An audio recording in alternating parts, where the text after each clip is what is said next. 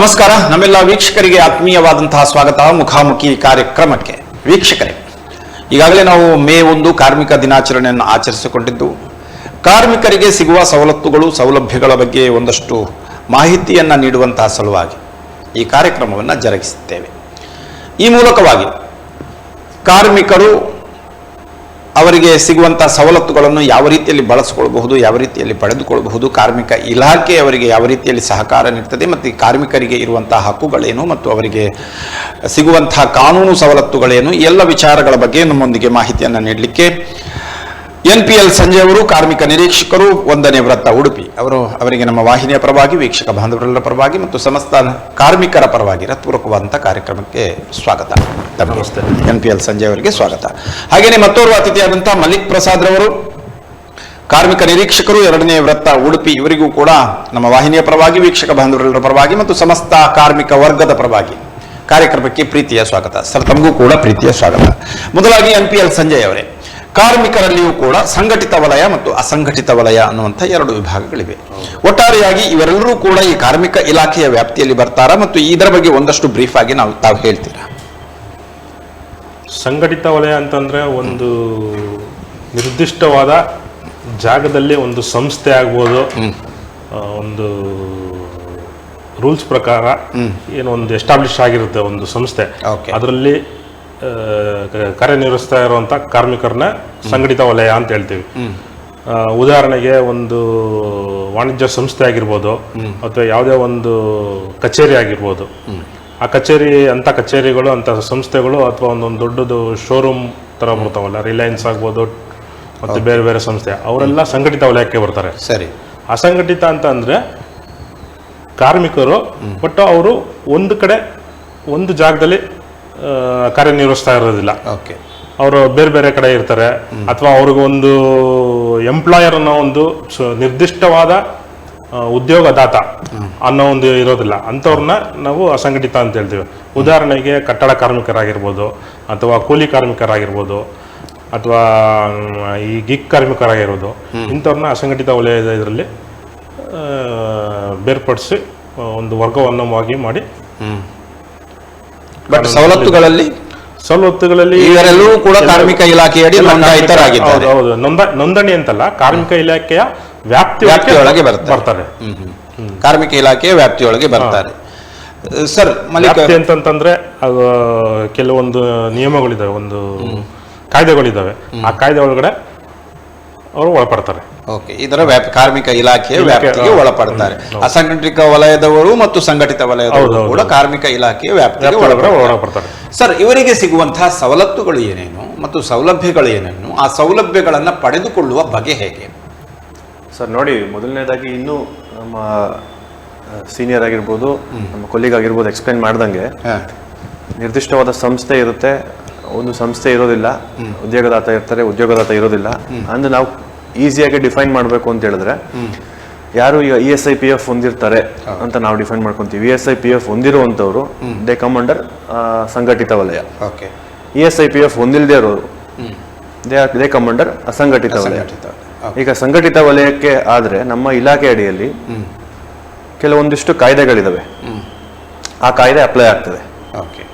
ಉದಾಹರಣೆಗೆ ಅಂಗಡಿ ಮತ್ತು ವಾಣಿಜ್ಯ ಸಂಸ್ಥೆ ಕಾಯ್ದೆ ಇರ್ಬೋದು, ಕನಿಷ್ಠ ವೇತನ ಕಾಯ್ದೆ ಇರ್ಬೋದು, ವೇತನ ಪಾವತಿ ಕಾಯ್ದೆ ಇರ್ಬೋದು, ಸಮಾನ ವೇತನ ಕಾಯ್ದೆ ಇರ್ಬೋದು, ಹೀಗೆ ಹಲವಾರು ಒಟ್ಟು ಸಂಘಟಿತ ವಲಯಕ್ಕೆ ಅಪ್ಲೈ ಆಗುತ್ತೆ. ಸಂಘಟಿತ ವಲಯಕ್ಕೆ ಅಪ್ಲೈ ಆಗ್ತದೆ. ಸರಿ. ಅಸಂಘಟಿತ ವಲಯಕ್ಕೆ ನಮ್ಮ ಇಲಾಖೆಯಲ್ಲಿ ಮಂಡಳಿಗಳಿದ್ದಾವೆ. ಆ ಮಂಡಳಿಗಳಿದ್ದಾವೆ. ಆ ಮಂಡಳಿ ಮುಖಾಂತರ ಅವರಿಗೆ ಸವಲತ್ತು ಒದಗಿಸ್ಕೊಡ್ತಾರೆ. ಉದಾಹರಣೆಗೆ ಕಟ್ಟಡ ಮತ್ತು ಇತರೆ ನಿರ್ಮಾಣ ಕಾರ್ಮಿಕರ ಕಲ್ಯಾಣ ಮಂಡಳಿ ಅಂತ ಒಂದಿದೆ, ಮೋಟಾರು ಸಾರಿಗೆ ಕಾರ್ಮಿಕರ ಕಲ್ಯಾಣ ಮಂಡಳಿ ಅಂತ ಒಂದಿದೆ. ಸರಿ. ಆಮೇಲೆ ಈಗ ಅಂಬೇಡ್ಕರ್ ಕಾರ್ಮಿಕ ಸಹಾಯ ಹಸ್ತ ಯೋಜನೆ ಅಡಿ ಅದೊಂದು ಮಂಡಳಿ ಆಗಿದೆ.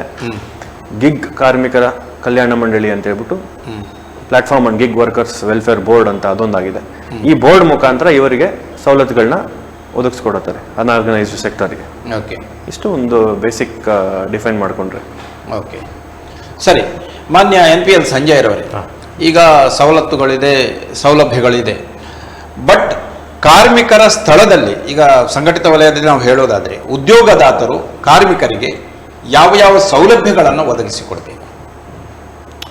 ಮೊದಲನೇದಾಗಿ ಒಂದು ಸಣ್ಣ ಕ್ಲಾರಿಫಿಕೇಶನ್ ತಪ್ಪನ್ನ ತಿದ್ದುಪಡಿ ನಮ್ಮ ಸಹೋದ್ಯೋಗಿ ಹೇಳ್ದಂಗೆ ಇನ್ನು ನಮ್ಮ ಕಾರ್ಮಿಕ ಕಾಯ್ದೆಗಳಿದೆಯಲ್ಲ ಅದು ಎಲ್ಲ ವಲಯದ ಕಾರ್ಮಿಕರಿಗೂ ಅನ್ವಯ ಆಗುತ್ತೆ, ಅಪ್ಲೈ ಆಗುತ್ತೆ.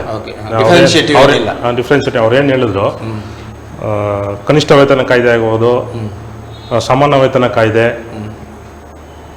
ಮತ್ತು ಈಕ್ವಲ್ ರಿಮ್ಷನ್ನು, ಬೇರೆ ಪೇಮೆಂಟ್ ಆಫ್ ವೇಜಸ್ ಆಕ್ಟ್ ಎಲ್ಲದನ್ನು ಸಂಘಟಿತ ಮತ್ತು ಅಸಂಘಟಿತ ವಲಯಕ್ಕೆ ಅಪ್ಲೈ ಆಗುತ್ತೆ, ಕಾನೂನಿನಲ್ಲಿದೆ. ಬಟ್ ಅಲ್ಲಿ ಅಸಂಘಟಿತ ವಲಯಕ್ಕೆ ಸೌಲಭ್ಯಗಳು ಆ ಮಂಡಳಿಯಿಂದ ದೊರಕುವಂಥದ್ದು, ಇಲ್ಲಿ ಉದ್ಯೋಗದಾತರಿಂದ ದೊರಕಬೇಕಾಗಿರುತ್ತದೆ. ಅಲ್ಲೂ ಉದ್ಯೋಗದಾತ ನೀಡಬೇಕಾಗುತ್ತೆ. ಆದರೆ ಅಲ್ಲಿನೇ ಸ್ವಲ್ಪ ಹೆಚ್ಚು ಇವರಿಗೆ ಸೋಷಿಯಲ್ ಸೆಕ್ಯೂರಿಟಿ ಜಾಸ್ತಿ ಇರೋದ್ರಿಂದ ಅವ್ರಿಗಲ್ಲಿ ಮಂಡಳಿ ವತಿಯಿಂದ ಈ ಏನು ಸಾಮಾಜಿಕ ಭದ್ರತೆಯನ್ನು ಒದಗಿಸ್ಕೊಳ್ಳಲಾಗುತ್ತೆ. ಆಮೇಲೆ ಈ ಸೌಲಭ್ಯ ಸಂಬಂಧಪಟ್ಟ ಉದ್ಯೋಗದ ಸ್ಥಳದಲ್ಲಿ ಉದ್ಯೋಗ ಸ್ಥಳದಲ್ಲಾಗುವುದು ಅವರಿಗೆ ಕಾಯ್ದೆ ಒಳಪಟ್ಟಂತೆ. ಮತ್ತು ಕಾರ್ಮಿಕರಿಗೆ ಉದ್ಯೋಗದಾತರಿಗೆ ಸಿಗಬಹುದಾದಂಥ ಸೌಲಭ್ಯ ಅಂತಂದ್ರೆ ಸೌಲಭ್ಯ ಅಂದ್ರೆ ನಿಯಮಗಳಲ್ಲಿ ಇರುವಂಥದ್ದು. ಸಂಘಟಿತ ವಲಯದ ಒಂದು ಕಾರ್ಮಿಕ ಇದ್ದಾರೆ ಅಂತಂದ್ರೆ ಬಂದಿದ್ದಾರೆ, ಅವರ ಸಂಸ್ಥೆಯಲ್ಲಿ ಕೆಲಸ ನಿರ್ವಹಿಸ್ತಾ ಇದ್ದಾರೆ ಅಂದರೆ ಮೊದಲನೇದಾಗಿ ನೇಮಕಾತಿ ಆದೇಶವನ್ನು ನೀಡುವಂಥದ್ದು. ಅವರು ನಮ್ಮ ಸಂಸ್ಥೆಯಲ್ಲಿ ಇಂಥ ದಿನಾಂಕ ಇಂಥ ಹುದ್ದೆಗೆ ನೇಮಕವಾಗಿದ್ದಾರೆ ಅಂತ ಹೇಳ್ಬಿಟ್ಟು ಹೌದು ಪ್ರಪ್ರಥಮವಾಗಿ ಅದ ಸಂಘಟಿತ ವಲಯದಲ್ಲಿ ನೇಮಕಾತಿ ಆದೇಶವನ್ನು ನೀಡುವಂಥದ್ದು. ನಂತರ ಅವರಿಗೆ ನಿರ್ದಿಷ್ಟ ಕೆಲಸವನ್ನು ನೀಡಿರ್ತಾರೆ, ಅಪಾಯಿಂಟ್ಮೆಂಟ್ ಆರ್ಡರಲ್ಲೇ ಮೆನ್ಷನ್ ಮಾಡಿರ್ತಾರೆ, ಅಂತ ಕೆಲಸವನ್ನು ನೀಡುವಂಥದ್ದು. ತದನಂತರ ಅವರಿಗೆ ಸಮಯ, ಕೆಲಸದ ಸಮಯ ನಿಗದಿಪಡಿಸಿರ್ತಾರೆ. ಅದರಲ್ಲಿ 8 ಗಂಟೆ ಅಂದರೆ 9 ಗಂಟೆ ಇರುತ್ತೆ. 9 ಗಂಟೆ ಕೆಲಸ ಸಮಯದಲ್ಲಿ 1 ಗಂಟೆ ಊಟದ ಸಮಯ, ಲಂಚ್ ಲೀಜರ್ಗೆ ಅವಕಾಶ ಮಾಡಿಕೊಟ್ಟಿರ್ತಾರೆ. ಕಾಯ್ದೆಯಲ್ಲಿರುವಂತೆ 9 ಗಂಟೆ. ಹೌದು, ಅಂದರೆ 8 ಅವರ್ಸ್ ಡ್ಯೂಟಿ, 8 ಗಂಟೆ 1 ಗಂಟೆ ಲಂಚ್ ಅವರ್, 1 ಅವರಲ್ಲಿ ಇನ್ಕ್ಲೂಡಿಂಗ್ ಟೋಟಲ್ 9 ಗಂಟೆ ಬರುತ್ತದೆ. ತದನಂತರ ಅವರಿಗೆ ವೇತನ ನೀಡುವಂಥದ್ದು. ಅಂದರೆ ನಿರ್ದಿಷ್ಟವಾದ ವೇತನ, ಇಂಥ ಕೆಲಸಕ್ಕೆ ಇಂತಿಷ್ಟೇ ವೇತನವನ್ನು ನೀಡಬೇಕು ಅಂತ ಸರ್ಕಾರ ಕನಿಷ್ಠ ವೇತನ ಕಾಯ್ದೆಯಡಿ ನಿಗದಿಪಡಿಸುತ್ತೆ. ಆ ವೇತನವನ್ನು ಪಡೆಯಲು ಅವರು ಅರ್ಹರಿರ್ತಾರೆ. ಅವ್ರೇನು ಯಾವ ಸಂಸ್ಥೆಯಲ್ಲಿ ಏನು ಕೆಲಸ ಮಾಡಿರ್ತಾರೆ ಅದಕ್ಕೆ ಒಂದು ಕೆಟಗರಿ ವೈಸು ಶೆಡ್ಯೂಲ್ಸ್ ಮಾಡಿದ್ದಾರೆ. ಆ ಶೆಡ್ಯೂಲ್ನಲ್ಲಿ ಯಾವ ಇದಕ್ಕೆ ಅವ್ರಿಗೆ ಅಪ್ಲೈ ಆಗುತ್ತೆ ಅದನ್ನು ನೀಡುವಂಥದ್ದು. ಅದು ಈಗ ಎಲ್ಲ ಶೆಡ್ಯೂಲ್ ಇದೆ. ಬಟ್ ಅವರ ವೇತನ ಏನಿದೆ ಎಲ್ಲ ವಲಯಕ್ಕೂ ಒಂದೇ ರೀತಿ ಫಿಕ್ಸ್ ಮಾಡಿದ್ದಾರೆ. ಪ್ರಸ್ತುತ ಬೆಳವಣಿಗೆ ಇದರಲ್ಲಿ ಫಿಕ್ಸ್ ಮಾಡಿದ್ದಾರೆ. ಎಲ್ಲ ವಲಯದಲ್ಲೂ ಎಲ್ಲ ಇರುವಂಥ ಕಾರ್ಮಿಕರು ಅವು ಕೆಟಗರಿ ಏನಿದೆ, ಕುಶಲ, ಅತಿ ಕುಶಲ, ಕುಶಲ, ಅರೆ ಕುಶಲ ಮತ್ತು ಇತರ ಇದು ಅಂದರೆ ಈಗ ವಿಭಾಗ ಹತ್ರ 4 ವೇತನ ಶ್ರೇಣಿಯಲ್ಲಿ ಈ ರೀತಿಯ ವೇತನ ಶ್ರೇಣಿ ಇಲ್ಲ. ವೇತನ ಶ್ರೇಣಿನೂ ಅವರು ಕೆಲಸ ನಿರ್ವಹಿಸುವಂತ ಕ್ಯಾಟಗರಿ ಆಫ್ ಟೆಕ್ನಿಕ್ ಅಥವಾ ಅವರು ಇದ್ರ ಮೇಲೆ ಸ್ಕಿಲ್ಡ್ ಅನ್ಸ್ಕಿಲ್ಡ್ ಅಂತೇಳಿ 4 ಭಾಗವನ್ನ ಮಾಡಿದ್ದಾರೆ. ಆ 4 ಭಾಗದಲ್ಲಿ ವೇತನವನ್ನ ನಿರ್ದಿಷ್ಟವಾಗಿ ನಿಗದಿಪಡಿಸಿದ್ದಾರೆ. ಅದು ಎಲ್ಲಾ ವಲಯಕ್ಕೂ ಒಂದೇ ಇದೆ. ಇವಾಗ ಮೊದಲು ಸ್ವಲ್ಪ ಅದರ ಬದಲಾಗ್ತಾ ಇತ್ತು ಸ್ವಲ್ಪ ಅಮೌಂಟು, ಇವಾಗ ಎಲ್ಲದಕ್ಕೂ ಒಂದೇ ಇದೆ. ತದನಂತರ ಅವರಿಗೆ ವೇತನ ಚೀಟಿಯನ್ನು ನೀಡುವಂಥದ್ದು ಸಂಘಟಿತ ವಲಯದಲ್ಲಿ. ತದನಂತರ ಅವರಿಗೆ ರಜೆ ಸೌಲಭ್ಯ ನೀಡುವಂಥದ್ದು, ವಾರಕ್ಕೆ 1 ದಿವಸ ರಜವನ್ನು ನೀಡುವಂಥದ್ದು, ವಿಶ್ರಾಂತಿ. ತದನಂತರ ತಿಂಗಳಿಗೆ 1.25 ಇಲ್ಲ 1.25 ದಿವಸ CL ಅಂತ ಬರುತ್ತೆ. ಈ ಥರ ಸೌಲಭ್ಯಗಳಿದೆ. ಮತ್ತು ಮಿನಿಮಮ್ ವೇಜಸ್ ಅದರ ಸಂಬಂಧಪಟ್ಟಂಗೆ ವೇತನ ಚೀಟಿ ನೀಡಬೇಕು. ಅವರು ಸಂಸ್ಥೆಯಲ್ಲಿ ಹಾಜರಾತಿ ವಹಿಯನ್ನು ನಿರ್ವಹಿಸಬೇಕು. ಹಾಜರಾತಿಗೆ ಸಂಬಂಧಪಟ್ಟಂಗೆ ಅವರು ವೇತನವನ್ನು ನೀಡ್ತಾರೆ. ತದನಂತರ ಅಲ್ಲಿ ಸಂಸ್ಥೆಯಲ್ಲಿ 10 ಮತ್ತು 10ಕ್ಕಿಂತ ಹೆಚ್ಚು ಜನ ಇದ್ದಲ್ಲಿ ಅವರಿಗೆ ESI ಕಾಯ್ದೆ ಅನ್ವಯ ಆಗುತ್ತೆ. ಮತ್ತು ಉಪದಾನ ಪಾವತಿ ಗ್ರಾಚ್ಯುಟಿ ಅದು ಅನ್ವಯಿಸುತ್ತೆ. ತದನಂತರ ಬೋನಸ್ ಕಾಯ್ದೆ ಹೌದೌದು, ಬೋನಸ್ ಕಾಯ್ದೆ ಅನ್ವಯಿಸುತ್ತೆ. 20 ಜನ ಮೇಲಿದ್ರೆ PF ಕಾಯ್ದೆ ಅನ್ವಯಿಸುತ್ತೆ. PFಗೆ ಅವರು ಒಳಪಡಬೇಕು. ಉದ್ಯೋಗದಾತರಿಂದ ಅವರಿಂದ ವಸೂಲು ಮಾಡಿದ ಹಣವನ್ನು PF ಮೂಲಕ PF ಅದು ಅದರ ಕಾಯ್ದೆ ಪ್ರಕಾರ ಏನಿದೆ ಅದನ್ನ ಅವರು ಓಕೆ PF ಕಾಯ್ದೆ ಅನ್ವಯ ಆಗ್ತದೆ. ಹೌದೌದು. ಓಕೆ, ಬೇರೆ ಅವಕಾಶಗಳು ಉದ್ಯೋಗದ ಸ್ಥಳದಲ್ಲಿ ಅವರಿಗೆ ಕೆಲಸವನ್ನು ನಿರ್ವಹಿಸಬೇಕಾದರೆ ಸುರಕ್ಷತೆ ಆಗಿರಬಹುದು, ಇನ್ನಿತರ ವಿಚಾರದಲ್ಲಿ ಸುರಕ್ಷತೆ ಅಂತಂದ್ರೆ ತುಂಬಾ ಅಲ್ಲಿ ಕೆಲವು ನಿಯಮಗಳಿದೆ. 50ಕ್ಕಿಂತ ಹೆಚ್ಚಿದ್ರೆ ಇಂತಿಂತ 50 ಅಥವಾ 100ಕ್ಕಿಂತ ಹೆಚ್ಚಿದ್ರೆ ಇಂತಿಂತ ಸೌಲಭ್ಯಗಳು ಕೊಡಬೇಕು ಅಂತ ಇದೆ. ಅದನ್ನ ಹೆಚ್ಚಿನ ಇದು ನಮ್ಮ ಹಿರಿಯರು ಮಾಡ್ತಾರೆ. ನಾರ್ಮಲ್ ಇರೋವಂಥ ಕಡೆ ಅವರಿಗೆ ಒಂದು ಶೌಚಾಲಯದ ವ್ಯವಸ್ಥೆ ಇರಬೇಕು, ಕುಡಿಯೋ ನೀರಿನ ವ್ಯವಸ್ಥೆ ಇರಬೇಕು. ನಂತರ ಎಮರ್ಜೆನ್ಸಿ ಏನಾದ್ರು ಇದ್ರೆ ಒಂದು ವಿಶ್ರಾಂತಿ ಮಾಡಲಿಕ್ಕೆ ಒಂದು ಸಣ್ಣ ಕೊಠಡಿ ಇರಬೇಕು. ಮಹಿಳೆಯರಿದ್ರೆ 10 ಜನ ಮೇಲ್ಪಟ್ಟು ಇರುವಂಥ ಒಂದು ಸಂಸ್ಥೆಯಲ್ಲಿ ಏನಾದ್ರು ಮಹಿಳೆಯರಿದ್ದಲ್ಲಿ ಅವರಿಗೆ 5 ಜನಕ್ಕಿಂತ ಮೇಲೆ ಇದ್ದಂಥ ಸಂಸ್ಥೆಯಲ್ಲಿ ಇದ್ದಲ್ಲಿ ಅವ್ರಿಗೊಂದು ಸಪ್ರೇಟಾಗಿ ಒಂದು ವಿಶ್ರಾಂತಿ ಕೊಠಡಿ ಒಂದನ್ನು ನಿರ್ಮಿಸಬೇಕಾಗ್ತದೆ. ಹೀಗೆ ಎಲ್ಲ ಸವಲತ್ತುಗಳು ಕೂಡ ಕೊಡಬೇಕಾಗ್ತದೆ ಆ ಸ್ಥಳದಲ್ಲಿ. ಸರ್, ಮಾನ್ಯ ಮಲ್ಲಿಕ್ ಪ್ರಸಾದ್ ಅವರೇ, ಈಗ ಅಸಂಘಟಿತ ವಲಯದಿಂದ ಕಾರ್ಮಿಕ ಕಲ್ಯಾಣ ಮಂಡಳಿಯ ಮೂಲಕ ಹಲವಾರು ಸವಲತ್ತುಗಳಿವೆ. ಅದರಲ್ಲಿ ಈ ಕೆಲವೊಂದು ಪರಿಕರಗಳ ವಿತರಣೆ ಆಗಿರಬಹುದು, ಕಿಟ್ ವಿತರಣೆ ಆಗಿರ್ಬೋದು, ಈ ಎಲ್ಲ ಸೌಲಭ್ಯಗಳ ಬಗ್ಗೆ ನಾವು ಹೇಳ್ಬೋದಾ? ಯಾಕಂದರೆ ಅವರ ಮಕ್ಕಳಿಗೆ ವಿವಾಹ ಧನ ಯೋಜನೆ ಆಗಿರ್ಬೋದು, ವೈದ್ಯಕೀಯ ಇಂಥದ್ದೆಲ್ಲ ಬಹಳಷ್ಟು ಯೋಜನೆಗಳಿವೆ ಕಾರ್ಮಿಕ ಕಲ್ಯಾಣ ಮಂಡಳಿಯ ಮೂಲಕ, ಕಾರ್ಮಿಕ ನಿಧಿಯನ್ನು ಉಪಯೋಗ ಮಾಡುವ ಮೂಲಕ. ಇಲ್ಲಿ ಯಾವ ರೀತಿಯ ಸೌಲಭ್ಯಗಳು ಸಿಗ್ತದೆ ಕಾರ್ಮಿಕರಿಗೆ? ನೋಡಿ, ನಮ್ಮಲ್ಲಿ ಕಟ್ಟಡ ಮತ್ತು ಇತರೆ ನಿರ್ಮಾಣ ಕಾರ್ಮಿಕರ ಕಲ್ಯಾಣ ಮಂಡಳಿ ಅಂತ ಇದೆ. Building and other construction workers board, social security board ಅಂತ ಇದೆ. ಆ ಬೋರ್ಡಲ್ಲಿ ಮೊದಲನೇದಾಗಿ ನೋಂದಾಯಿತ ಕಟ್ಟಡ ಕಾರ್ಮಿಕರು ನೋಂದಣಿ ಆಗಬೇಕಾಗಿರುತ್ತೆ, ರಿಜಿಸ್ಟರ್ಡ್ ಆಗಬೇಕಾಗುತ್ತೆ. ಒಬ್ಬ ಕಟ್ಟಡ ಕಾರ್ಮಿಕರ ಸಂಬಂಧಿತ ಕಾರ್ಮಿಕರು ಮಾಡ್ತಿದ್ರೆ ಅವನೊಂದು ರಿಜಿಸ್ಟ್ರೇಷನ್ ತಗೊಳ್ಬೇಕಾಗಿರುತ್ತೆ. ಆ ರಿಜಿಸ್ಟ್ರೇಷನ್ಗೆ ಮಾನದಂಡ ಏನಿದೆ ಅಂತ ಹೇಳಿದ್ರೆ, ಒಂದು ಇಂದಿನ ವರ್ಷದಲ್ಲಿ 90 ದಿನಗಳ ಕಾಲ ಕಟ್ಟಡ ನಿರ್ಮಾಣ ಸಂಬಂಧಿತ ಕೆಲಸ ಮಾಡಿರ್ಬೇಕು. 90 ದಿನ ಅವನು ಕೆಲಸ ಮಾಡಿದ್ರೆ is eligible to get registered ಆ ಬೋರ್ಡಲ್ಲಿ. ಆ ಬೋರ್ಡಲ್ಲಿ ರಿಜಿಸ್ಟರ್ ಆಗ್ತಿದ್ದಂಗೆ ಅವನು ಹಲವಾರು ಸ್ಕೀಮ್ಗಳಿದೆ, ಆ ಸ್ಕೀಮ್ಗೆ ಎಲಿಜಿಬಲ್ ಆಗ್ತಾನೆ. ಸಿಂಪಲ್ ಆಗಿ ಹೇಳ್ಬೇಕು ಅಂದ್ರೆ ಹುಟ್ಟದಾಗಿನಿಂದ ಹಿಡಿದು ಸತ್ತ ಮೇಲೂ ಪೆನ್ಷನ್ ಕೊಡುವಂತ ಸ್ಕೀಮ್ಗಳಿದೆ. ಸೊ ಮೊದಲನೇದಾಗಿ ಒಂದು ಮದುವೆ ಧನ ಸಹಾಯ ಅಂತ ಇದೆ. ಮದುವೆ ಧನ ಸಹಾಯದಲ್ಲಿ ಏನು ಅಂತ ಹೇಳಿದ್ರೆ,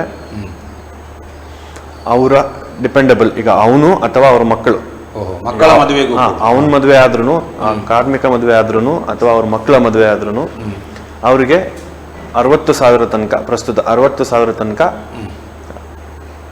ಧನ ಸಹಾಯ ಮಾಡುವಂತ ಒಂದು ಸೌಲಭ್ಯ ಇದೆ. ಅದಕ್ಕೇನಿರ್ಬೇಕು, ನಿಗದಿತ ದಾಖಲೆಗಳೆಲ್ಲ ಕೊಡ್ಬೇಕಾಗತ್ತೆ. ಮದುವೆ ಕಾರ್ಡ್ ಇರ್ಬೋದು, ಆಮೇಲೆ ರಿಜಿಸ್ಟ್ರೇಷನ್ ಆಗಿರುವಂಥ ಸರ್ಟಿಫಿಕೇಟ್ ಇರ್ಬೋದು, ಕೆಲಸ ಮಾಡಿರುವಂತಹ ಪ್ರಮಾಣ ಪತ್ರ, ವರ್ಕಿಂಗ್ ಎಕ್ಸ್ಪೀರಿಯನ್ಸ್ ಕೊಟ್ಟಿರುವಂಥ ಒಂದು ಪತ್ರ ಆಗಿರ್ಬೋದು, ಉದ್ಯೋಗದಾತರು ನೀಡಿರ್ತಾರೆ ಅದನ್ನ ಕೊಡಬೇಕಾಗ್ತದೆ ಒಂದು. ನಂತರ ಇದೇ ರೀತಿ ಒಂದು ಪಿಂಚಣಿ ಧನ ಸಹಾಯ ಅಂತ ಇದೆ. ಈ ಪಿಂಚಣಿ ಧನ ಸಹಾಯ ಹೇಗೆ ಅಂತ ಹೇಳಿದ್ರೆ, 60 ವರ್ಷ ದಾಟಿದಂತಹ ಕಾರ್ಮಿಕ ಅವನು ಇಂದಿನ 3 ವರ್ಷಗಳ ಕಾಲ ಕೆಲಸ ಮಾಡಿರ್ಬೇಕಾಗಿರುತ್ತೆ, ಒಂದು ಬೇಸಿಕ್. ಆ ಥರ ಕೆಲಸ ಮಾಡಿ ನಿವೃತ್ತ ಆದ ತಕ್ಷಣ, 60 ವರ್ಷ ದಾಟಿದ ತಕ್ಷಣ ಅವನಿಗೆ ತಿಂಗಳಿಗೆ 3,000 ರೂಪಾಯಿ ಪೆನ್ಷನ್ ಹಂಗೆ ಈಗ ಪ್ರಸ್ತುತ ಕೊಡ್ತಾ ಇದ್ದೀವಿ, ಧನ ಸಹಾಯ ಮಂಡಳಿ ವತಿಯಿಂದ ನೀಡ್ತಾ ಇದ್ದಾರೆ. ಅವನು ಅಷ್ಟೇ, ಈಗ 60 ಏಜ್ ಆಗ್ತಿದ್ದಂಗೆ ಅವನು ವಿತಿನ್ ನೆಕ್ಸ್ಟ್ 1 ಇಯರ್ ಅಷ್ಟೊತ್ತಿಗೆ ಅವನು ಅಪ್ಲೈ ಮಾಡಬೇಕಾಗ್ತದೆ. ಅದನ್ನ ದಾಟಿ ಅಪ್ಲೈ ಮಾಡುವಂಥವ್ರು ರಿಜೆಕ್ಟ್ ಆಗ್ತದೆ, ತುಂಬಾ ಅದು ಕಂಡು ಬರ್ತೀವಿ. ಅವ್ರ ತಿಳುವಳಿಕೆ ಏನು ಅಂತ ಹೇಳಿದ್ರೆ, 60 ವರ್ಷದ ಆದ್ಮೇಲೆ ನೆಕ್ಸ್ಟ್ 1 ವರ್ಷದೊಳಗಡೆ ಅವ್ನು ಅಪ್ಲಿಕೇಶನ್ ಹಾಕ್ಬೇಕಾಗುತ್ತೆ. ಈ ಥರ ನಂದು 60 ವರ್ಷ ಆಗಿದೆ, ನಾನು ಈ ಥರ ಕೆಲಸ ಮಾಡಿದ್ದೀನಿ, ಈ ಥರ ನನ್ನ ಪೆನ್ಷನ್ಗೆ ನಾನು ಆ ಸೌಲಭ್ಯಕ್ಕೆ ಅರ್ಜಿ ಸಲ್ಲಿಸ್ತಾ ಇದ್ದೀನಿ ಅಂತ ಅರ್ಜಿ ಸಲ್ಲಿಸಿದ್ರೆ, ನಾವು ಅವ್ರು ಕೆಲಸ ಮಾಡ್ತಿರೋದು ಸ್ಥಳ ಪರಿಶೀಲನೆ ಮಾಡಿ ಹೌದು ಇವ್ರು ಮಾಡಿದ್ದಾರೆ ಅಂತ ಒಂದು ಇದು ಮಾಡಿದ್ಮೇಲೆ ಮಂಡಳಿ ವತಿಯಿಂದ ಮಾಸಿಕ 3,000ಕ್ಕೆ ಪೆನ್ಷನ್ ಕೊಡ್ತಾರೆ. ನೆಕ್ಸ್ಟ್ ಇದೇ ರೀತಿ ಹೆರಿಗೆ ಧನ ಸಹಾಯ ಅಂತ ಇದೆ. ಈಗ ನೋಂದಾಯಿತ ಕಟ್ಟಡ ಕಾರ್ಮಿಕರು ಅವ್ರಿಗೇನೆ ಹೆರಿಗೆ ಧನ ಸಹಾಯ ಅಂದರೆ ಮೊದಲ 2 ಮಕ್ಕಳಿಗೆ ಹೆರಿಗೆ ಧನ ಸಹಾಯ ಅಂತ ಕೊಡ್ತಾರೆ, ಅದೊಂದಿದೆ. ನೆಕ್ಸ್ಟ್ ಇದೇ ರೀತಿ ಫ್ಯೂನರಲ್ ಅಂಡ್ ಡೆತ್ ಅಸಿಸ್ಟೆನ್ಸ್ ಅಂತ ಇದೆ, ಅಂತ್ಯಕ್ರಿಯೆ ವೆಚ್ಚ ಮತ್ತು ಅಪಘಾತ ಪರಿಹಾರ ಅಂತ. ಅಪಘಾತ ಪರಿಹಾರದಲ್ಲಿ ಈಗ ಪ್ರಸ್ತುತ ಇರುವಂಥದ್ದು ಕೆಲಸದ ಸ್ಥಳದಲ್ಲೇ ಕೆಲಸ ಮಾಡ್ತಾ ಏನಾದ್ರು ಇಂಜುರಿ ಆಗಿ ಅವಘಡ ಆಗಿ ಅವರು ತೀರ್ಕೊಂಡ್ರೆ 8 ಲಕ್ಷದ ತನಕ ಪರಿಹಾರ ಮರಣ ಸೌಲಭ್ಯ ಪರಿಹಾರ ಅಂತ ಹೇಳ್ಬಿಟ್ಟು ಒಂದು ಧನ ಸಹಾಯ ಮಾಡ್ತಾರೆ.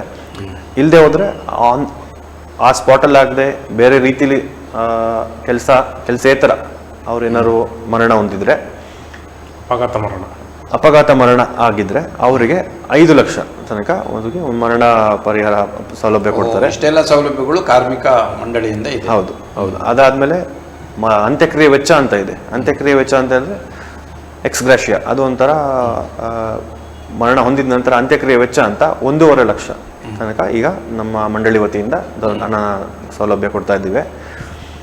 ಇದು ಬಿಟ್ಟು ಇನ್ನು ಮಕ್ಕಳಿಗೆ ಶೈಕ್ಷಣಿಕ ಸಹಾಯಧನ ಅಂತ ಒಂದು ಸ್ಕೀಮ್ ಇದೆ. ಶೈಕ್ಷಣಿಕ ಧನ ಸಹಾಯದಲ್ಲಿ ನೋಟ್ ಮಾಡ್ಕೋಬೇಕಾಗಿರೋದು ಏನಂದ್ರೆ, ಈಗ ಅಮೌಂಟ್ ಎಲ್ಲ ಸ್ವಲ್ಪ ವೇರಿ ಮಾಡಿದ್ದಾರೆ.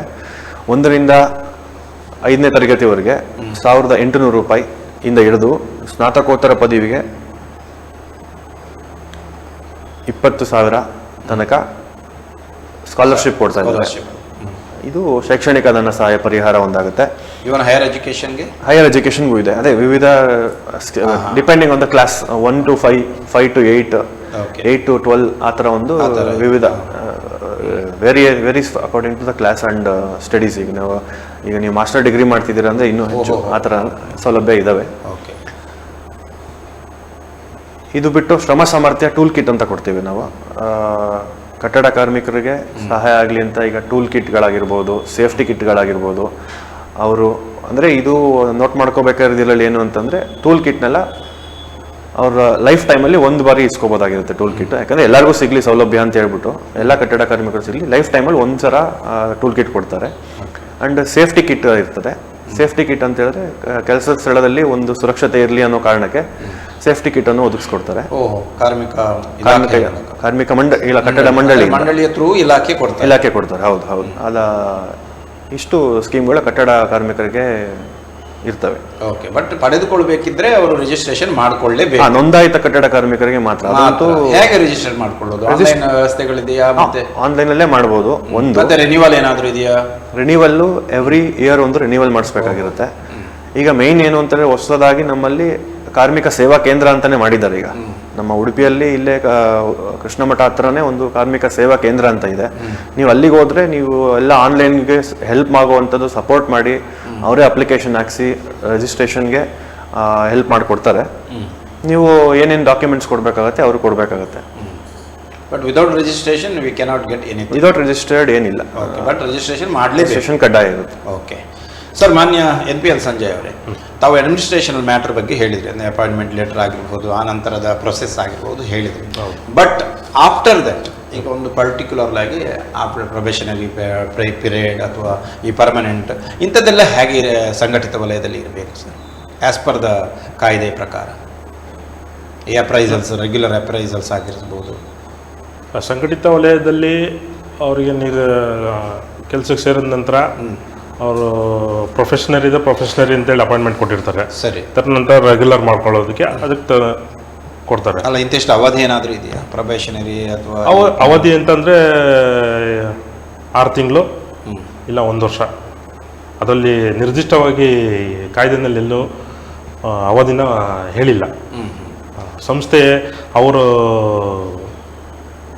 ಉದ್ಯೋಗ ಯಾವ ಥರ ಇದೆ ಅದ್ರ ಮೇಲೆ ಅವರು ಪ್ರೊಫೆಷನಲ್ ಪೀರಿಯಡ್ ಆಗ್ಬೋದು, ಅದನ್ನು ಇದು ಮಾಡಿರ್ತಾರೆ. ಓಕೆ, ಪರ್ಮನೆಂಟ್ ಅಂದರೆ ಅದಾದ ನಂತರ ಅವರು ಪರ್ಮನೆಂಟ್ ಅಂತಂದರೆ ಒಂದು ಸಂಸ್ಥೆಯಲ್ಲಿ 240 ದಿನ ಕೆಲಸ 240 ದಿನ ಕೆಲಸ ನಿರ್ವಹಿಸಿದ ನಂತರ ಅವನು ಸಂಸ್ಥೆಯ ಕಾರ್ಮಿಕನಾಗಿರ್ತಾನೆ ಅಂತಲೇ ಅರ್ಥ ಬರುತ್ತೆ.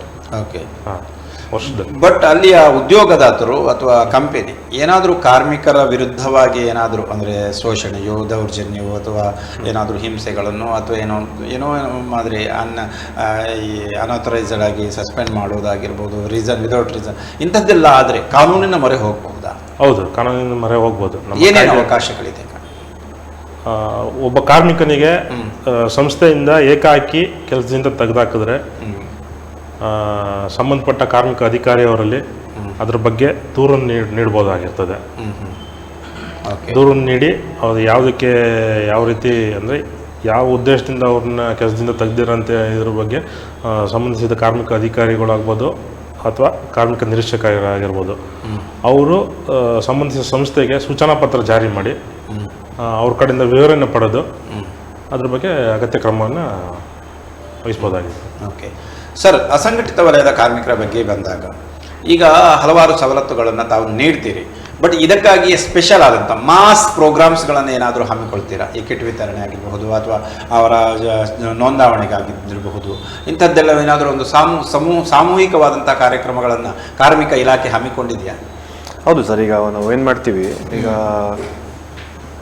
ಕೆಲಸ ಮಾಡುವಂಥ ಜಾಗಕ್ಕೆ ಈಗ ಒಂದು ಬಿಲ್ಡಿಂಗ್ ಕನ್ಸ್ಟ್ರಕ್ಷನ್ ಆಗ್ತಿದೆ ಅಂತ ಹೇಳಿದ್ರೆ ತುಂಬ ಜನ ಇದ್ದರೆ ನಾವು ಎಲ್ಲ ಒಬ್ಬೊಬ್ಬರು ಇದು ಹೋಗಿ ಮಾಡಬಹುದು, ಬಟ್ ಆದರೆ ತುಂಬ ಜನ ಇದ್ದಾಗ ಒಂದು 50-100 ಜನ ಕೆಲಸ ಮಾಡ್ತಿರೋಂಥ ಜಾಗ ಇದ್ದರೆ ನಾವು ಆ ಸ್ಥಳಕ್ಕೆ ಹೋಗಿ ರಿಜಿಸ್ಟ್ರೇಷನ್ ಡ್ರೈವ್ ಮಾಡ್ತೀವಿ. ರಿಜಿಸ್ಟ್ರೇಷನ್ ಡ್ರೈವ್ ಮಾಡಿಸಿ ಅವ್ರಿಗೆ ಅಲ್ಲೇ ಬಿಲ್ಡಿಂಗ್ ವರ್ಕ್ ಓನರ್ ಇರ್ತಾರೆ, ಸ್ಪಾಟ್ ಅಲ್ಲೇ ಅವ್ರಿಗೆ ರಿಜಿಸ್ಟ್ರೇಷನ್ ಮಾಡಿಸಿ ಕಾರ್ಡ್ ವಿತರಣೆನೂ ಮಾಡ್ತೀವಿ. ಅದೊಂದಿರುತ್ತೆ. ಇವನ್ ಅದರ್ ಪ್ರೋಗ್ರಾಮ್ಸ್ ಕಿಟ್ ವಿತರಣೆ ಆಗಿರಬಹುದು. ಕಿಟ್ ವಿತರಣೆ ಅದು ಕಿಟ್ ವಿತರಣೆ ಆಗಿರುತ್ತೆ ಅಂತ ಹೇಳಿದ್ರೆ, ಈಗ ರಿಜಿಸ್ಟರ್ಡ್ ವರ್ಕರ್ ಇರ್ತಾರೆ, ಅವ್ರದ್ದು ಸೀನಿಯಾರಿಟಿ ಇರುತ್ತೆ. ಸೀನಿಯಾರಿಟಿ ಮೇಲೆ ಒಂದು ಲಿಸ್ಟ್ ಮಾಡ್ಕೊಂಡಿರ್ತಾರೆ. ಈಗ ಮುಂಚೆ ಸಿಕ್ಕಿರೋರ್ಗೆ ಯಾವುದು ಮತ್ತೆ ಸಿಗಬಾರ್ದು ಅಂತ ಆ ಲಿಸ್ಟಿಂದ ಮುಂಚೆ ಸಿಕ್ಕಿರೋರ್ನ ಡ್ರಾಪ್ ಮಾಡಿರ್ತಾರೆ. ಮತ್ತು ಮೇಲೆ ಸೀನಿಯಾರಿಟಿಲಿ ಯಾರು ಇರ್ತಾರೆ ಅವ್ರಿಗೆ ನಾವು ಕಿಟ್ ವಿತರಣೆ ಕರೆ ಮುಖಾಂತರ ಹೇಳಿ ಈ ಥರ ಕಿಟ್ ಬಂದಿದೆ ತಗೊಳ್ಳಿ ಅಂತ ಹೇಳ್ಬಿಟ್ಟು ಅವ್ರು ತಿಳುವಳಿಕೆ ಕೊಟ್ಟು ಅವ್ರ ಕಿಟ್ ವಿತರಣೆ ಮಾಡ್ತೀವಿ. ಬೇರೆ ಅದು ಬಿಟ್ಟರೆ ಈಗ ನಾವು ಮಾಸ್ ಪ್ರೋಗ್ರಾಮ್ಸ್ ಮಾಡೋದು ಅಂದರೆ ನಾವೀಗ ಮುಖ್ಯವಾಗಿ ಉಡುಪಿ ಜಿಲ್ಲೆಯಲ್ಲಿ NCORD ಪ್ರೋಗ್ರಾಮ್ ಅಂತ ಮಾಡ್ತೀವಿ. ಕಟ್ಟಡ ಕಾರ್ಮಿಕರಿಗೆ ಆ ಸ್ಥಳದಲ್ಲಿ ಮಾದಕ ವ್ಯಸನದ ಕುರಿತು ಒಂದು ಅರಿವು ಮೂಡಿಸೋಕ್ಕೋಸ್ಕರ ಕಟ್ಟಡ ಕಾರ್ಮಿಕರು ಮೇಜರ್ಲಿ ಏನಾಗ್ತದೆ, ನಾರ್ತ್ ಇಂಡಿಯಾ ಆ ಕಡೆಯಿಂದೆಲ್ಲ ಬಂದಿರ್ತಾರೆ, ತುಂಬ ನಾರ್ತ್ ಈಸ್ಟ್, ಬಿಹಾರ, ಅಸ್ಸಾಂ ಆ ಕಡೆಯಿಂದೆಲ್ಲ ಬಂದಿರ್ತಾರೆ. ಅವ್ರಿಗೆಲ್ಲ ಅರಿವು ಇರೋದಿಲ್ಲ ಅಷ್ಟು. ಅವ್ರಿಗೆ ಅರಿವು ಮೂಡಿಸೋಕ್ಕೋಸ್ಕರ NCORD ಡ್ರಗ್ ರಿಲೇಟೆಡ್ ಯೂಸ್ ಮಾಡಿದ್ರೆ ತಪ್ಪಾಗ್ತದೆ, ಡ್ರಗ್ದು ಅವೇರ್ನೆಸ್ ಪ್ರೋಗ್ರಾಮ್ ಒಂದು ಮಾಡ್ತೀವಿ. ಇದಲ್ಲದೆ ನಮ್ಮ ಮಂಡಳಿ ವತಿಯಿಂದ ಪ್ರೈಮರಿ ಹೆಲ್ತ್ ಕೇರ್ ಅಂತ ಒಂದು ಪ್ರೋಗ್ರಾಮ್ ಇದೆ. ಅದರಲ್ಲೂ ಅಷ್ಟೇ ಕಾರ್ಮಿಕರಿಗೆ ಸ್ಥಳದಲ್ಲೇ ಹೋಗಿ ವೈದ್ಯಕೀಯ ತಪಾಸಣೆ ನಡೆಸಿ ಅವರಿಗೆ ಏನು ತೊಂದರೆ ಇದೆ ಅದ್ರ ಬಗ್ಗೆ ಒಂದು ಸಣ್ಣ ಪುಟ್ಟ ಇದಾಗಿದ್ದರೆ ಅಲ್ಲೇ ಮೆಡಿಸಿನ್ ಕೊಟ್ಟು ಅದನ್ನು ಇದು ಮಾಡಿ ಪರಿಹಾರ ಕೊಡುವಂಥ ಒಂದು ಸೌಲಭ್ಯನೂ ಇದೆ. ಪ್ರೈಮರಿ ಹೆಲ್ತ್ ಕೇರ್ ಅಂತ ಅದೊಂದು. ಅದು ಬಿಟ್ಟರೆ ಸಂಚಾರ ಆರೋಗ್ಯ ಘಟಕ ಅಂತಲೂ ಇದೆ. ಸಂಚಾರ ಆರೋಗ್ಯ ಘಟಕದಲ್ಲೂ ಅಷ್ಟೇ ಈಗ ನೀವೇ ಅಬ್ಸರ್ವ್ ನೋಡ್ತಿರ್ತೀರಾ, ನಿತ್ಯ ಆರೋಗ್ಯದ ನಿಗಾ. ಅವರು ಏನು ಮಾಡ್ತಾರೆ, ಸಂಚಾರ ಮೂವ್ಮೆಂಟಲ್ಲಿ ಇರ್ತಾರೆ. ಇವತ್ತೊಂದು ಜಾಗ ನಾಳೆ ಒಂದು ಜಾಗ ಎಲ್ಲ ಕಡೆ ಹೋಗಿ ಅವರೇ ಕಾರ್ಮಿಕರಿಗೆ ಅವೇರ್ನೆಸ್ ಕೊಟ್ಟು ಈ ಥರ ನಮ್ಮಲ್ಲಿ ಈ ಥರ ಆರೋಗ್ಯ ತಪಾಸಣೆ ಮಾಡ್ತೀವಿ ಅಂತ ಹೇಳಿ ತಪಾಸಣೆ ಮಾಡಿ ಅವ್ರಿಗೆ ತೊಂದರೆ ಇದ್ದರೆ ಅದಕ್ಕೆ ಪರಿಹಾರ ಕೊಡ್ತೀವಿ. ಅದಲ್ಲದೆ ನಮ್ಮಲ್ಲಿ ವೈದ್ಯಕೀಯ ಧನ ಸಹಾಯ ಅಂತ ಮಂಡಳಿಯಿಂದನೇ ಅದು ಸ್ಕೀಮ್ ಇದೆ. ತೀರಾ ಹೆಚ್ಚು ದೊಡ್ಡದೇನಾದ್ರು ಇಶ್ಯೂ ಏನಾದ್ರು ಇದ್ದರೆ ಹಾಸ್ಪಿಟಲೈಸ್ ಆದ್ರೂ ಹಾಸ್ಪಿಟಲ್ ವೆಚ್ಚಕ್ಕೆ CGHS ರೇಟ್ ಅನುಗುಣವಾಗಿ ಏನು ಪರಿಹಾರ ಕೊಡ್ಬೋದಾಗುತ್ತೆ ಅಷ್ಟು ನಾವು ಮಂಡಳಿ ವತಿಯಿಂದ ಕೊಡ್ತೇವೆ. ಅಂದರೆ ಸೂಪರ್ ಸ್ಪೆಷಾಲಿಟಿ ಟ್ರೀಟ್ಮೆಂಟ್ಗಳಿಗೆಲ್ಲ ಕ್ಯಾನ್ಸರ್, ಹಾರ್ಟ್ ಟ್ರೀಟ್ಮೆಂಟ್ ಎಲ್ಲದಕ್ಕೂ ಇದೆ. ಅದೇನಂತಂದ್ರೆ ಮಂಡಳಿ ಇದರಿಂದ ಯಾವ ಆಸ್ಪತ್ರೆಗಳನ್ನ ಟೈಅಪ್ ಹಾಸ್ಪಿಟಲ್ಸ್ ಗುರುತುಪಡಿಸಿರ್ತಾರೆ ಅಂಥದ್ರಲ್ಲಿ ವೈದ್ಯಕೀಯ ಸೌಲಭ್ಯ ಸಿಗುತ್ತೆ. ನೋಂದಾಯಿತ ಕಾರ್ಮಿಕರಿಗೆ, ಕಟ್ಟಡ ಕಾರ್ಮಿಕ ವಿಭಾಗದಲ್ಲಿ. ಓಕೆ ಸರ್, ಉದ್ಯೋಗದ ಸ್ಥಳದಲ್ಲಿ ಈ ಮಹಿಳೆಯರಿಗೆ ಕೆಲವೊಂದು ಈ ಹೆರಾಸ್ಮೆಂಟ್ ಆಗುತ್ತಲ್ಲ, ಈ ಲೈಂಗಿಕ ಶೋಷಣೆ, ಅದನ್ನು ತಡೆಗಟ್ಟುವ ನಿಟ್ಟಿನಲ್ಲಿ ಕಾರ್ಮಿಕ ಇಲಾಖೆ ಏನೇನು ಕಾರ್ಯಕ್ರಮಗಳನ್ನು ಹಮ್ಮಿಕೊಂಡಿದೆ? ಉದ್ಯೋಗ ಸ್ಥಳ ಮಹಿಳೆಯರಿಗೆ ಅಂತ ಕಾರ್ಮಿಕ ಇಲಾಖೆಯಿಂದ ಯಾವುದೂ ಇಲ್ಲ. Okay. But prevention of sexual harassment at work place ಅಂತ ಇದೆ. ಆ ಕಾಯ್ದೆ ಅಡಿ ಆ ಕಾಯ್ದೆನ ನಾವು ಒಂದು ಅರಿವನ್ನು ಮೂಡಿಸಿ ಜಾರಿಗೆ ತರುವಂಥ ಒಂದು ಕೆಲಸವನ್ನು ಕಾರ್ಮಿಕ ಇಲಾಖೆ ವತಿಯಿಂದಲೂ ಮಾಡಲಾಗ್ತಾ ಇದೆ. 10 ಜನಕ್ಕೆ ಮೇಲ್ಪಟ್ಟಂಥ ಒಂದು ಸಂಸ್ಥೆಯಲ್ಲಿ 10 ಜನ ಕೆಲಸ ನಿರ್ವಹಿಸುವಂಥ ಕಾರ್ಮಿಕರು ಇದ್ದಲ್ಲಿ, ಅದಕ್ಕಿಂತ ಮೇಲ್ಪಟ್ಟ ಕಾರ್ಮಿಕರು ಇದ್ದಲ್ಲಿ ಅಲ್ಲಿ ಅವರು ಈ ಪಾಶ್ ಆ್ಯಕ್ಟ್ ಅಂಡರ್ ಒಂದು ಕಮಿಟಿಯನ್ನು ಅವರ ತಮ್ಮ ಸಂಸ್ಥೆ ಅಧ್ಯಕ್ಷರಾಗ್ಬೋದು ಮತ್ತು ಮಹಿಳಾ ಉದ್ಯೋಗಿ ಒಬ್ಬರಾಗಿರ್ಬೋದು ಕಮಿಟಿ ಮಾಡ್ಕೋಬೇಕು. ಕಮಿಟಿ ಮಾಡ್ಕೊಂಡು ಪ್ರತಿ 3 ತಿಂಗಳಿಗೂ ಸಭೆಯನ್ನು ಸೇರಿ ಪ್ರೊಸೀಡಿಂಗ್ಸ್ನ ರೆಕಾರ್ಡ್ ಮಾಡಬೇಕು ಅದಕ್ಕೆ ಈ ರೀತಿ ಯಾವ್ದಾದ್ರು ಕಂಪ್ಲೇಂಟ್ ಬಂದರೆ ಆ ಕಮಿಟಿನಲ್ಲಿ ರಿಸಾಲ್ವ್ ಮಾಡಬೇಕಾಗುತ್ತೆ. ಓಕೆ. ಆಗಲಿಲ್ಲ ಅಂತ ಅಂದಾಗ ಮುಂದೆ ನೆಕ್ಸ್ಟು ನಮ್ಮ ಮಹಿಳಾ ಮತ್ತು ಮಕ್ಕಳ ಕಲ್ಯಾಣ ಅಭಿವೃದ್ಧಿ ಅಧಿಕಾರಿಗಳಿಗಾಗ್ಬೋದು, DC ಅವ್ರಿಗಾಗ್ಬೋದು ದೂರನ್ನ ಕೊಡ್ಬೋದು, ಮುಂದಕ್ಕೆ Appealing authority ಅಪೀಲ್ ಮಾಡ್ಬೋದು. ಓಕೆ. ಬಟ್ ಕಾರ್ಮಿಕ ಇಲಾಖೆ ಅದರಲ್ಲಿ ಅಷ್ಟೊಂದು ಅಲ್ಲಿ ಇಲಾಖೆ ಭಾಗ ಕಡಿಮೆ. ಸರ್, ಈ ಶ್ರಮ್ ಯೋಜನೆಯ ಬಗ್ಗೆ ಒಂದಷ್ಟು ಹೇಳಬಹುದಾ? ಯಾರ್ಯಾರೆಲ್ಲ ನೋಂದಾಯಿಸಬಹುದು ಸರ್ ಈ ಶ್ರಮ್ ಯೋಜನೆಯಲ್ಲಿ? ಸರ್, ಈ ಶ್ರಮ್ ಯೋಜನೆ ಬೇಸಿಕಲಿ ಹೇಳಬೇಕು ಅಂತ ಹೇಳಿದ್ರೆ ಅದೊಂದು ನಮಗೆ ಕೋವಿಡ್ ಟೈಮಲ್ಲಿ ಕಾರ್ಮಿಕರಿಗೆ ಎಷ್ಟು ತೊಂದರೆ ಆಯಿತು ಅಂತ ಎಲ್ಲ ನಾವು ನೋಡಿದ್ದೀವಿ. ಮೈಗ್ರೇಟೆಡ್ ಕಾರ್ಮಿಕರು ಯಾರಿಗೂ ಏನು ಸೌಲಭ್ಯ ಕೊಡಬೇಕು, ಏನು ಮಾಡಬೇಕು ಅಂತಾನೆ ಗೊತ್ತಿಲ್ಲದೆ ಇರೋ ಅಂತ ತೊಂದರೆನೂ ಆಗಿತ್ತು. ಅದಕ್ಕೆ ಒಂದು ಡೇಟಾ ಬೇಸ್ ಬೇಕು ಅಂತ ಹೇಳ್ಬಿಟ್ಟು ಈ ಕಾರ್ಮಿಕರು ನಾನು ಈ ಥರ ಒಂದು ಐಡೆಂಟಿಟಿ, ಈ ಥರ ಒಂದು ಕಾರ್ಮಿಕರು ನಾವು ಈ ಥರ ಕೆಲಸ ಮಾಡ್ತೀವಿ ಅನ್ನೋ ಒಂದು ಐಡೆಂಟಿಟಿ ಇರಲಿ, ಸರ್ಕಾರಕ್ಕೂ ಅದಕ್ಕೊಂದು ಲೆಕ್ಕ ಇರಲಿ ಅಂತ ಸೆಂಟ್ರಲ್ ಗೌರ್ಮೆಂಟ್ ಮಾಡಿರುವಂಥ ಯೋಜನೆ ಅದು. ಅದೊಂದು ಡೇಟಾ ಬೇಸ್ ಆಗಿರುತ್ತೆ. ಅದರಲ್ಲಿ ನೀವು ನೋಂದಣಿ ಆಗಿದ್ರೆ ನಿಮ್ದು ಏನು ಕೆಲಸ ಮಾಡ್ತೀರಾ ಅನ್ನೋ ಡೇಟಾ ನಮ್ಮಲ್ಲಿ ಸರ್ಕಾರಕ್ಕೆ ಸಿಗುತ್ತೆ. ಅದ್ರ ಥ್ರೂ ನಾವು ಏನು ಸೌಲಭ್ಯ ಕೊಡ್ಬೋದು ಅಂತ ಕೊಡ್ಬೋದಾಗಿರುತ್ತೆ. ಈ ಶ್ರಮ್ ಯೋಜನೆ ಯಾರ್ಯಾರೆಲ್ಲ ನೋಂದಾಯಿಸಬಹುದು ಅಂತ ಎನ್ನಿ ಕಾರ್ಮಿಕರು ಸರ್, ಅದರಲ್ಲಿ ಕಟ್ಟಡ ಕಾರ್ಮಿಕರು ಅಂತ ಆಗಿರ್ಬೋದು, ಮೋಟಾರ್ ಸಾರಿಗೆ ಕಾರ್ಮಿಕರು ಅಂತಲೂ ಆಗಿರ್ಬೋದು, ಅಸಂಘಟಿತ ಟೈಲರ್ಸು, ಕ್ಷೌರಿಕರು, ವಲಯಗಳು ಸುಮಾರು ಇದ್ದಾವೆ. ನಾವು ಗುರುತಿಸಿದಂಗೆ 104ಕ್ಕಿಂತ ಮೀರಿ ವಲಯಗಳಿದ್ದಾವೆ ಈಗ ಆಲ್ರೆಡಿ. ಓಹೋ, 104 ಅವರೆಲ್ಲರೂ ಕೂಡ ಅದರಲ್ಲಿ ನೋಂದಾಯಿಸ್ಕೊಳ್ಬೋದು. ಹೌದು, ನೋಂದಾಯಿಸ್ಕೋಬೋದು. ಸವಲತ್ತುಗಳು ಪಿಂಚಣಿ, ಶಾಶ್ವತ ಬೇರೆ ಇಲ್ಲ, ಅದು ಈ ಶ್ರಮಲ್ಲಿ ಡೇಟಾಬೇಸ್ ಅಷ್ಟೇ ಸರ್, ಅದು ಸ್ಕೀಮ್ ಅಂತಲ್ಲ. ಅದ್ರಲ್ಲಿ ಸೌಲಭ್ಯ ಏನಿರಲ್ಲ, ಡೇಟಾಬೇಸ್ ಇರುತ್ತೆ. ಅದನ್ನ ನೋಡ್ಕೊಂಡು ನಾವು ಸ್ಕೀಮ್ಗಳನ್ನ ಫಾರ್ಮ್ ಮಾಡ್ಕೊಂಡು. ಓಹೋ, ಅಲ್ಲಿ ರಿಜಿಸ್ಟ್ರೇಷನ್ ಅಂತ ಸ್ಕೀಮ್ಗಳನ್ನು ಅಲ್ಲಿ ಫಾರ್ಮ್ ಮಾಡಿ. ಎಸ್. ಓಕೆ ಸರ್, ಇಲ್ಲಿ ಸಂಘಟಿತ ವಲಯದಲ್ಲಿ ESI ಮತ್ತು ಈ ತಾವು ಫಂಡ್ ಇದರ ಗ್ರ್ಯಾಚ್ಯುಟಿ ಬಗ್ಗೆ ಹೇಳಿದ್ರಿ. ESI ಫೆಸಿಲಿಟಿನಲ್ಲಿ ಸಿಗುವಂತಹ ಸವಲತ್ತುಗಳೇನು? ಸರ್, ESI ಕಾಯ್ದೆನ ನಮ್ಮ ಇಲಾಖೆಯಿಂದ ವತಿಯಿಂದ ಜಾರಿಗೊಳಿಸ್ತಾ ಇಲ್ಲ. ಅದಕ್ಕೆ ESIನವರೇ ಉತ್ತರ ನೀಡಬೇಕಾಗುತ್ತೆ. ಓಕೆ. ESI ಅಂದರೆ ತಿಳಿದಿರೋ ಮಟ್ಟಿಗೆ ಹೇಳೋದಾದರೆ ESI ಸೌಲಭ್ಯ ಇರುವಂಥವ್ರು ESI ಆಸ್ಪತ್ರೆ ಯಾರು ಟೈಅಪ್ ಆಗಿರ್ತಾರೆ ಅಂಥ ಇದರಲ್ಲಿ ಚಿಕಿತ್ಸೆಯನ್ನು ಪಡೆಯಬಹುದಾಗಿರುತ್ತೆ, ಉಚಿತವಾಗಿ ಚಿಕಿತ್ಸೆಯನ್ನು ಪಡೆಯಬಹುದಾಗಿರ್ತದೆ. ತದನಂತರ ಆ ESI ಅವರು ಆಸ್ಪತ್ರೆಯಲ್ಲಿ ದಾಖಲಾಗಿದ್ದ ಸಮಯಕ್ಕೆ ರಜೆಯನ್ನು ನೀಡ್ತಾರೆ. ESI ಇದರಿಂದಲೇ ರಜೆ ನೀಡ್ತಾರೆ. ಆ ರಜಾವಧಿಗೆ ESI ವತಿಯಿಂದಲೇ 70% or 80% ಸಮಥಿಂಗ್ ಅವ್ರ ಇದರಲ್ಲಿದೆ, ಅಷ್ಟು ವೇತನವನ್ನು ಆ ಕಾರ್ಮಿಕರಿಗೆ ESI ವತಿಯಿಂದ ದೊರಕಿಸ್ಕೊಡಲಾಗುತ್ತೆ. ಓಕೆ. ಇದನ್ನು ಹೆಚ್ಚಿನ ಮಾಹಿತಿಗೆ ESI ಅವ್ರನ್ನೇ ಸಂಪರ್ಕಿಸಿದ್ರೆ ಒಳ್ಳೆಯದು ಅಂತ. ಓಕೆ. ಕಾರ್ಮಿಕ ಇಲಾಖೆಯ ಹಸ್ತಕ್ಷೇಪ ಇಲ್ಲ. ಇದು ESI ಅನ್ನೋದು ಕಾರ್ಮಿಕ ಇಲಾಖೆಯ ನಿಗದಿಪಡಿಸಿದಂಥ ಒಂದು ಪ್ರೋಗ್ರಾಮ್. ಕಾರ್ಮಿಕ ಇಲಾಖೆ ಅಂತಂದ್ರೆ ಕಾರ್ಮಿಕ ಇಲಾಖೆ ಕಾರ್ಮಿಕ ಮಂತ್ರಾಲಯ ಇದೆಯಲ್ಲ, ಆ ಮಂತ್ರಾಲಯದ ಅಂಡರ್ನ ಕೆಳಗಿನಲ್ಲಿ ESI ಒಂದು ಭಾಗ, ಕಾರ್ಮಿಕ ಇಲಾಖೆ ಒಂದು ಭಾಗ, ಮತ್ತೆ PF ಒಂದು ಭಾಗ, ಈ ಥರ ಭಾಗಗಳಾಗಿದೆ. ಅದಕ್ಕೆಲ್ಲ ಸ್ವಲ್ಪ ಬೇರೆ ಬೇರೆ ಇಲಾಖೆ ಸೆಕ್ರೆಟರೇಟ್ ಕಮಿಷನರ್ ಇದ್ದಾರೆ. ಓಕೆ ಸರ್, ಇಲ್ಲಿಯ ಪ್ರಗತಿ ಹೇಗಿದೆ ಈ ನಮ್ಮ ಕಾರ್ಡ್ ಮಾಡೋದ್ರಲ್ಲಿ ಅಸಂಘಟಿತ ವಲಯದ? ಸರ್, ಇದೆ. ಈಗ ನಾನು ಉಡುಪಿ 2ನೇ ವೃತ್ತದ ಕಾರ್ಮಿಕ ನಿರೀಕ್ಷಕನಾಗಿರ್ತೀನಿ. ಈಗ ನಮ್ಮ ವೃತ್ತದಲ್ಲೇ ತಗೊಂಡ್ರೆ ಉಡುಪಿ ಒಂದು ಕೆಲವಷ್ಟು ಭಾಗಶಃ ಭಾಗ ಮತ್ತು ಬ್ರಹ್ಮಾವರ ಕಂಪ್ಲೀಟ್ ಭಾಗ ತಗೊಂಡ್ರೆ ನಮ್ಮಲ್ಲಿ ಸರಿಸುಮಾರು 21,000 ಕಾರ್ಡು ರಿಜಿಸ್ಟರ್ ಆಗಿದೆ ಕಟ್ಟಡ ಕಾರ್ಮಿಕರು ಮಾಡೋದು. ಅದರಲ್ಲಿ ಆಕ್ಟಿವ್ ಸ್ವಲ್ಪ ಕಮ್ಮಿ ಇರ್ತವೆ, ಬಟ್ 21,000 ತನಕ ರಿಜಿಸ್ಟರ್ ಆಗಿದೆ. 21,000 ಜನ ನನ್ನ ವೃತ್ತಿದಲ್ಲಿ ಸೌಲಭ್ಯಗಳನ್ನ ಪಡ್ಕೋತಾ ಇದ್ದಾರೆ. ಸರ್, NPL ಸಂಜಯ್ ಅವರವರೇ, ಈಗ ಕೆಲವೊಂದು ಉದ್ಯೋಗದ ಸ್ಥಳಗಳಲ್ಲಿ ಕೆಲವೊಂದು ಫಿಸಿಕಲ್ಲಿ ಒಂದಷ್ಟು ಡಿಸಬಿಲಿಟಿ ಇರುವವರು ಅಥವಾ ಒಂದಷ್ಟು ಏನೋ ಸಮಸ್ಯೆ ಇರುವವರು ಕೂಡ ಉದ್ಯೋಗವನ್ನು ಮಾಡ್ತಾ ಇರ್ತಾರೆ. ಅವರಿಗೆ ಏನಾದರೂ ಅಡಿಷನಲ್ ಫೆಸಿಲಿಟೀಸನ್ನು ಕೊಡಬೇಕಾಗ್ತದೆ ಅವರು? ಅಡಿಷನಲ್ ಫೆಸಿಲಿಟಿ ಅಂತ ಏನಿಲ್ಲ ಸರ್, ನಮಗೆ ತಿಳಿದಿರೋ ಪ್ರಕಾರ. ಓಕೆ. ಆ ಥರ ಏನಿಲ್ಲ. ಹಾಂ. ಬಟ್ ಸೇಮ್ ಫೆಸಿಲಿಟೀಸ್ಗಳನ್ನು ಉದ್ಯೋಗ ಸ್ಥಳದಲ್ಲಿ ಕೊಡಲೇಬೇಕು. ಓಕೆ. ಇವನ್ ಮಲ್ಟಿ ನ್ಯಾಷನಲ್ ಕಂಪನಿ ಆಗಿರ್ಬೋದು, ಒಂದು ರಿಪ್ಯೂಟೆಡ್ ಕಂಪನಿ ಆಗಿರಬಹುದು. ಹೀಗೆ ಎಲ್ಲ ಯಾವ ರೀತಿಯಲ್ಲಿ ಫೆಸಿಲಿಟಿ ಇದೆ ಅದೇ ರೀತಿ ಎಲ್ಲ ಕಾರ್ಮಿಕರಿಗೂ ಒಂದೇ ಇದರಲ್ಲಿ ಡಿಪೆಂಡ್ಸ್. ಕೆಲವೊಂದು ಕಡೆ ಈಗ ನಂಬರ್ ಆಫ್ ವರ್ಕರ್ಸ್ ಮೇಲೆ ಈಗ ಕ್ರಶ್ ಫೆಸಿಲಿಟಿ ಕೊಡಬೇಕಾಗ್ಬೋದು. ಮಹಿಳೆ ವರ್ಕ್ ಮಾಡ್ತಿದ್ದಾರೆ, ಅದು ಮಹಿಳೆಯರಿಗೆ ಮಾತ್ರ. ಮಹಿಳೆಯರಿಗೆ ಒಂದು ಕ್ರಶ್ ಫೆಸಿಲಿಟಿ ಕೊಡಬೇಕಾಗ್ಬೋದು. ಫಿಸಿಕಲಿ ಹ್ಯಾಂಡಿಕ್ಯಾಪ್ಗೆ ಅಲ್ಲ, ಟ್ರಾನ್ಸ್ಪೋರ್ಟ್ ಫೆಸಿಲಿಟಿ, ಈಗ night duty, night shift duties ಎಲ್ಲ ಇರುತ್ತೆ ಅಂಥ ಸಮಯದಲ್ಲಿ ಶಿಫ್ಟ್ ಡ್ಯೂಟಿ ಅಂದರೆ ಇಷ್ಟೇ ಟೈಮಿನೊಳಗೆ ನೈಟ್ ಶಿಫ್ಟನ್ನು ಕ್ಲೋಸ್ ಮಾಡಿಬಿಡಬೇಕು ಅಂಥದ್ದು ಏನಾದರೂ ಕಾನೂನು ಏನು ಹೇಳ್ತದೆ ಇದ್ರ ಬಗ್ಗೆ? ಸೊ ಪ್ರಸ್ತುತ ಟ್ರಾನ್ಸ್ಪೋರ್ಟ್ ಫೆಸಿಲಿಟೀಸ್ ಆಗಿರ್ಬೋದು. ಟ್ರಾನ್ಸ್ಪೋರ್ಟ್ ಫೆಸಿಲಿಟೀಸ್ ಅಂದರೆ ಪ್ರಸ್ತುತವಾಗಿ ರಾತ್ರಿ ಪಾಳಿಯಲ್ಲಿ ಹೆಂಗಸರು ಕೆಲಸ ಮಾಡ್ತೀವಿ ಅಂದರೆ ಅವರಿಗೆ ಸೇಫ್ಟಿ ಪರ್ಪಸ್ ಟ್ರಾನ್ಸ್ಪೋರ್ಟೇಷನ್ ಆಗಿರ್ಬೋದು, ಕೆಲಸ ಸ್ಥಳದಲ್ಲಿ ಸೌಲಭ್ಯಗಳು ನೀಡುವಂಥದ್ದು ಕೊಡಬೇಕಾಗುತ್ತದೆ. ಓಕೆ. ತುಂಬ ತೀರಾ ಕಡಿಮೆ ಕಾರ್ಮಿಕರು ಇರುವಂಥ ಇದರಲ್ಲಿ ಬರೋದಿಲ್ಲ.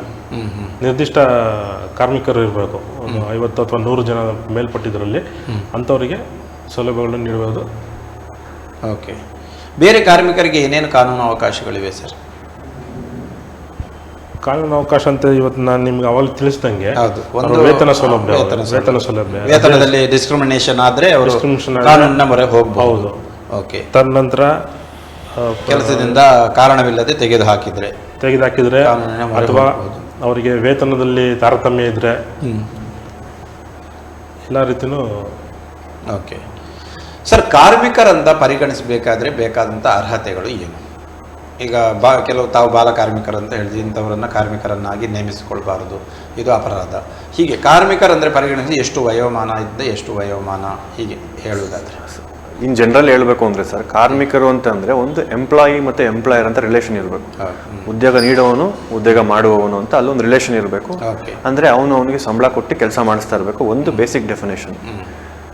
ಇನ್ನೊಂದು ನೀವು ಬಾಲಕಾರ್ಮಿಕರ ಬಗ್ಗೆ ಕೇಳಿದ್ರೆ, ಈಗ ಬಾಲಕಾರ್ಮಿಕರ ನಿಷೇಧ ಮತ್ತು ನಿಯಂತ್ರಣ ಕಾಯ್ದೆ 2016 ಪ್ರಕಾರ ಒಂದು ಅಡಲ್ಟ್ ಲೇಬರ್ ಅಂತ ಇದೆ, ಒಂದು ಚೈಲ್ಡ್ ಲೇಬರ್ ಅಂತ ಇದೆ. ಅಡಲ್ಟ್ ಲೇಬರ್ ಅಂತ ಹೇಳಿದ್ರೆ ಅದು 14ರಿಂದ 18 ವರ್ಷದವ್ರಿಗೆ ಇರುವಂಥ ಮಕ್ಕಳು. ಅವ್ರನ್ನ ನೀವು ಕೆಲಸ ಮಾಡಿಸ್ಕೊತಾ ಇದ್ರೆ, ಅದನ್ನು ಅಪಾಯಕಾರಿ ಅಲ್ಲದ ಸಂಸ್ಥೆಗಳಲ್ಲಿ ನೀವು ಕೆಲಸ ಮಾಡಿಸ್ಕೊತಾ ಇದ್ರೆ ನೀವು ಒಂದು ರೆಗ್ಯುಲೇಷನ್ ಮಾಡ್ಕೋಬೇಕಾಗುತ್ತೆ. ರೆಗ್ಯುಲೇಟ್ ಮಾಡಿ ಇಂತಿಷ್ಟೇ ಕೆಲಸ ಇವರು ವರ್ಕ್ ಮಾಡಬೇಕು ಅಂತಿರುತ್ತೆ. ಈಗ ದಿನಕ್ಕೆ ಒಟ್ಟು 5 ಗಂಟೆ ವರ್ಕ್ ಮಾಡಿಸ್ಬೋದಾಗಿರುತ್ತೆ.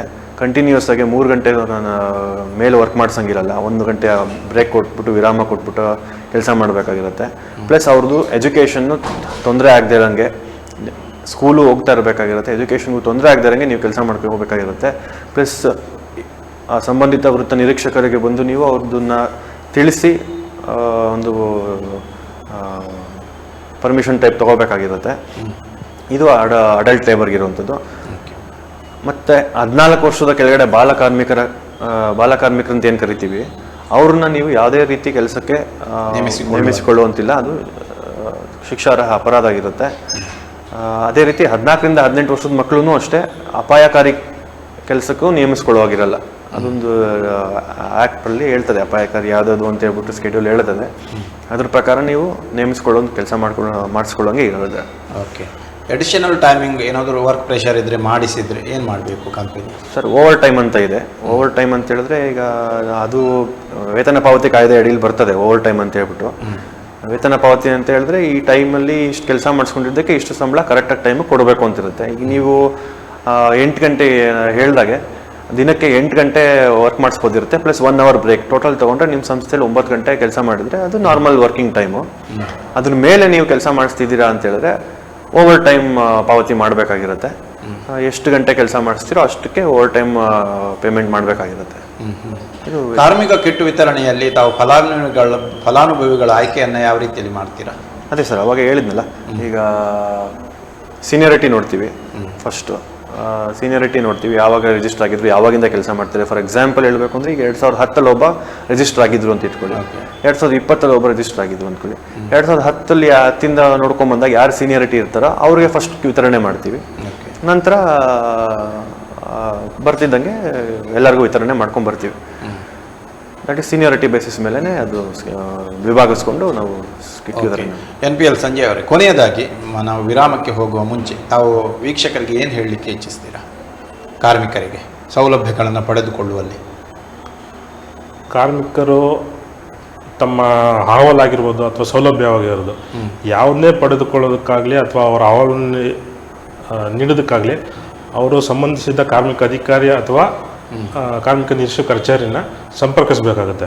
ಅವರು ಸಂಪರ್ಕಿಸಿ ನಮಗೆ ಈ ರೀತಿ ತೊಂದರೆ ಇದೆ ಅಥವಾ ನಮಗೆ ಈ ರೀತಿ ಸೌಲಭ್ಯ ಬೇಕು ಅಂತೇಳಿ ಅರ್ಜಿ ಸಲ್ಲಿಸಿದಲ್ಲಿ ಮಾತ್ರ ನಾವು ಮುಂದಿನ ಕ್ರಮ ಕೈಗೊಂಡು ಅವರಿಗೆ ಸಹಾಯನ ಮಾಡ್ಬೋದಾಗಿರ್ತದೆ. ಎಲ್ಲಿ ಅರ್ಜಿ ಸಲ್ಲಿಸಬೇಕು, ಹೇಗೆ ಅರ್ಜಿ ಸಲ್ಲಿಸಬೇಕು?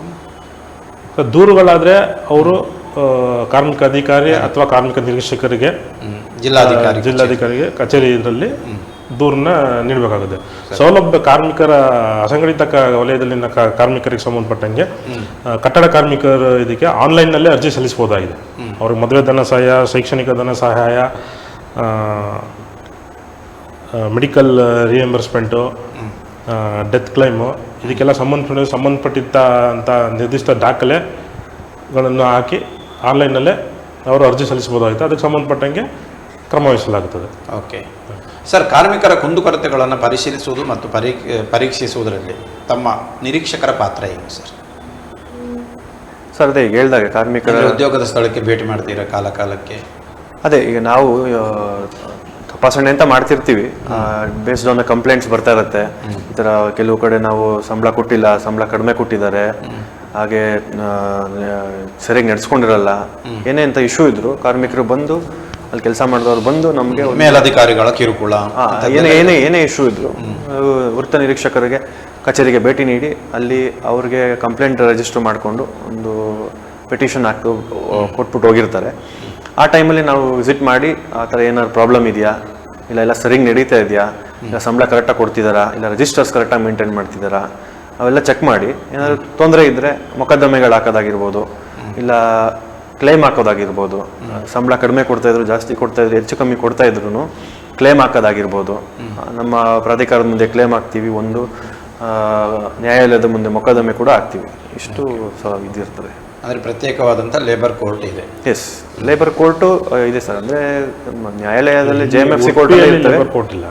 JMFC ಕೋರ್ಟಲ್ಲೇ ನಾವು ಪ್ರತ್ಯೇಕವಾಗಿ ಮೊಕದ್ದಮೆ ಹೂಡ್ತೇವೆ.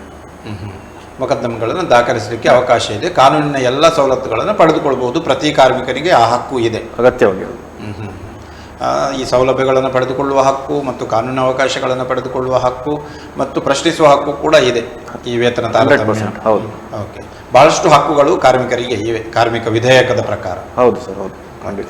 ಸರಿ, ಕಾರ್ಯಕ್ರಮದಲ್ಲಿ ಭಾಗವಹಿಸಿದಂಥ ತಮಗೆ ವಿರಾಮದ ನಂತರ ಮತ್ತೆ ಈ ಕಾರ್ಯಕ್ರಮವನ್ನು ನಾವು ಮುಂದುವರಿಸೋಣ. ವೀಕ್ಷಕರೇ, ಇದೀಗ ವಿರಾಮದ ನಂತರ ಮತ್ತೆ ನಮ್ಮ ಕಾರ್ಯಕ್ರಮ ಮುಂದುವರಿಯುತ್ತದೆ. ಮತ್ತೋರ್ವ ಅತಿಥಿಯಾದಂಥ ವಿಜಯೇಂದ್ರ ಅವರು ಕಾರ್ಮಿಕ ನಿರೀಕ್ಷಕರು, ಕುಂದಾಪುರ ವೃತ್ತ, ಇವರು ಜಾಯಿನ್ ಆಗ್ತಾರೆ. ಮತ್ತಷ್ಟು ಮಾಹಿತಿಯನ್ನು ಕಾರ್ಮಿಕ ವರ್ಗದ ಸವಲತ್ತುಗಳು, ಸೌಲಭ್ಯಗಳು, ಕಾನೂನಿನ ಅವಕಾಶಗಳ ಬಗ್ಗೆ ಅವರು ಮತ್ತು ಕಾರ್ಮಿಕ ಇಲಾಖೆ ಹಮ್ಮಿಕೊಂಡಿರುವಂಥ ಇನ್ನಿತರ ಯೋಜನೆಗಳ ಬಗ್ಗೆ, ಅಂದರೆ ಕಾರ್ಮಿಕರ ಹಿತರಕ್ಷಣೆಗೆ ತೆಗೆದುಕೊಂಡಂತಹ ನಿರ್ಧಾರಗಳು, ಯೋಜನೆಗಳ ಬಗ್ಗೆ ಮಾಹಿತಿಯನ್ನು ನೀಡಲಿಕ್ಕಿದ್ದಾರೆ.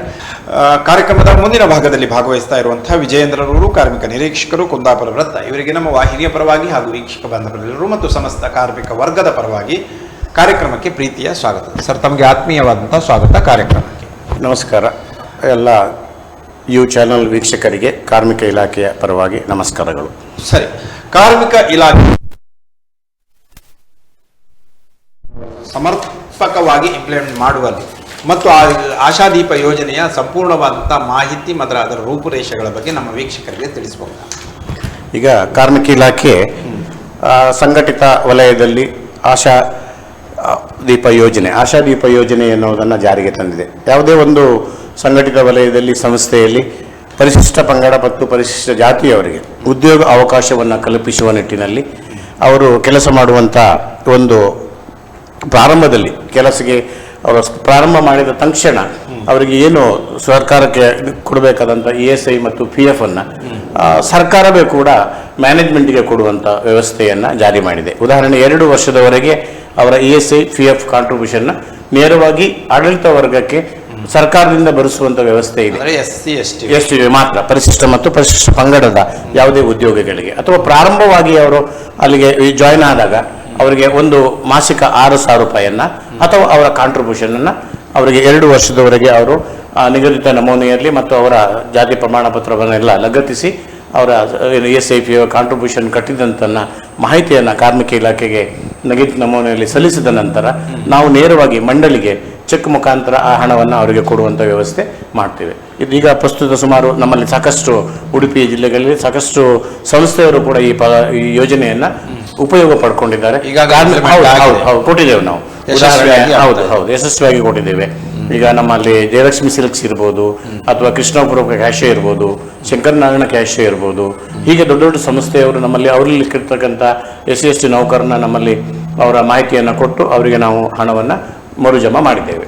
ಓಕೆ ಓಕೆ ಹಾಂ ಸರ್. ಮಾನ್ಯ ಮಲ್ಲಿಕ್ ಪ್ರಸಾದ್ ರವರೇ, ಈ ಮೋಟಾರು ಸಾರಿಗೆ ಹಾಗೂ ವಾಹನಗಳ ಈ ಕಾರ್ಮಿಕರಿಗೆ ಸಿಗುವಂತಹ ಸವಲತ್ತುಗಳನ್ನು ಅದಕ್ಕೆ ಬೇರೆ ಮಂಡಳಿ ಇದೆಯಾ ಹೇಗೆ? ಸರ್ ಅದೇ ಈಗ ನಾನು ಹೇಳ್ತೀನಿ. ಅನ್ಆರ್ಗನೈಸ್ಡ್ ವರ್ಕರ್ಸ್ ಅಲ್ಲಿ ಬೇಸಿಕಲಿ ಮೋಟಾರ್ ಸಾರಿಗೆ ವರ್ಕರ್ಸ್ ಸಂಬಂಧಿತ ವರ್ಕರ್ಸ್ ಸೇರ್ತಾರೆ. ಬಟ್ ಇದಕ್ಕೆ ಸ್ಪೆಸಿಫಿಕ್ ಆಗಿ ಸುಮಾರು ನಮ್ಮ ರಾಜ್ಯದಲ್ಲಿ ಒಂದು 40 ಲಕ್ಷದಷ್ಟು ಜನ ಮೋಟಾರ್ ಸಾರಿಗೆ ಕಾರ್ಮಿಕರು ಸಂಬಂಧಿತ ಕೆಲಸ ಮಾಡ್ತಿರೋದು ಒಂದು ಕಂಡು ಬಂದಿದ್ದಾಗ ಇದ್ರ ಕುರಿತಾಗಿ ನಮ್ಮ ಇಲಾಖೆ ವತಿಯಿಂದ ಮಂಡಳಿ, ಕರ್ನಾಟಕ ರಾಜ್ಯ ಮೋಟಾರು ಸಾರಿಗೆ ಮತ್ತು ಸಂಬಂಧಿತ ಕಾರ್ಮಿಕರ ಸಾಮಾಜಿಕ ಭದ್ರತೆ ಕಲ್ಯಾಣ ಮಂಡಳಿ ಅಂತ ಒಂದು ಮಂಡಳಿ ರೂಪಿಸಿರ್ತೇವೆ. ಇದರಡಿಯಲ್ಲಿ ಮೋಟಾರ್ ಸಂಬಂಧಿತ ಅಂತ ಡ್ರೈವರ್ ಆಗಿರ್ಬೋದು, ಕ್ಲೀನರ್ ಆಗಿರ್ಬೋದು, ಈಗ ಡಿಪೋ ಕಾವಲುಗಾರರಾಗಿರ್ಬೋದು, ಈಗ ಕ್ಯಾಬ್ ಡ್ರೈವರ್ ಆಗಿರ್ಬೋದು, ಖಾಸಗಿ ವಾಹನ ಚಾಲಕರಾಗಿರ್ಬೋದು, ಮೇಯ್ನ್ ಇಂಥವ್ರಿಗೆ ನಮ್ಮ ಮಂಡಳಿಯಲ್ಲಿ ರಿಜಿಸ್ಟ್ರೇಷನ್ ಆಗಿದ್ರೆ, ಸೇಮ್ ನೋಂದಾಯಿತ ಕಾರ್ಮಿಕರಾಗಿದ್ದರೆ ಅವರು ನಮ್ಮ ಮಂಡಳಿ ವತಿಯಿಂದ ಸಿಗುವಂತಹ ಸಾಮಾಜಿಕ ಭದ್ರತಾ ಸೌಲಭ್ಯಗಳನ್ನ ಪಡ್ಕೋಬೋದಾಗಿರುತ್ತೆ. ಬೇಸಿಕಲಿ ಅವರೇನು ಆಗಿರಬೇಕು ಅಂತ ಹೇಳಿದ್ರೆ, ಅರ್ಹತೆ ಏನಿದೆ ಅಂದರೆ 18ರಿಂದ 60 ವರ್ಷ ಆಗಿರ್ಬೇಕಾಗಿರುತ್ತೆ. ಒಂದು ಆದಾಯ ತೆರಿಗೆ ಪಾವತಿದಾರರಾಗಿರಬಾರ್ದು, ESI PF ಹೊಂದಿರಬಾರ್ದು. ಆದಾಯ ತೆರಿಗೆ ಪಾವತಿದಾರರಾಗಿರಬಾರದು, ESI ಮತ್ತು PF ಹೊಂದಿರಬಾರ್ದು. ESI PF ಹೊಂದಿರ್ತಾರೆ ಅಂತ ಹೇಳಿದ್ರೆ ಅವ್ರಿಗೆ ಸಾಮಾಜಿಕ ಭದ್ರತೆ ಇದೆ ಅಂತಾನೆ ಅರ್ಥ. ಸೊ ಅದು ಇಲ್ಲದೆ ಇರೋರಿಗೆ ಸ್ಕೀಮ್ ಬೇಕಾಗುತ್ತೆ ಅಂತ ಹೇಳ್ಬಿಟ್ಟು ESI PF ಹೊಂದಿರೋದ ಕಾರ್ಮಿಕರಾಗಿರೋದು. ಮೇಯ್ನ್ ಆಗಿ ಏನು ಅಂತ ಹೇಳಿದ್ರೆ ಅವ್ರಿಗೆ ಚಾಲನೆ ಮಾಡುವಾಗ ಪರವಾನಗಿ ಮತ್ತು ಒಂದು ಬ್ಯಾಡ್ಜ್ ಇರಬೇಕಾಗುತ್ತೆ. ಅಂದ್ರೆ ಆಟೋ ಡ್ರೈವರ್ಸ್ ಕೂಡ ಬರ್ತಾರೆ. ಎಸ್ ಆಟೋ ಡ್ರೈವರ್ಸ್, ಮೋಟಾರ್ ಸಾರಿಗೆ ಸಂಬಂಧಿತ ಗ್ಯಾರೇಜ್ ಗ್ಯಾರೇಜ್ ಅಲ್ಲಿ ಕೆಲಸ ಮಾಡೋರು ಆಗಿರ್ಬೋದು, ಇನ್ಕ್ಲೂಡಿಂಗ್ ಪೇಂಟಿಂಗ್ ಮಾಡೋರಾಗಿರ್ಬೋದು, ವೆಹಿಕಲ್ ಪೇಂಟಿಂಗ್, ಪಂಚರ್ ಹಾಕೋರಾಗಿರ್ಬೋದು, ವೆಹಿಕಲ್ಗೆ ಎಲ್ಲ ಸುಮಾರು ಒಂದು ಲಿಸ್ಟ್. ಮಾಹಿತಿ ಹೆಚ್ಚಿನವರಿಗೆ ತಲುಪಿಲ್ಲ ಅಂತ ನಾವು ಮಾಡ್ತಾ ಇದೀವಿ. ಅವಾಗ ಎಲ್ಲ ಕಡೆ ಹೋಗಿ ಕಾರ್ಡ್ ರಿಜಿಸ್ಟರ್ ಮಾಡಿಸೋಣ. ಡ್ರೈವ್ ಆಗಿರ್ಬೋದು, ನಮ್ಮ ಇಲ್ಲಿ ಉಡುಪಿ ರಿಕ್ಷಾ ಚಾಲಕರ ಸಂಘ, ಮತ್ತೆ ಮಲ್ಪೆ ರಿಕ್ಷಾ ಚಾಲಕರ ಸಂಘ, ಬ್ರಹ್ಮಾವರದಲ್ಲಾಗಿರ್ಬೋದು, ಇಡೀ ಉಡುಪಿ ಜಿಲ್ಲೆ ಫುಲ್ ಕಂಪ್ಲೀಟ್ ಆಗಿ ಎಲ್ಲ ಕಡೆನೂ ನಾವು ಅವೇರ್ನೆಸ್ ಪ್ರೋಗ್ರಾಮ್ ಮಾಡ್ತಾ ರಿಜಿಸ್ಟ್ರೇಷನ್ಸ್ ಮಾಡಿಸ್ತಾ ಇದೀವಿ. ನಮ್ಮ ಮಾನ್ಯ ಸಚಿವರು ಬಂದಾಗೂ ಅವ್ರಿಗೆ ಕಾರ್ಡ್ ಡಿಸ್ಟ್ರಿಬ್ಯೂಷನ್ ಮಾಡಿದ್ವಿ ಇದ್ರ ಕುರಿತಾಗಿ. ಗ್ಯಾರೇಜ್ ಕಾರ್ಮಿಕರು ಮತ್ತೆ ಈ ಪಂಚರ್ ಹಾಕುವವರು ಇದರಲ್ಲಿ ಒಳಪಡ ಹೆಚ್ಚಿನವರಿಗೆ ಮಾಹಿತಿ ಕಡಿಮೆ ಅಂತ ನಾವು ಗ್ಯಾರೇಜ್ ಮಾಲೀಕರ ಸಂಘ ಅಂತಾನೆ ನಮ್ಮ ಉಡುಪಿಲಿದೆ. ಅವ್ರನ್ನ ನಾವು ವಿಶ್ವಾಸಕ್ಕೆ ತಗೊಂಡು ಅವ್ರ ಜೊತೆಗೆ ನಾವು ಕೋಆರ್ಡಿನೇಟ್ ಮಾಡಿ ರಿಜಿಸ್ಟ್ರೇಷನ್ ಆಗಿದೆ. ಸಾಕಷ್ಟು ಜನಕ್ಕೆ ನಾವು ಕಾರ್ಡ್ ಅನ್ನು ಕೂಡ ಸುಮಾರು ರಿಜಿಸ್ಟ್ರೇಷನ್ ಮಾಡಿದ್ದೇವೆ. ಸ್ಮಾರ್ಟ್ ಕಾರ್ಡ್ ವಿತರಣೆ ಮಾಡಿ ಅದರ ಲಾಭವನ್ನು ಕೂಡ ಕಾರ್ಮಿಕರು ತಗೊಂಡಿದ್ದಾರೆ. ಈ ಮಂಡಳಿಯಲ್ಲಿ ಸಿಗುವಂತ ಒಂದು ಸೌಲಭ್ಯಗಳೇನು ಅಂತ ಹೇಳಿದ್ರೆ, ಅಪಘಾತ ಮರಣ ಪರಿಹಾರ ಸೌಲಭ್ಯ, ಇನ್ಶೂರೆನ್ಸ್ ಟೈಪ್ ಅಪಘಾತ ಮರಣ ಪರಿಹಾರ ಸೌಲಭ್ಯ ಅಂತ ಹೇಳಿದ್ರೆ, ಅವರು ಅಪಘಾತದಿಂದ ಸಾವನ್ನಪ್ಪಿದ್ರೆ ಅವ್ರಿಗೆ 5 ಲಕ್ಷ ತನಕ ಪರಿಹಾರ ಇದೆ. ಈಗ ಪ್ರಸ್ತುತ 5 ಲಕ್ಷದವರೆಗೆ ಪರಿಹಾರ ಪಡ್ಕೊಂಡಿದ್ದಾರೆ. ನಾವು ಉಡುಪಿಲೂ ಸುಮಾರು ಜನಕ್ಕೆ ನಾವು ಸೌಲಭ್ಯ ಒದಗಿಸಿದ್ದೇವೆ. ನೆಕ್ಸ್ಟ್, ಅಪಘಾತದಿಂದ ಅವ್ರಿಗೆ ಏನಾದ್ರು ದುರ್ಬಲತೆ ಉಂಟಾಗಿ ಇದಾದ್ರೂ 2 ಲಕ್ಷದ ತನಕ ಒಂದು ಪರಿಹಾರ, ಹಾಸ್ಪಿಟಲೈಸ್ ಆದ್ರೂ 2 ಲಕ್ಷದ ತನಕ ಪರಿಹಾರ ಇರುತ್ತೆ. ಮತ್ತೆ ಅವ್ರ ಮಕ್ಕಳಿಗೆ ಶೈಕ್ಷಣಿಕ ಧನ ಸಹಾಯ, ಸ್ಕಾಲರ್ಶಿಪ್ 12,000 ತನಕ ವಾರ್ಷಿಕವಾಗಿ ಸ್ಕಾಲರ್ಶಿಪ್ ಬೆನಿಫಿಟ್ ಇದೆ. ಇನ್ನು ಮುಂದೆ ಇನ್ಕ್ಲೂಡಿಂಗ್ ಮಾಡಿ ಆ್ಯಡ್ ಮಾಡ್ತಾರೆ ಅಂತ ಒಂದು ನಿರೀಕ್ಷೆ ಇದೆ. ಮಾಡಿದ್ರೆ ಖಾಸಗಿ ವಾಣಿಜ್ಯ ಡ್ರೈವರ್ಗಳಿಗಾಗಿರ್ಬೋದು, ಮೋಟಾರ್ ಸಾರಿಗೆ ಸಂಬಂಧಿತ ಕಾರ್ಮಿಕರಿಗೆ ಅನುಕೂಲ ಆಗ್ತದೆ ಅಂತ ಒಂದು ತಿಳಿಸ್ಕೋಬಹುದು.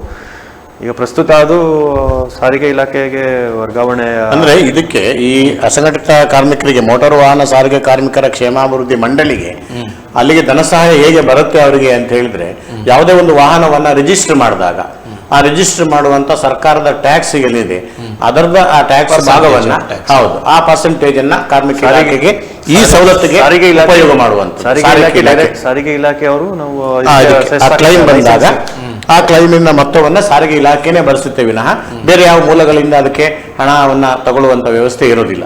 ಹೇಗೆ ಬೆನಿಫಿಟ್ ಇದೆಯಾ? ಅದರಲ್ಲಿ ಇಲ್ಲ. ಮೋಟಾರ್ ಈಗ ರಿಟೈರ್ಮೆಂಟ್ ಬೆನಿಫಿಟ್ ಸದ್ಯಕ್ಕಿಲ್ಲ. ಅದೇ ಈಗ ಪಿಂಚಣಿ ಇದು ಹೊಸ ಒಂದು ಮಂಡಳಿ ಆಗಿರುತ್ತೆ. ಓಪನ್ ಆಗಿ ಜಾಸ್ತಿ ಸಮಯ ಆಗಿರಲ್ಲ. ಇದೊಂದಷ್ಟು ಅವಶ್ಯ ಅಂತ ಕಾಣುತ್ತೆ. ಅಲ್ಲ, ತುಂಬಾ ಜನಕ್ಕೆ ನಾವು ಇದರ ಅವಶ್ಯಕತೆ ನೋಡಿಕೊಂಡು ಸರ್ಕಾರ ಏನ್ ತೀರ್ಮಾನ ತಗೊಳುತ್ತೋ ಅದ್ರ ಮುಖಾಂತರ ನಮ್ಮ ಕರ್ನಾಟಕದಲ್ಲಿ ಕಂಪೇರ್ ಮಾಡಿದ್ರೆ ಹೆಚ್ಚು ವಾಹನ ಚಾಲಕರು ಸ್ವಂತ ಇಟ್ಕೊಂಡು ಮತ್ತೆ ಆಟೋ ಚಾಲಕರು ಇರುವಂತದ್ದು ದಕ್ಷಿಣ ಕನ್ನಡ ಭಾಗದಲ್ಲಿ ಇದ್ದಾರೆ. ಬಟ್ ನಮ್ಮಲ್ಲೂ ಕೂಡ ಹೈಯೆಸ್ಟ್ ಜನರು ಕೂಡ ಇದಕ್ಕೆ 100ಕ್ಕೆ ನನ್ನ ಪ್ರಕಾರ 90% ಭಾಗದಷ್ಟು ಜನ ಈ ಭಾಗದವರು ಇದರಲ್ಲಿ ನಮ್ಮಲ್ಲಿ ನೋಂದಣಿ ಆಗಿದ್ದಾರೆ. ಅವರ ವಾಲಂಟಿಯರ್ ಆಗಿ ಅವರ ಸಂಘದಲ್ಲಿ ನಮ್ಮನ್ನೇ ಕರ್ಕೊಂಡು ಹೋಗಿ, ನಮ್ಮ ಸ್ಟಾಫ್ ಅನ್ನ ಕರ್ಕೊಂಡು ಹೋಗಿ ಅವರೇ ಕಾರ್ಯಕ್ರಮ ಮಾಡಿ ಅಲ್ಲಿ ನಾವು ನೋಂದಣಿ ಮಾಡಿ ಅವರಿಗೆ ಕಾರ್ಡನ್ನು ವ್ಯವಸ್ಥೆ ಮಾಡಿದ್ದೇವೆ, ಸಾಕಷ್ಟು ಅವೇರ್ನೆಸ್ ಮಾಡಿದ್ದೇವೆ. ಸರಿ, ಸೌಲಭ್ಯಗಳನ್ನು ವಿತರಿಸಿದಂತಹ ಒಂದು ಪರ್ಸೆಂಟೇಜ್ ನೋಡುವುದಾದ್ರೆ ನಮ್ಮ ಉಡುಪಿ ಭಾಗದಲ್ಲಿ ಆ ಪರ್ಸೆಂಟೇಜ್ ಅನ್ನ ಪಡೆದುಕೊಳ್ಳುವವರ ಒಂದು ಪ್ರಗತಿಯನ್ನ ತಾವು ಹೇಳ್ಬೋದಾ? ಇದೆ ಸರ್, ವರ್ಷದಿಂದ ವರ್ಷಕ್ಕೆ ಹೆಚ್ಚಾಗ್ತಾ ಇದೆ ಈಗ ಅವೇರ್ನೆಸ್ ಮೂಡಿಸಿ. ಎಸ್ ಖಂಡಿತ.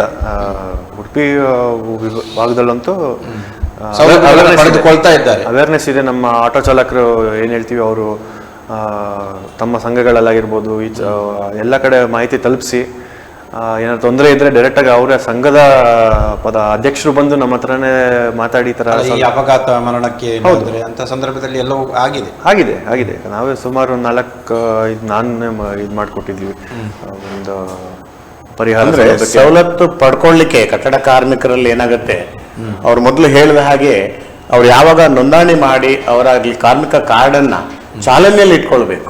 ಅದೇ ಚಾಲನೆಯಲ್ಲಿ ಇದ್ದಾಗ ಅವರ ಒಂದು ಹೌದು ಅದಾಗಬಾರ್ದು. ನಾವು ಈಗ ಕಾರ್ಮಿಕರಲ್ಲಿ ಮುಖ್ಯವಾಗಿ ಕೇಳೋದು ಏನಂದ್ರೆ, ಕಾರ್ಮಿಕ ಕಾರ್ಡನ್ನ ಯಾರು ನಾವು ನೋಡಿದ ಹಾಗೆ ಎಷ್ಟೋ ಬಿಲ್ಡಿಂಗ್ಗಳಲ್ಲಿ ಕಾರ್ಪೆಂಟರ್ ಕೆಲಸ ಮಾಡ್ತಿರ್ಬೋದು, ಅಥವಾ ಅವರ ಕೆಲಸದ ಒತ್ತಡದಲ್ಲಿ ಅವರ ಆ ಸೀಮಿತ ಅವಧಿಯಲ್ಲಿ ಕೆಲಸದಲ್ಲಿ ಮಾತ್ರ ಇರ್ತಾರೆ. ಅಂಥವ್ರು ಸಾಕಷ್ಟು ಜನ ಈಗಲೂ ಕೂಡ ಕಾರ್ಡ್ ಮಾಡದೇ ಇರೋರು ಇದ್ದಾರೆ. ನಮ್ಮ ಗಮನಕ್ಕೆ ಬರ್ದೇನೆ ಅಥವಾ ಅವ್ರ ಗಮನಕ್ಕೆ ಮಾಹಿತಿ ಬರ್ದೇನೆ ಕಾರ್ಡ್ ಮಾಡದೇ ಇರೋರು ಇದ್ದಾರೆ. ದಯಮಾಡಿ ಅಂಥವ್ರು ಕಾರ್ಡನ್ನ ಮಾಡ್ಕೊಳ್ಬೇಕು. ಕಾರ್ಡನ್ನ ಮಾಡ್ಕೊಳ್ಳೋದ್ರಿಂದ ಇಷ್ಟು ಸೌಲಭ್ಯಗಳು ಅವರಿಗೆ ಪಡ್ಲಿಕ್ಕೆ ಅವಕಾಶ ಇದೆ. ಸರ್, ಈ ಬಗ್ಗೆ ಹೇಳುವುದಾದ್ರೆ ಇಲ್ಲಿ ಉದ್ಯೋಗದಾತರ ಪಾತ್ರ ಮತ್ತು ಜವಾಬ್ದಾರಿಗಳು ಏನೇನು? ಅಲ್ಲ, ಉದ್ಯೋಗದಾತರ ಅಂದ್ರೆ ಈಗ ಒಂದು ಕಟ್ಟಡ ನಿರ್ಮಾಣ ಮಾಡುವಾಗ ಅಲ್ಲಿ ಅಂತಾರಾಜ್ಯ ವಲಸೆ ಕಾರ್ಮಿಕರು ಬಂದಾಗ ಈಗ ಅವರಿಗೂ ಕೂಡ ನಾವು ಹಿಂದೆ ನಮ್ಮಲ್ಲಿ ಕಾರ್ಡ್ ಮಾಡ್ಲಿಕ್ಕೆ ಅವಕಾಶ ಇರಲಿಲ್ಲ. ಈಗ ಹೊರ ರಾಜ್ಯದ ಕಾರ್ಮಿಕರು ಕೂಡ ಯಾವುದೇ ಒಂದು ಕಟ್ಟಡ ನಿರ್ಮಾಣ ಕಾರ್ಯದಲ್ಲಿ ವಲಸೆ ಬಂದಂತ ಕಾರ್ಮಿಕರಿಗೂ ಕೂಡ ನಾವು ಕಟ್ಟಡ ಕಾರ್ಮಿಕರ ಕಾರ್ಡ್ ಅನ್ನು ಮಾಡುವಂತ ವ್ಯವಸ್ಥೆಯನ್ನ ಕರ್ನಾಟಕ ಸರ್ಕಾರ ಜಾರಿ ಮಾಡಿದೆ. ಸೊ ಅವ್ರಿಗೆ ತಕ್ಷಣದಿಂದ ಮಾಲೀಕರಿಗೆ ನಾವು ಮೊದಲು ಹೇಳೋದು ಏನಂದ್ರೆ, ನೀವು ಕಟ್ಟಡದಲ್ಲಿ ಎಷ್ಟು ಜನ ಲೇಬರ್ ಅನ್ನ ಎಂಗೇಜ್ ಮಾಡ್ಕೊಳ್ತೀರಿ, ಎಂಗೇಜ್ ಮಾಡೋ ಮೊದಲು ನೀವು ಬಿಲ್ಡಿಂಗ್ ಅಂಡ್ ಅದರ್ ಕನ್ಸ್ಟ್ರಕ್ಷನ್ ಅಲ್ಲಿ ರಿಜಿಸ್ಟರ್ ಮಾಡೋದ್ರ ಜೊತೆಗೆ ಅಷ್ಟು ಕಾರ್ಮಿಕರಿಗೆ ಕಡ್ಡಾಯವಾಗಿ ಕಾರ್ಡ್ ಅನ್ನ ಮಾಡ್ಕೊಳ್ಳೇಬೇಕು ಅಂತೇಳಿ ನಾವು ಅವರಿಗೆ ತಾಕೀತನ್ನ ಮಾಡ್ತೇವೆ. ಸೊ ಯಾಕಂದ್ರೆ ಅವನೇನೋ ಇಲ್ಲಿ ಬಂದಿರ್ತಾನೆ, ಸಡನ್ ಅವನಿಗೆ ಇಂಜುರಿ ಆಗ್ಬೋದು, ಏನೋ ಕೆಲಸ ಮಾಡುವಾಗ ಸುರಕ್ಷತೆ ಇಲ್ಲದೆ ಅವನು ಬಿದ್ದು ಮರಣ ಹೊಂದಬಹುದು. ತಕ್ಷಣ ಮರಣ ಹೊಂದಿದಾಗ ಆ ಕಾರ್ಡ್ ಮಾಡಿದ ತಕ್ಷಣದಿಂದ ಅವನಿಗೆ ಅಕಸ್ಮಾತ್ ಆಗಿ ಅವನು ಮರಣ ಹೊಂದಿದ್ರೆ ಅವರ ನಾಮನಿರ್ದೇಶಕರಿಗೆ 8 ಲಕ್ಷ ರೂಪಾಯಿಯನ್ನು ನಾವು ಧನ ಸಹಾಯವನ್ನು ಕೊಡುವಂತ ವ್ಯವಸ್ಥೆ ಇದೆ. ಸಹಜವಾಗಿ ಮರಣ ಹೊಂದಿದಾಗ 1,50,000 ರೂಪಾಯಿ ಇವ್ರು ಹೇಳಿದಾಗೆ ಕೊಡುವಂತ ವ್ಯವಸ್ಥೆ ಇದೆ. ಇದರಿಂದ ಕಾರ್ಮಿಕರು ವಂಚಿತರಾಗಬಾರ್ದು ಅಂದ್ರೆ ಅವರು ಕಾರ್ಡ್ ಅನ್ನ ತಗೊಳ್ಳೋದ್ರ ಜೊತೆಗೆ ವರ್ಷಕ್ಕೆ ಕರೆಕ್ಟ್ ಆಗಿ ಆ ಕಾರ್ಡ್ ಅನ್ನು ನವೀಕರಣ ಮಾಡಿಕೊಡುವಂತದ್ದು ಬಹಳ ಮುಖ್ಯ. ಅದು ಉದ್ಯೋಗದ ಜವಾಬ್ದಾರಿ. ಅಂದ್ರೆ ಅವ್ರಿಗೆ ಈಗ ನಮ್ಮಲ್ಲಿ ಸಂಘಟನೆಗಳಿದಾವೆ. CITU ಸಂಘಟನೆ ಇದೆ, AITUC ಸಂಘಟನೆ ಇದೆ, ನಮ್ಮ ಉಡುಪಿ ಜಿಲ್ಲಾ ಕಟ್ಟಡ ಕಾರ್ಮಿಕರ ಸಂಘಟನೆ ಇದೆ. ಹೌದು, ಎಲ್ಲ ಈ ಸಂಘಟನೆಗಳು ಸಾಕಷ್ಟು ನಮ್ಮಲ್ಲಿ ಕಾರ್ಯನಿರ್ವಹಿಸ್ತಾ ಇದ್ದಾವೆ. ಬೇರೆ ರಾಜ್ಯದಲ್ಲಿ ಕಂಪೇರ್ ಮಾಡಿದ್ರೆ ಅಥವಾ ಬೇರೆ ಜಿಲ್ಲೆಗೆ ಕಂಪೇರ್ ಮಾಡಿದ್ರೆ ನಮ್ಮ ದಕ್ಷಿಣ ಕನ್ನಡದಲ್ಲಿ ಕೂಡ ಇದೆ.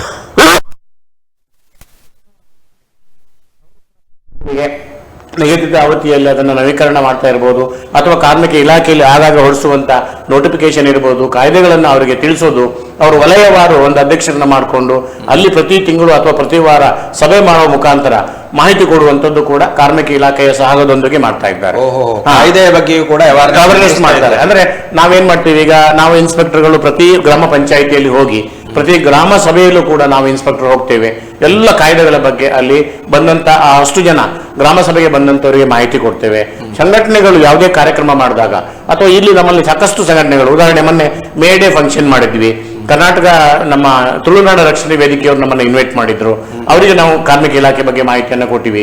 ಈಗ ಪ್ರತಿಯೊಂದು ಸಂಘಟನೆಯವರು ಕೂಡ ಸಂಘಟನೆ ಮಾಡಿಕೊಂಡು ಸಂಘಟನೆ ಮುಖಾಂತರ ಅಂದ್ರೆ ಅಸಂಘಟಿತ ವಲಯದಲ್ಲಿ ಒಂದು 100 ಜನನ ಒಗ್ಗಟ್ಟು ಮಾಡಿ ಒಂದು ಸಂಘಟನೆ ರಚನೆ ಮಾಡ್ಲಿಕ್ಕೆ ಇರುತ್ತೆ. ಅದು ನಮ್ಮ ಕಾರ್ಮಿಕ ಸಂಘಗಳ ಕಾಯ್ದೆಯಡಿ ಅವರು ನೋಂದಣಿ ಕಾರ್ಮಿಕ ಇಲಾಖೆಯಲ್ಲಿ ನೋಂದಣಿ ಮಾಡಿ ನಿಗದಿತ ಒಂದು ಇದರಲ್ಲಿ ನೋಂದಣಿ ಮಾಡ್ಕೊಂಡ ನಂತರ ಆ ಸಂಘಟನೆ ಜಾರಿಗೆ ಬರುತ್ತೆ. ಈ ಸಂಘಟನೆ ಮುಖಾಂತರ ಸಾಕಷ್ಟು ಅವೇರ್ನೆಸ್ ಮಾಡುವಂಥದ್ದು ನಮ್ಮಲ್ಲಿ ಚಾಲ್ತಿಯಲ್ಲಿದೆ. ಬಟ್ ಒನ್ ಪ್ರಾಬ್ಲಮ್ ಅಂದ್ರೆ ಅದೇ ರಿನ್ಯೂವಲ್ ಪ್ರಾಬ್ಲಮ್ ಇದೆ.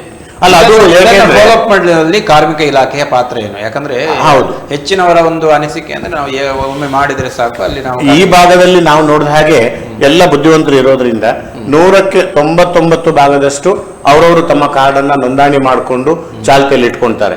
ಎಲ್ಲೋ ಒಂದು 10 ಭಾಗದಷ್ಟು ಕಾರ್ಮಿಕರ ಅರಿವಿಲ್ದೇನೋ ಅಥವಾ ಸಂಘದಲ್ಲಿ ಅವರು ಇಲ್ದೇನೋ ಕಾರ್ಮಿಕ ಇಲಾಖೆಗೆ ಸಂಪರ್ಕ ಮಾಡದೇ ಇರ್ತಕ್ಕಂಥ ಕಾರ್ಮಿಕರು ಸೊ ಅದರಿಂದ ವಂಚಿತರಾಗಿರ್ತಾರೆ. ಇಲಾಖೆ ಫಾಲೋಅಪ್ ಮಾಡುತ್ತೆ. ನಾವು ಖಂಡಿತ ಮಾಡ್ತೀವಿ ನಾವು, ಯಾಕಂದ್ರೆ ನಮ್ದು ಕೆಲಸನೇ ಅದು. ಅದಲ್ದೇನೆ ಈಗ ಇವ್ರು ಹೇಳಿದಾಗೆ ನಮಗೆ ನಾವೇ ಇನ್ಸ್ಪೆಕ್ಟರ್ಗಳು ನಮ್ಮ ಕೆಲಸದ ಒತ್ತಡದಲ್ಲಿ ಇಷ್ಟೊಂದನ್ನು ನಾವು ಕಾರ್ಯರೂಪದಲ್ಲಿ ತರಲಿಕ್ಕೆ ಸಾಧ್ಯ ಆಗೋದಿಲ್ಲ ಅನ್ನೋ ನಿಟ್ಟಿನಲ್ಲಿ ಕಾರ್ಮಿಕ ಮಂಡಳಿ ಏನ್ ಮಾಡಿದೆ, ಅಂಬೇಡ್ಕರ್ ಸೇವಾ ಕೇಂದ್ರವನ್ನು ಸ್ಥಾಪನೆ ಮಾಡಿದೆ. ಅದರಲ್ಲಿ 5-6 ಜನ ಸಿಬ್ಬಂದಿಗಳಿರ್ತಾರೆ. ಅವರಿಗೆ ಒಂದು ಮೊಬೈಲ್ ವ್ಯಾನ್ ಅನ್ನು ಕೊಟ್ಟಿದ್ದಾರೆ. ಅವರು ಪ್ರತಿ ಸ್ಥಳಕ್ಕೆ ಹೋದಾಗ ಅಲ್ಲೇ ಕೂಡ ಅವ್ರ ಸ್ಪಾನಲ್ಲಿ ಮಾಲೀಕರಂದ್ರ ಉದ್ಯೋಗ ಪ್ರಮಾಣವನ್ನು ಪಡೆದು ಆ ಸ್ಪಾಟ್ ಅಲ್ಲಿ ಅವರಿಗೆ ಕಾರ್ಮಿಕ ಕಾರ್ಡ್ ಅನ್ನು ನೋಂದಣಿ ಮಾಡುವಂತ ಕಾರ್ಯ ಕೂಡ ಈ ಪ್ರಸ್ತುತ ಚಾಲನೆಯಲ್ಲಿದೆ. ಇದನ್ನ ಅವರು ಉಪಯೋಗ ಪಡ್ಕೊಳ್ಬೇಕು. ಯಾಕಂದ್ರೆ ಯಾವುದೇ ಒಬ್ಬ ಸೈಬರಿಗೆ ಹೋಗ್ತಾನೆ, ಅಲ್ಲಿ ಅವರು ಬಿಸಿ ಇರ್ಬೋದು, ಅಥವಾ ಅವನು ಒಂದು ಕಾರ್ಡ್ ಮಾಡ್ಲಿಕ್ಕೆ 500 ರೂಪಾಯಿನೋ 1000 ರೂಪಾಯಿ ಕೇಳ್ಬೋದು. ಅದನ್ನು ಕೊಡ್ಲಿಕ್ಕೆ ಕಾರ್ಮಿಕರಿಗೆ ಆಗದೆ ಇರ್ಬೋದು. ಅಂಥವ್ರು ನೀವು ಸೈಬರ್ ಸೆಂಟರ್ ಗ್ರಾಮವನ್ನಲ್ಲಿ ಮತ್ತು ನಮ್ಮ ಗ್ರಾಮವನ್ನಲ್ಲಿ ಮತ್ತು ಸೈಬರ್ ಸೆಂಟರ್ ಹೋಗಿ ಕಾರ್ಡ್ ಮಾಡುವಂತ ವ್ಯವಸ್ಥೆ ಇರೋದು ಕಾರ್ಮಿಕ ನಿರೀಕ್ಷಕರ ಕಚೇರಿ ಇಲ್ಲ. ಆದರೆ ನೀವು ನಮ್ಮ ಕಾರ್ಮಿಕ ಇಲಾಖೆ ಈಗ ಪ್ರತಿ ತಾಲೂಕಿನಲ್ಲೂ ಕೂಡ ನಮ್ಮ ಕಾರ್ಮಿಕ ಇಲಾಖೆ ಕಚೇರಿಗಳಿದ್ದಾವೆ. ಉಡುಪಿ ಜಿಲ್ಲೆಗೆ ನಾವು 4 ಜನ ಕಾರ್ಮಿಕ ನಿರೀಕ್ಷಕರಿದ್ದೇವೆ. 2 ತಾಲೂಕಿಗೆ ಒಬ್ಬೊಬ್ಬ ನಿರೀಕ್ಷಕರ ಕಚೇರಿ ಇದೆ. ಜೊತೆಗೆ ಮಂಡಳಿಯ ಒಂದು ಸಬ್ ಕಚೇರಿ ಕೂಡ ಪ್ರತಿ ತಾಲೂಕಿನಲ್ಲಿ ಕಾರ್ಯನಿರ್ವಹಿಸ್ತಾ ಇದೆ. ಅವ್ರು ಹಾಗಾಗಿ ನಮ್ಮ ಇಲಾಖೆಯನ್ನ ಪ್ರತಿದಿನ ಬಂದು ಸಂಪರ್ಕ ಮಾಡಬಹುದು. ಅಲ್ಲಿ ನಾವು ಸರ್ಕಾರಿ ರಜೆಯನ್ನು ಹೊರತುಪಡಿಸಿ ಯಾವಾಗಲೂ ಕೂಡ ಕಚೇರಿಯಲ್ಲಿ ನಮ್ಮ ಸಿಬ್ಬಂದಿಗಳು ಲಭ್ಯರಿರ್ತಾರೆ. ಅಲ್ಲಿ ಅವರು ಮಾಹಿತಿಯನ್ನ ಪಡ್ಕೊಂಡು ಕಾರ್ಡ್ನ ತಗೊಳ್ಬಹುದು. ಹಾಗಾಗಿ ನಮ್ಮಲ್ಲಿ ನಾನು ಹೇಳೋದಿಷ್ಟೇ, ಆನ್ಲೈನ್ ನಲ್ಲಿ ಏನಾಗುತ್ತೆ, ಸೈಬರ್ ಸೆಂಟರ್ಗೆ ಹೋಗಿ ಅವ್ರಿಗೆ ಕಾರ್ಡ್ ತಗೊಳ್ಲಿಕ್ಕೆ ಕಷ್ಟ ಆಗುತ್ತೆ ಅನ್ನೋ ಉದ್ದೇಶದಿಂದ ನಾವು ಕಾರ್ಮಿಕ ಸೇವಾ ಕೇಂದ್ರವನ್ನ ರಚನೆ ಮಾಡಿದ್ದೇವೆ. ಆ ಕಾರ್ಮಿಕ ಕೇಂದ್ರಕ್ಕೆ ನಮ್ಮ ಕಾರ್ಮಿಕ ಸಹಾಯವಾಣಿ ಇದೆ 155214 155214ಕ್ಕೆ ದೂರವಾಣಿ ಕರೆ ಮಾಡಿದ್ರೆ ನಮ್ಮ ಸೆಂಟ್ರಲ್ ದೂರವಾಣಿ ಕರೆಗೆ ಹೋಗುತ್ತೆ. ಸಂಬಂಧಪಟ್ಟ ಕಾರ್ಮಿಕ ನಿರೀಕ್ಷಕರಿಗೆ ಮಾಹಿತಿಯನ್ನು ಕೊಡ್ತಾರೆ, ಸಂಬಂಧಪಟ್ಟ ನಮ್ಮ ತಾಲೂಕಿನ ಅಧಿಕಾರಿಗಳಿಗೆ ಮಾಹಿತಿಯನ್ನು ಕೊಡ್ತಾರೆ. ಪ್ರಸ್ತುತ ನಾವು ಇಮಿಡಿಯೇಟ್ ಅದನ್ನ ಸೇವಾ ಕೇಂದ್ರಕ್ಕೆ ರವಾನೆ ಮಾಡೋದ್ರ ಮುಖಾಂತರ ಅವರಿಗೆ ಅದನ್ನ ಕ್ಲಿಯರ್ ಮಾಡ್ಲಿಕ್ಕೆ, ಅಂದ್ರೆ ಅವರಿಗೆ ಕ್ಲಿಯರ್ ಮಾಡ್ಲಿಕ್ಕೆ ಅವಕಾಶವನ್ನು ಕಲ್ಪಿಸಿಕೊಡ್ತೇವೆ. ಹಾಗಾಗಿ ಅದನ್ನು ಅವರು ಉಪಯೋಗ ಮಾಡ್ಕೊಬಹುದು. ಈಗ ಅವರ ಫೋನಲ್ಲೇ 155214ಗೆ ಮಾಹಿತಿಯನ್ನು ತಗೊಳ್ಬಹುದು. ಅದರಲ್ಲಿ ನಮ್ಮ LED 24x7 ಒಂದು ಕಾರ್ಮಿಕ ಸೇವಾ ಸಹಾಯವಾಣಿ ಸಂಖ್ಯೆ ಇದೆ. ಅದರಲ್ಲಿ ಕಾರ್ಯನಿರ್ವಹಿಸುತ್ತಿರ್ತಾರೆ. ದೂರುಗಳನ್ನು ಸಲ್ಲಿಸಬಹುದು, ಯಾವುದೇ ದೂರುಗಳನ್ನು. ಈಗ ಸಂಜಯ್ ಅವರು ಹೇಳಿದಾಗೆ ಯಾವುದೇ ದೂರುಗಳಿದ್ರೂ ಕೂಡ ಕಾರ್ಮಿಕ ನಿರೀಕ್ಷಕರ ಹಂತದಲ್ಲಿ ಬಗೆಹರಿಸುವಂತದ್ದು ನಾವು ಬಗೆಹರಿಸ್ತೇವೆ. ಅಥವಾ ಯಾವುದೇ ದೂರನ್ನು ಕೂಡ ಕಾರ್ಮಿಕ ನಿರೀಕ್ಷಕರಿಗೆ ಕೊಟ್ಟಾಗ ನಮಗೆ ಅದು ಬರದೇ ಇದ್ದಾಗ ಅದನ್ನು ನಾವು ಕಾರ್ಮಿಕ ಅಧಿಕಾರಿಗೆ ಅಥವಾ ಅಸಿಸ್ಟೆಂಟ್ ಲೇಬರ್ ಕಮಿಷನರಿಗೆ ಅಥವಾ ಡೆಪ್ಟಿ ಲೇಬರ್ ಕಮಿಷನರಿಗೆ, ಹೀಗೆ ನಮ್ಮಲ್ಲಿ ಜಿಲ್ಲೆಗೆ ಕಾರ್ಮಿಕ ಅಧಿಕಾರಿಗಳಿರ್ತಾರೆ. 3 ಜಿಲ್ಲೆಗೆ ಒಬ್ಬರು ಸಹಾಯಕ ಕಾರ್ಮಿಕ ಆಯುಕ್ತರು ಇರ್ತಾರೆ. 6 ಜಿಲ್ಲೆಗೆ ಒಬ್ಬರು ಡೆಪ್ಟಿ ಲೇಬರ್ ಕಮಿಷನರ್ ಉಪ ಕಾರ್ಮಿಕ ಆಯುಕ್ತರು ಇರ್ತಾರೆ. ಅದು ಪ್ರಾದೇಶಿಕ ಕಚೇರಿ. ಹೀಗೆ ನಮ್ಮ ವ್ಯಾಪ್ತಿ ವಿಸ್ತರಿಸಿದಲ್ಲಿ ಅಲ್ಲಿ ಅಧಿಕಾರಿಗಳಿರ್ತಾರೆ. ಅವರ ಅಂಡರ್ಲಿ ನಾವು ಪ್ರಥಮವಾಗಿ ನಿಮ್ಗೆ ಸಿಕ್ಕೋದು ಯಾರಂದ್ರೆ ಕಾರ್ಮಿಕ ನಿರೀಕ್ಷಕರು. ಸೊ ಕಾರ್ಮಿಕ ನಿರೀಕ್ಷಕರನ್ನು ನೀವು ಭೇಟಿ ಮಾಡೋದ್ರಿಂದ ಎಲ್ಲೋ ಹೋಗಿ ಒಂದು ಅರ್ಜಿ ಬಂದಾಗ ಎಲ್ಲೋ ವಿಧಾನಸೌಧಕ್ಕೆ ಹೋಗೋದು ಅಥವಾ ಇನ್ನೊಂದು ಮಿನಿಸ್ಟ್ರಿಗೆ ಹೋಗೋದು ಅವಶ್ಯಕತೆ ಇರೋದಿಲ್ಲ. ಯಾಕಂದ್ರೆ ಅಲ್ಲಿ ಹೋಗಿ ಅರ್ಜಿ ಕಳಿಸಿದಾಗ ಅವ್ರು ನಮಗೆ ಕಳಿಸ್ತಾರೆ. ಹಾಗಾಗಿ ದಯಮಾಡಿ ಕಾರ್ಮಿಕ ನಿರೀಕ್ಷಕರಲ್ಲಿ ಹೌದೌದು, ಖಂಡಿತವಾಗಿ ಯಾವುದೇ ಸಮಸ್ಯೆಯನ್ನು ಕಾರ್ಮಿಕರಿಗೆ ಬಂದಾಗ ಅವ್ರು ನೇರವಾಗಿ ಪ್ರಥಮ ಹಂತದಲ್ಲಿ ಕಾರ್ಮಿಕ ನಿರೀಕ್ಷಕರನ್ನ ಭೇಟಿ ಮಾಡಿದ್ರೆ ಅವರಿಗೆ 100ರಷ್ಟು ನಮ್ಮಲ್ಲಿ ಅವರಿಗೆ ಮಾಹಿತಿಯನ್ನ ಸಿಕ್ಕುವಂತ ವ್ಯವಸ್ಥೆ ಇದೆ. ಕಮಿಷನರ್ ವರೆಗೆ ಹೋಗ್ಬೇಕಂತ ಅವಶ್ಯಕತೆ ಇಲ್ಲ. ನಮ್ಮಲ್ಲಿ ಆಗದಿದ್ದಾಗ ಅಥವಾ ನಾನು ಕೆಲಸ ಇದ್ದಾಗ ಇಲ್ಲದೆ ಇದ್ದಾಗ ನಮ್ಮಲ್ಲಿ ಮೇಲಾಧಿಕಾರಿಗಳನ್ನ ಅವ್ರು ಸಂಪರ್ಕ ಮಾಡಬಹುದೇ ವಿನಃ ಸೊ ನಮ್ಮ ಹಂತದಲ್ಲಿ ನಾವು ಬಗೆಹರಿಸ್ತೇವೆ. ಸರ್, ವೇತನ ತಾರತಮ್ಯದಲ್ಲಿ ಹೆಚ್ಚಿನ ಕಂಪ್ಲೇಂಟ್ ಬರೋದು ಈ ಹೊರಗುತ್ತಿಗೆ ನೌಕರರಲ್ಲಿ. ಹೊರಗುತ್ತಿಗೆ ನೌಕರರಲ್ಲಿ ಏನಾಗಿದೆ, ಪರಿಹಾರ ಏನು ಅಂತ ಅಲ್ಲ, ಅದೇ ಈಗ ಸರ್ಕಾರ ಏನು ಹೇಳಿದೆ ಅಥವಾ ಮಾನ್ಯ ನ್ಯಾಯಾಲಯ ಏನು ಹೇಳುತ್ತೆ ಅಂದ್ರೆ, ಸರ್ಕಾರಿ ನೌಕರರನ್ನ ಅಂದ್ರೆ ಈಗ ಅಸಂಘಟಿತ ಕೆಲಸ ಮಾಡುವಂತವ್ರು, ಅಸಂಘಟಿತ ಗುತ್ತಿಗೆ ನೌಕರರು ಏನಾದ್ರೆ ಸರ್ಕಾರದ ವಲಯದಲ್ಲಿ ಇದ್ದಾರೆ, ಹೊರಗಡೆನೂ ಹೌದು. ಈಗ ನಮ್ಮಲ್ಲೂ ಕೂಡ ಡಾಟಾ ಎಂಟ್ರಿ ಆಪರೇಟರ್ ಇರ್ಬೋದು, ಕ್ಲರ್ಕ್ಗಳಿರ್ಬೋದು, ಪಿಯೂನ್ಸ್ ಇರ್ಬೋದು, ಇವರೆಲ್ಲರೂ ಕೂಡ ಹೊರಗುತ್ತಿಗೆಯಲ್ಲಿ ಇದ್ದಾರೆ. ಅವರಿಗೆ ಹೊರಗುತ್ತಿಗೆ ಕೂಡ ಈಗ ನೋಟಿಫಿಕೇಶನ್ ನಾವು ಹಿಂದೆ ಏನು ಸರ್ಕಾರ ಕನಿಷ್ಠ ವೇತನ ಮಂಡಳಿ ನಿರ್ಧಾರ ಮಾಡಿತ್ತು, ಆ ವೇತನವನ್ನು ಅವರಿಗೆ ಕಡ್ಡಾಯವಾಗಿ ಪಾವತಿ ಮಾಡಲಿಕ್ಕೆ ನಾವು ಕ್ರಮ ವಹಿಸ್ತೇವೆ. ಅಥವಾ ಯಾವುದೇ ಒಂದು ಸಂಸ್ಥೆಯಲ್ಲಿ ಗುತ್ತಿಗೆ ಕಾರ್ಮಿಕರನ್ನು ನೇಮಕ ಮಾಡುವಾಗ ಅಲ್ಲಿ ಒಂದು ಸಮಿತಿ ಇರುತ್ತೆ, ಜಿಲ್ಲಾಧಿಕಾರಿಗಳು ಮತ್ತು ಆ ಡಿಪಾರ್ಟ್ಮೆಂಟ್ಗೆ ಸಂಬಂಧಪಟ್ಟ ಹಾಗೆ ಹಾಗೂ ಕಾರ್ಮಿಕ ಇಲಾಖೆ ಕಾರ್ಮಿಕ ಇಲಾಖೆ ಕೂಡ ಒಂದು ಟೆಂಡರ್ ಅನ್ನ ನೋಟಿಫಿಕೇಶನ್ ಮಾಡಿ ಟೆಂಡರ್ ಪಾಸ್ ಮಾಡಿ ಆ ಟೆಂಡರ್ ತಗೊಳ್ಳೋ ಮೊದಲು ಕಾರ್ಮಿಕ ಇಲಾಖೆಯ ಒಂದು ಸಮಿತಿಯಲ್ಲಿ ಕಾರ್ಮಿಕ ನಿರೀಕ್ಷಕರು ಅಥವಾ ಕಾರ್ಮಿಕ ಅಧಿಕಾರಿಗಳು ಆ ಸಭೆಯಲ್ಲಿ ಹೋಗಿ ಆ ಒಂದು ಸಂಸ್ಥೆಗೆ ಸಂಬಂಧಪಟ್ಟಂತಹ ವೇತನ ಅಂದ್ರೆ ಈಗ ಮಿನಿಮಮ್ ವೇಜಸ್ ನಾವೇ ನೋಟಿಫಿಕೇಶನ್ ಮಾಡಿರ್ತೀವಿ, ಅದರ ಪ್ರಕಾರ ಅವರು ಟೆಂಡರ್ ಕಾಲ್ ಮಾಡಿದರೆ ಇಲ್ಲ ಅಂತ ಹೇಳಿ ಅದನ್ನ ಪರಿಶೀಲನೆ ಮಾಡಿ ಸಿಂಧು ಮಾಡ್ಲಿಕ್ಕೆ ಕ್ರಮ ವಹಿಸಿ ಆ ಸಮಿತಿ ಮೂಲಕ ಕ್ರಮ ವಹಿಸ್ತಾರೆ. ಹೊರಗುತ್ತಿಗೆ ನೌಕರರು. ಹೌದೌದು, ಅವರಿಗೆ ಸರ್ಕಾರ ನಿಗದಿತ ವ್ಯವಸ್ಥೆ ಇದೆ. ಅಂದ್ರೆ ನೋಡಿ, ಈಗ ನಮ್ಮಲ್ಲಿ 83 ವಿವಿಧ ಯೋಜನೆಗಳಿ ಪ್ರತಿ ವರ್ಷ ನಾವು 1/4/2026 31ರವರೆಗೆ ವರ್ಷದ ಒಂದು ಈ ಅವಧಿಗೆ ನಾವು ಒಂದು ನೋಟಿಫಿಕೇಶನ್ ಮಾಡ್ತೇವೆ. ಈ ನೋಟಿಫಿಕೇಶನ್ ಅಲ್ಲಿ ನಮ್ದು ಈಗ ಉದಾಹರಣೆ 83 ವಿವಿಧ ಒಂದು ಎಸ್ಟಾಬ್ಲಿಷ್ಮೆಂಟ್ಗೆ ಸಂಬಂಧಪಟ್ಟಂಗೆ ಒಂದು ನೋಟಿಫಿಕೇಶನ್ ಇರುತ್ತೆ.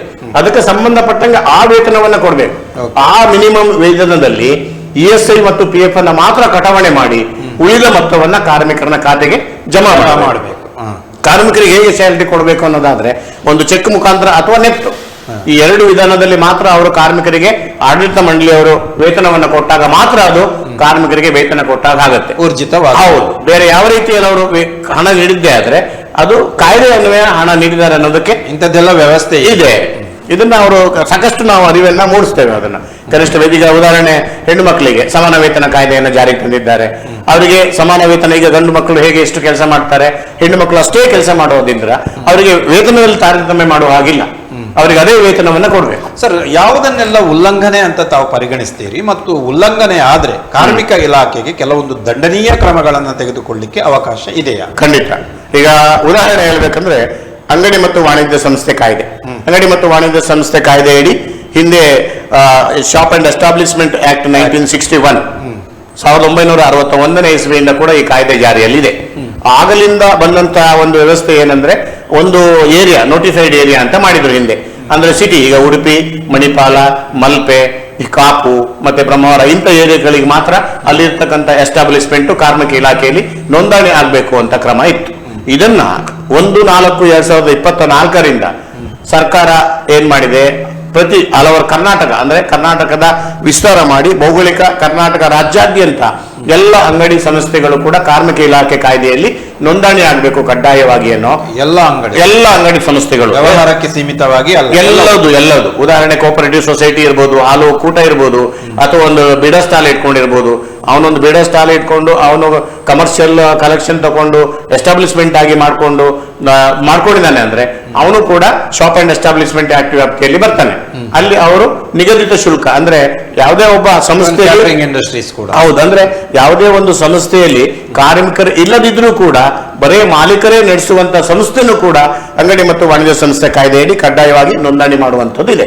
ಸೊ ನೋಂದಣಿ ಮಾಡ್ಕೊಳ್ಬೇಕು. ಅವರಿಗೆ ನಿಗದಿತ ಶುಲ್ಕ ಅಂದ್ರೆ ಈಗ ಯಾವುದೇ ಎಂಪ್ಲಾಯ್ ಇಲ್ಲದೆ ಇದ್ದಾಗ 405 ರೂಪಾಯಿನ ಕಟ್ಟಿ 5 ವರ್ಷದ ಅವಧಿಗೆ ಅವರು ಕಾರ್ಮಿಕ ಇಲಾಖೆಯಲ್ಲಿ ರಿಜಿಸ್ಟರ್ ಮಾಡಬಹುದು. ಆ ನೋಂದಾಯಿತಿ ಆದಾಗ ನಮಗೇನಾಗುತ್ತೆ, ಉಡುಪಿ ಜಿಲ್ಲೆಯಲ್ಲಿ ಎಷ್ಟು ಅಂಗಡಿ ವಾಣಿಜ್ಯ ಸಂಸ್ಥೆಗಳಿದೆ ಅನ್ನೋದನ್ನ ನಾವು ವಾರ್ಷಿಕ ಮಾಹಿತಿಯನ್ನ ಕಾರ್ಮಿಕ ಮಂತ್ರಾಲಯಕ್ಕೆ ಕೊಡ್ತೇವೆ. ಸೊ ಇಲ್ಲಿ ಇಷ್ಟು ಸಂಸ್ಥೆ ನೋಂದಣಿ ಆಗಿದೆ ಅಂತ. ಆ ನಿಟ್ಟಿನಲ್ಲಿ ನಮಗೆ ಅಂದ್ರೆ ಈ ಉಡುಪಿ ಬೆಳಿಲಿಕ್ಕೂ ಕೂಡ ಅವಕಾಶ ಆಗುತ್ತೆ. ಆ ತರ ಒಂದು ವ್ಯವಸ್ಥೆ ಕೂಡ ಅಂದ್ರೆ ಅದನ್ನ ಕಡ್ಡಾಯವಾಗಿ ಮಾಡ್ಕೊಳ್ಬೇಕು. ಕೆಲವರು ನಾವು ಹೋದಾಗ ಎಸ್ಟಾಬ್ಲಿಷ್ಮೆಂಟ್ ಅಲ್ಲಿ ನಮ್ಮಲ್ಲಿ ಯಾರು ಇಲ್ಲ, 1ರಿಂದ 9ರವರೆಗೆ 10 ಜನ ಇದ್ರೆ ಮಾತ್ರ ರಿಜಿಸ್ಟರ್ ಮಾಡೋದು ಇಂಥ ಕೇಳ್ತಾರೆ. ತಪ್ಪು ಮಾಹಿತಿ ಇದೆ ಅವರಿಗೆ. ಎಲ್ಲರೂ ಕೂಡ ಖಂಡಿತ ಮಾಡಲೇಬೇಕು. ಇಲ್ಲವಾದ್ರೆ ಇದು ಕಾನೂನಿನ ಉಲ್ಲಂಘನೆ. ಏನಂದ್ರೆ ನಾವು ಪ್ರಥಮ ಹಂತದಲ್ಲಿ ತಾವು ಕೇಳಿದ್ರಿ ಈಗ ನೀವು ಹೇಗೆ ಕಾನೂನನ್ನ ಪಾಲನೆ ಮಾಡ್ತೀರಿ ಅಂತ. ಸೊ ನಾವು ನಮ್ಮ ಕಾರ್ಮಿಕ ನಿರೀಕ್ಷಕರ ಕೆಲಸ ಏನಂದ್ರೆ ಅಂಗಡಿ ಮತ್ತು ವಾಣಿಜ್ಯ ಸಂಸ್ಥೆಯಲ್ಲಿ ನಾವು ನೋಟಿಫೈಡ್ ಇನ್ಸ್ಪೆಕ್ಟರ್ ನಾವು. ಸೊ ಅಲ್ಲಿ ನಾವು ಸಂಸ್ಥೆಗೆ ಹೋಗ್ತೀವಿ, ಆ ಸಂಸ್ಥೆಯಲ್ಲಿ ನೋಡ್ತೇವೆ ಅದು ವಿತೌಟ್ ಎಂಪ್ಲಾಯ್ ಇದ್ದಾಗ ಅವರಿಗೆ ಈ ಅಂಗಡಿ ಮತ್ತು ವಾಣಿಜ್ಯ ಸಂಸ್ಥೆಯಲ್ಲಿ ನೀವು ಪಾಲನೆ ಮಾಡಿ ರಿಜಿಸ್ಟರ್ ಮಾಡಿ ಅಂತ ಒಂದು ನೋಟಿಸ್ ಅನ್ನು ಕೊಡ್ತೇವೆ. ಆ ನೋಟಿಸ್ ಕೊಟ್ಟಾದ ನಂತರ ಅವರಿಗೆ 7 ದಿನಗಳ ಸಮಯಾವಕಾಶ ಇದೆ ನೋಂದಣಿ ಮಾಡಲಿಕ್ಕೆ. ಅದಾಗಿಯೂ ಕೂಡ ನಾವು 2 ಅಥವಾ 3 ತಿಂಗಳು ಅವರಿಗೆ ತಿಳಿ ಹೇಳ್ತೇವೆ, ಅಥವಾ ಪ್ರತಿ ತಿಂಗಳು ನಮ್ಮ ಸಿಬ್ಬಂದಿಗಳು ಅವರಿಗೆ ದೂರವಾಣಿ ಕರೆ ಮಾಡಿ ಹೇಳ್ತಾರೆ, ಸೊ ನಿಮಗೆ ನೋಟಿಸ್ ಕೊಟ್ಟಿದ್ದೀವಿ ನೋಂದಣಿ ಮಾಡ್ಕೊಳ್ಳಿ ಅಂತ. ಯಾಕಂದ್ರೆ ಅವ್ರು ತಪ್ಪಾಗಿ ಮರೆತು ಹೋಗಿರ್ಬೋದು ಅನ್ನೋ ಉದ್ದೇಶದಿಂದ. ಹಾಗೂ ಕೂಡ ಅವ್ರು ಆಗದೆ ಇದ್ದಾಗ ನಾವೇನು ಮಾಡ್ತೀವಿ, ಮೇಲಾಧಿಕಾರಿಗೆ ನಮ್ಮ ಸಹಾಯಕ ಕಾರ್ಮಿಕ ಆಯುಕ್ತರಿಂದ ಅನುಮತಿಯನ್ನು ಪಡೆದು JMFC ನ್ಯಾಯಾಲಯದಲ್ಲಿ ಮೊಕದ್ದಮೆಯನ್ನು ಹೂಡ್ತೇವೆ. ಸೊ ಅಲ್ಲಿ ಏನು ಮಾಡ್ತಾರೆ, ಅವರಿಗೆ 1,000 ರೂಪಾಯಿನ ದಂಡ ವಿಧಿಸ್ತಾರೆ. ವಕೀಲರ ನೇಮಕ ಮಾಡಿಕೊಂಡು ಕೋರ್ಟ್ ಅನ್ನ ಹೋಗಿ ದಂಡ ಕಟ್ಟಿ ಪುನಃ ಕಾರ್ಮಿಕ ಇಲಾಖೆಯಲ್ಲಿ ಬಂದು ಸಂಸ್ಥೆಯನ್ನ ನೋಂದಣಿ ಮಾಡ್ಕೊಳ್ಬೇಕು. ಸೊ ಇದನ್ನ ತಪ್ಪಿಸ್ಬೇಕು ಅವರಂದ್ರೆ ನೋಂದಣಿ ಮಾಡ್ಕೊಳ್ಳೋದು ಕೇವಲ 405 ರೂಪಾಯಿ ಕಟ್ಟಿದ್ರೆ ವಿತೌಟ್ ಎಂಪ್ಲಾಯಿಗೆ ರಿಜಿಸ್ಟ್ರೇಷನ್ ಆಗಿದೆ. ಆಗಿದೆ ಸಾಕಷ್ಟು. ನಾವು ಈ ನಿಟ್ಟಿನಲ್ಲಿ ನಮ್ಗಂದ್ರೆ ಕೂಡ ಆಗ್ಬೇಕಾಗಿದೆ. ಓಕೆ ಸರ್, ತಾವು ಅಂಬೇಡ್ಕರ್ ಸಹಾಯ ಹಸ್ತ ಮಂಡಳಿಯ ಬಗ್ಗೆ ಒಂದಷ್ಟು ಹೇಳಬಹುದಾ ಅಂತ? ಸರ್, ಅಂಬೇಡ್ಕರ್ ಕಾರ್ಮಿಕ ಸಹಾಯ ಹಸ್ತ ಯೋಜನೆ ಏನಂತ ಹೇಳಿದ್ರೆ, ಈಗ ಸಂಘಟಿತ ಕಾರ್ಮಿಕರಿಗೆ ವಲಯಗಳನ್ನ ಗುರುತಿಸಿದ್ದೀವಿ. ಆಗ್ಲೇ ಹೇಳ್ದಂಗೆ 100ಕ್ಕೂ ಹೆಚ್ಚು ವಲಯಗಳನ್ನ ಈಗ ಆಲ್ರೆಡಿ ಗುರುತಿಸಿದ್ದೀವಿ. ಅಂಥವ್ರಿಗೆ ಅಂಬೇಡ್ಕರ್ ಕಾರ್ಮಿಕ ಸಹಾಯ ಹಸ್ತ ಅಂತ ಹೇಳ್ಬಿಟ್ಟು ಒಂದು ಮಂಡಳಿನೇ ಮಾಡ್ಕೊಂಡಿದ್ದಾರೆ.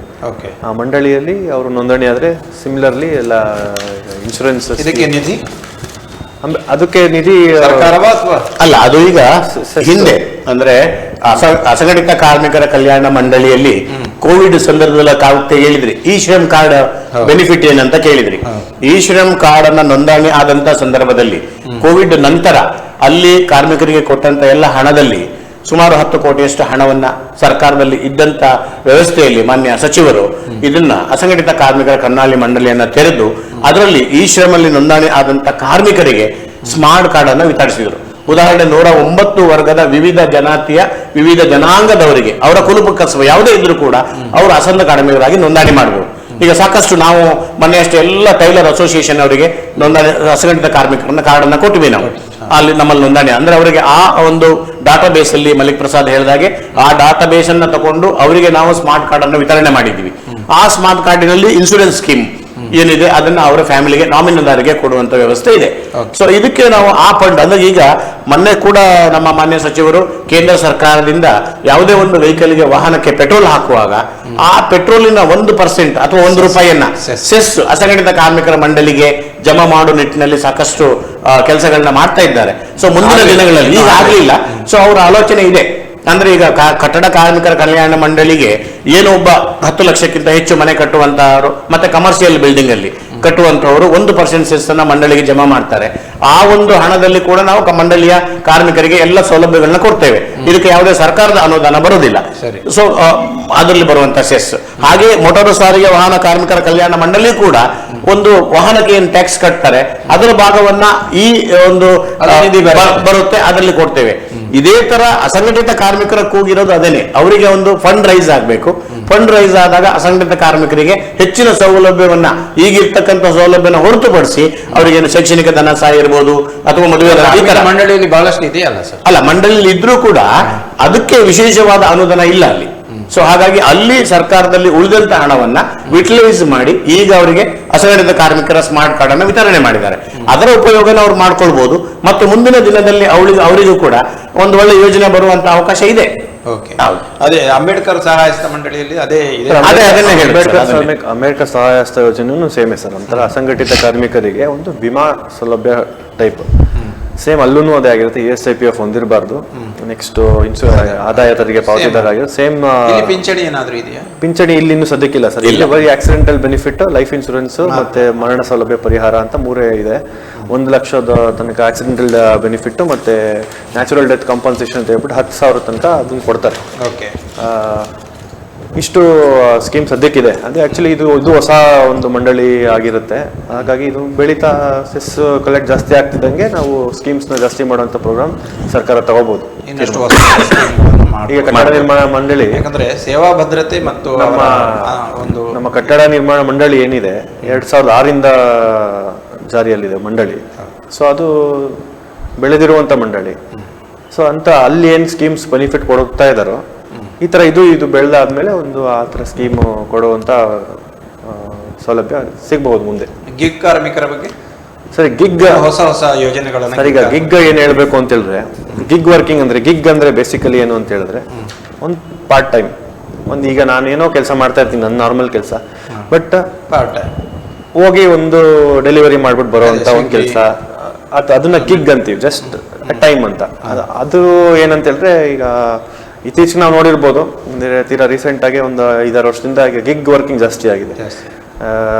ಯುವಜನಕ್ಕೆ ಎಂಪ್ಲಾಯ್ಮೆಂಟ್ ದೊರಕಿಸ್ಕೊಡುವಂತ ಒಂದು ಮೇಜರ್ ಸೆಕ್ಟರ್ ಆಗಿದೆ ಅದೊಂದು. ಈಗ ಏನು ಅವರು ಗಿಗ್ ವರ್ಕಿಂಗ್ ಮಾಡ್ತಾರೆ, ಸ್ವಿಗ್ಗಿ ಆಗಿರ್ಬೋದು, ಝೊಮ್ಯಾಟೊ ಆಗಿರ್ಬೋದು, ಫಾರ್ ಎಕ್ಸಾಂಪಲ್ ಆನ್ಲೈನ್ ಪಾರ್ಟ್ನರ್ಸ್ ಆಗಿರ್ಬೋದು, ಏನೇ ಇ ಕಾಮರ್ಸ್. ಎಸ್, ಅವ್ರನ್ನ ನಾವು ಗುರುತಿಸಿ ಇದೊಂದು ಇನೋವೇಟಿವ್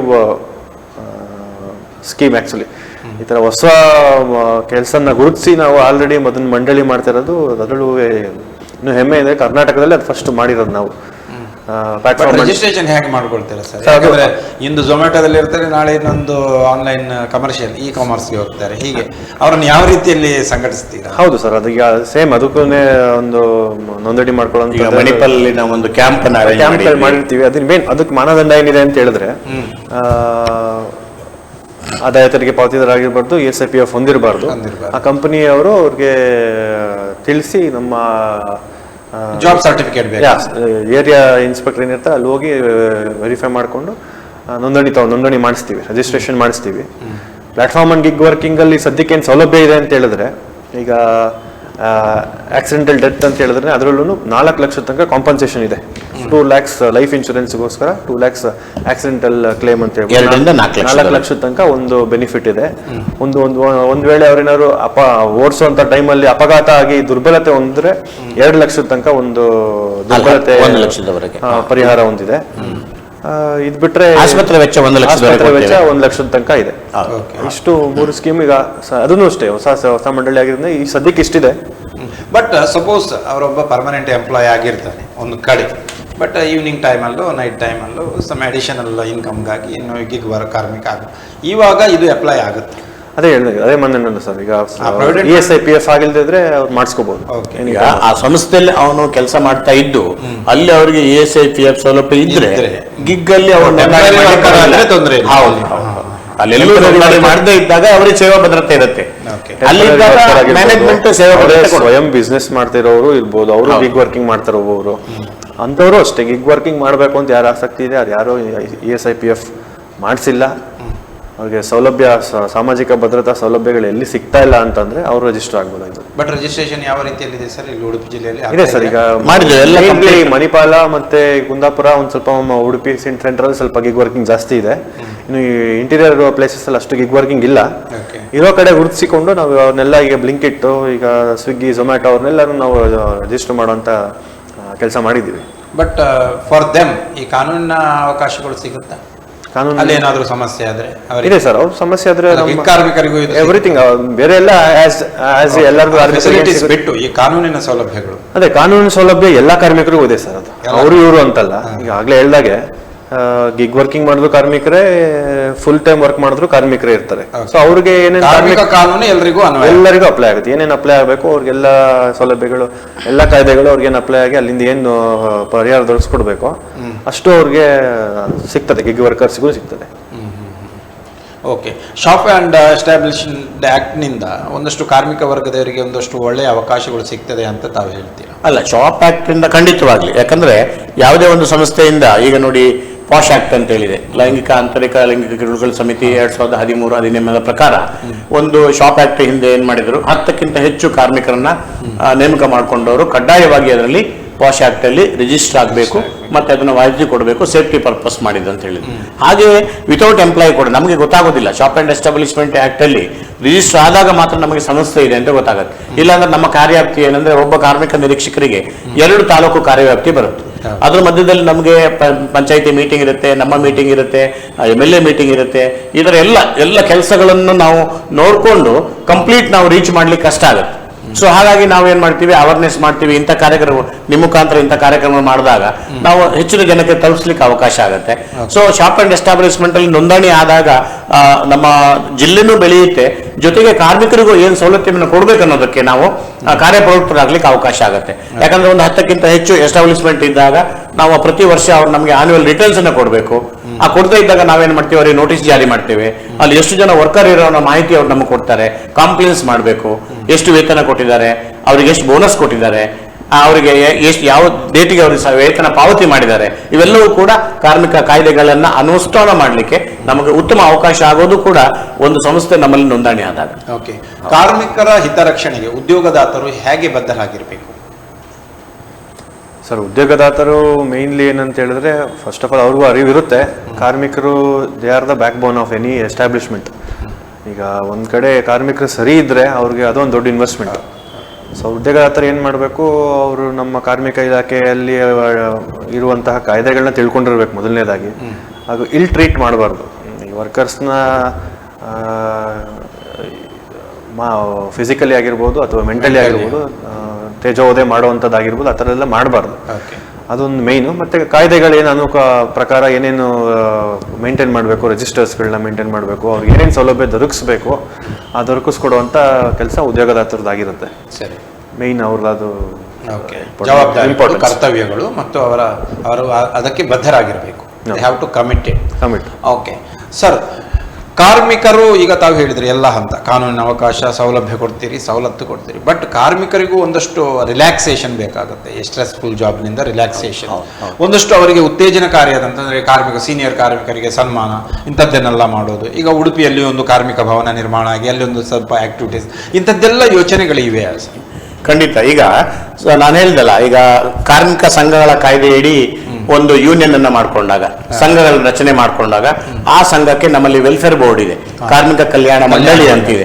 ಆ ಮಂಡಳಿಯಿಂದ ಆ ಸಂಘಕ್ಕೆ 1 ವರ್ಷ ಅವರ ಆ ಒಂದು ಸಂಘಟನೆ ಮಾಡುವಂತದ್ದು, ಕ್ರೀಡಾ ಚಟುವಟಿಕೆ ಇರ್ಬೋದು, ಹೆಲ್ತ್ ಕ್ಯಾಂಪ್ ಮಾಡಬಹುದು, ಸಾರ್ವಜನಿಕ ಒಂದು ಏನಾದ್ರೂ ಅವೇರ್ನೆಸ್ ಮಾಡುವಂತದಕ್ಕೆ 1 ಲಕ್ಷ ರೂಪಾಯಿಯನ್ನ 1 ವರ್ಷಕ್ಕೆ ಒಂದು ಸಂಘಕ್ಕೆ ಕೊಡುವಂತ ವ್ಯವಸ್ಥೆ ಇದೆ.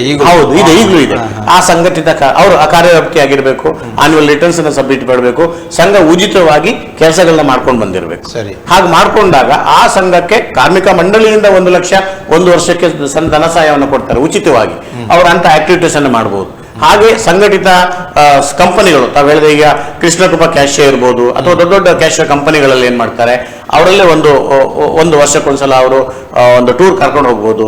ಈಗ ವಿವಿ ಆಗ್ರೋ ಇಂಡಸ್ಟ್ರೀಸ್ ಅಂತಿದೆ, ಅವರು ಗಂಡ ಹೆಂಡತಿ ಇಬ್ರು 24 ಗಂಟೆ ಕಾರ್ಮಿಕರ ಜೊತೆಗೆ ಕೆಲಸ ಮಾಡ್ತಾರೆ. ಕಾರ್ಮಿಕರು ಹೇಗಿದ್ದಾರೆ ಅಂದ್ರೆ ಅವ್ರ ಜೊತೆಗೆ ಅಷ್ಟು ಫ್ರೆಂಡ್ಲಿ ಆಗಿದ್ದಾರೆ. ಮತ್ತು ವರ್ಷಕ್ಕೊಂದು ಸಲ ಅವರೆಲ್ಲ ಸಂಸ್ಥೆಯವರ ಜೊತೆಯಾಗಿ ಇಡೀ 1 ವರ್ಷಕ್ಕೆ ಒಂದು ಊರಿಗೆ ಅವರು ಪ್ರವಾಸ ಕರ್ಕೊಂಡು ಹೋಗುವಂತ ಇರ್ಬೋದು, ಅಥವಾ ಅವ್ರ ಜೊತೆಗೆ ಒಡನಾಟ ಇರುವಂತದ್ದು. ಅದು ತುಂಬಾ ಈ ನಮ್ಮ ದಕ್ಷಿಣ ಕನ್ನಡ, ನಾನು ಬೇರೆ ಕಡೆ ಇಡೀ ಕರ್ನಾಟಕದಾದ್ಯಂತ ನಾನು ಕೆಲಸ ಮಾಡಿದ್ದೇನೆ. ಸೊ ಆದ್ರೂ ನಮ್ಮ ದಕ್ಷಿಣ ಕನ್ನಡದ ಪರವಾಗಿ ಹೇಳೋದೇನೆಂದ್ರೆ, ಇಲ್ಲಿ ಅವನು ಕಾರ್ಮಿಕ, ಇವರು ಮಾಲಕ ಅನ್ನೋ ಡೆಫಿನೇಷನೇ ಇಲ್ಲ. ಸೊ ಅಷ್ಟು ಚೆನ್ನಾಗಿ ಅವರು ಹೊಂದ್ಕೊಂಡು ಕೆಲಸ ಮಾಡ್ತಾರೆ.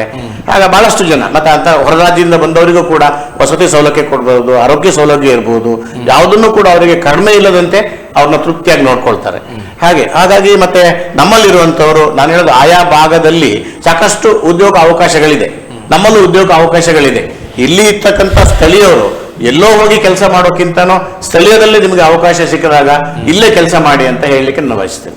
ಓಕೆ, ಅಂದ್ರೆ ಇದೊಂದು ಕೈಗಾರಿಕಾ ಶಾಂತಿಯ ಖಂಡಿತ ಅಂತ ಒಂದಷ್ಟು ಇಲ್ಲ ಅಂದ್ರೆ ಕಾರ್ಮಿಕರಿಗೆ ಕಾರ್ಮಿಕ ಕಾಯ್ದೆಗಳನ್ನ ಪಾಲನೆ ಮಾಡುವಂತದ್ರಲ್ಲಿ ಆಡಳಿತ ವರ್ಗದವರು ನಮ್ಮ ಹಿಂದೆ ಅಂದ್ರೆ ನಮ್ಮ ಹಿಂದೆ ಕಾರ್ಮಿಕ ಅಧಿಕಾರಿಗಳಿದ್ರು, ಕುಮಾರ್ ಬಿಆರ್ ಅಂತೇಳಿ, ಸಾಕಷ್ಟು ಇಲ್ಲಿ 20 ವರ್ಷ ಕೆಲಸ ಮಾಡಿದಂಥವ್ರು. ಅವರು ಪ್ರತಿ ಸಂಸ್ಥೆಗೂ ಕೂಡ ಯಾವ ರೀತಿ ಕಾಯ್ದೆಯನ್ನು ಅನುಷ್ಠಾನ ಮಾಡಬೇಕು ಅಂತ ಹೇಳಿಕೊಟ್ಟಿದ್ದಾರೆ. ಸೊ ಅದ್ರ ನಂತರ ನಾವು ಕೂಡ ಅದೇ ಅವರ ಮಾರ್ಗದರ್ಶನದಲ್ಲಿ, ಈಗಿರ್ತಕ್ಕಂಥ ಕಾರ್ಮಿಕ ಅಧಿಕಾರಿಗಳ ಮಾರ್ಗದರ್ಶನದಲ್ಲಿ ನಾವು ಜಂಟಿ ತಪಾಸಣೆ ಮಾಡ್ತೇವೆ. ಯಾವುದೇ ಒಂದು ಸಮಸ್ಯೆ ಇದ್ದಾಗ, ಒಂದು ಸ್ಕೂಲ್ ಇರ್ಬೋದು, ಇನ್ನೊಂದಿರ್ಬೋದು, ಪೇಮೆಂಟ್ ಆಫ್ ಗ್ರಾಜ್ಯುಟಿ ಆಕ್ಟ್ ಅಲ್ಲಿ ಕೂಡ ಹೊಸ ಕಾನೂನನ್ನು ತಂದಿದ್ದಾರೆ. ಅದರಲ್ಲಿ ಏನಂದ್ರೆ ಯಾವುದೇ ಸಂಸ್ಥೆಯು ಕೂಡ ಒಂದು ಲಾಸ್ ಆಗುತ್ತೆ ಅಥವಾ ಮುಂಚೆ ಪರಿಸ್ಥಿತಿ ಬಂದ್ರೆ ಅದಕ್ಕೆ ಅವರಿಗೆ ಪೇಮೆಂಟ್ ಆಫ್ ಗ್ರಾಜ್ಯುಟಿ ಆಕ್ಟ್ ಅಲ್ಲಿ ಪಾಲಿಸಿನ ಮಾಡಿಕೊಂಡು ಅವಕಾಶ ಇದೆ. ಕಾನೂನಿನ ದುರುಪಯೋಗ, ಹೌದು, ಕಾರ್ಮಿಕ ಕಾನೂನಿನ ದುರುಪಯೋಗ ಆಗುವಂತಹ ಸಾಧ್ಯತೆ, ದುರುಪಯೋಗ ಆದಂತಹ ವ್ಯವಸ್ಥೆಯಲ್ಲಿ ನಮ್ಮಲ್ಲಿ ಅವರು ಅಪ್ಲಿಕೇಶನ್ ಹಾಕ್ತಾರೆ, ನಾವು ಸಂಧಾನ ಸಭೆ ಮಾಡ್ತೇವೆ. ಯಾವುದೇ ಸೌಹಾರ್ದ ಇತ್ಯರ್ಥ ಖಂಡಿತ ನಮ್ಮಲ್ಲಿ ಈಗ ಕನ್ಸುಲೇಷನ್ ಆಫೀಸರ್, ನಮ್ಮ ಕಾರ್ಮಿಕ ಅಧಿಕಾರಿಗಳಿರ್ತಾರೆ, ಅವರ ಮುಖಾಂತರ ಸಂಧಾನ ಸಭೆಗಳು ನಡೆಯುತ್ತೆ. ಸೊ ಅದರಲ್ಲಿ ಅವರು ಸಂಧಾನ ಆಗಿ ಕಾಂಪ್ರಮೈಸ್ ಮಾಡ್ಕೊಂಡಾಗ ಅದನ್ನ ಅಲ್ಲಿಗೆ ಬಗೆಹರಿಸ್ತೇವೆ. ಆಗದೇ ಇದ್ದ ಪಕ್ಷಗ ಅದನ್ನ ಐಡಿ ಅಂತ ಮಾಡಿಕೊಂಡು ಸರ್ಕಾರಕ್ಕೆ ಕಳಿಸ್ತೇವೆ. ಅದು ಲೇಬರ್ ಕೋರ್ಟ್ ಅಲ್ಲಿ ಮತ್ತೆ ಕನ್ಸುಲೇಷನ್ ಆಗುವಂತ ವ್ಯವಸ್ಥೆ ಇದೆ, ಅಲ್ಲಿ ಅದಕ್ಕೆ ಪರಿಹಾರ ಕಂಡುಕೊಳ್ಬಹುದು. ಜುಡಿಷಿಯಲ್ ಆಗಿ, ನಮ್ದು ಸೆಮಿ ಜುಡಿಷಿಯಲ್ ಆಗಿ ನಾವು ಸಂಧಾನ ಸಭೆ ಮಾಡ್ಲಿಕ್ಕೆ ಅವಕಾಶ ಇದೆ.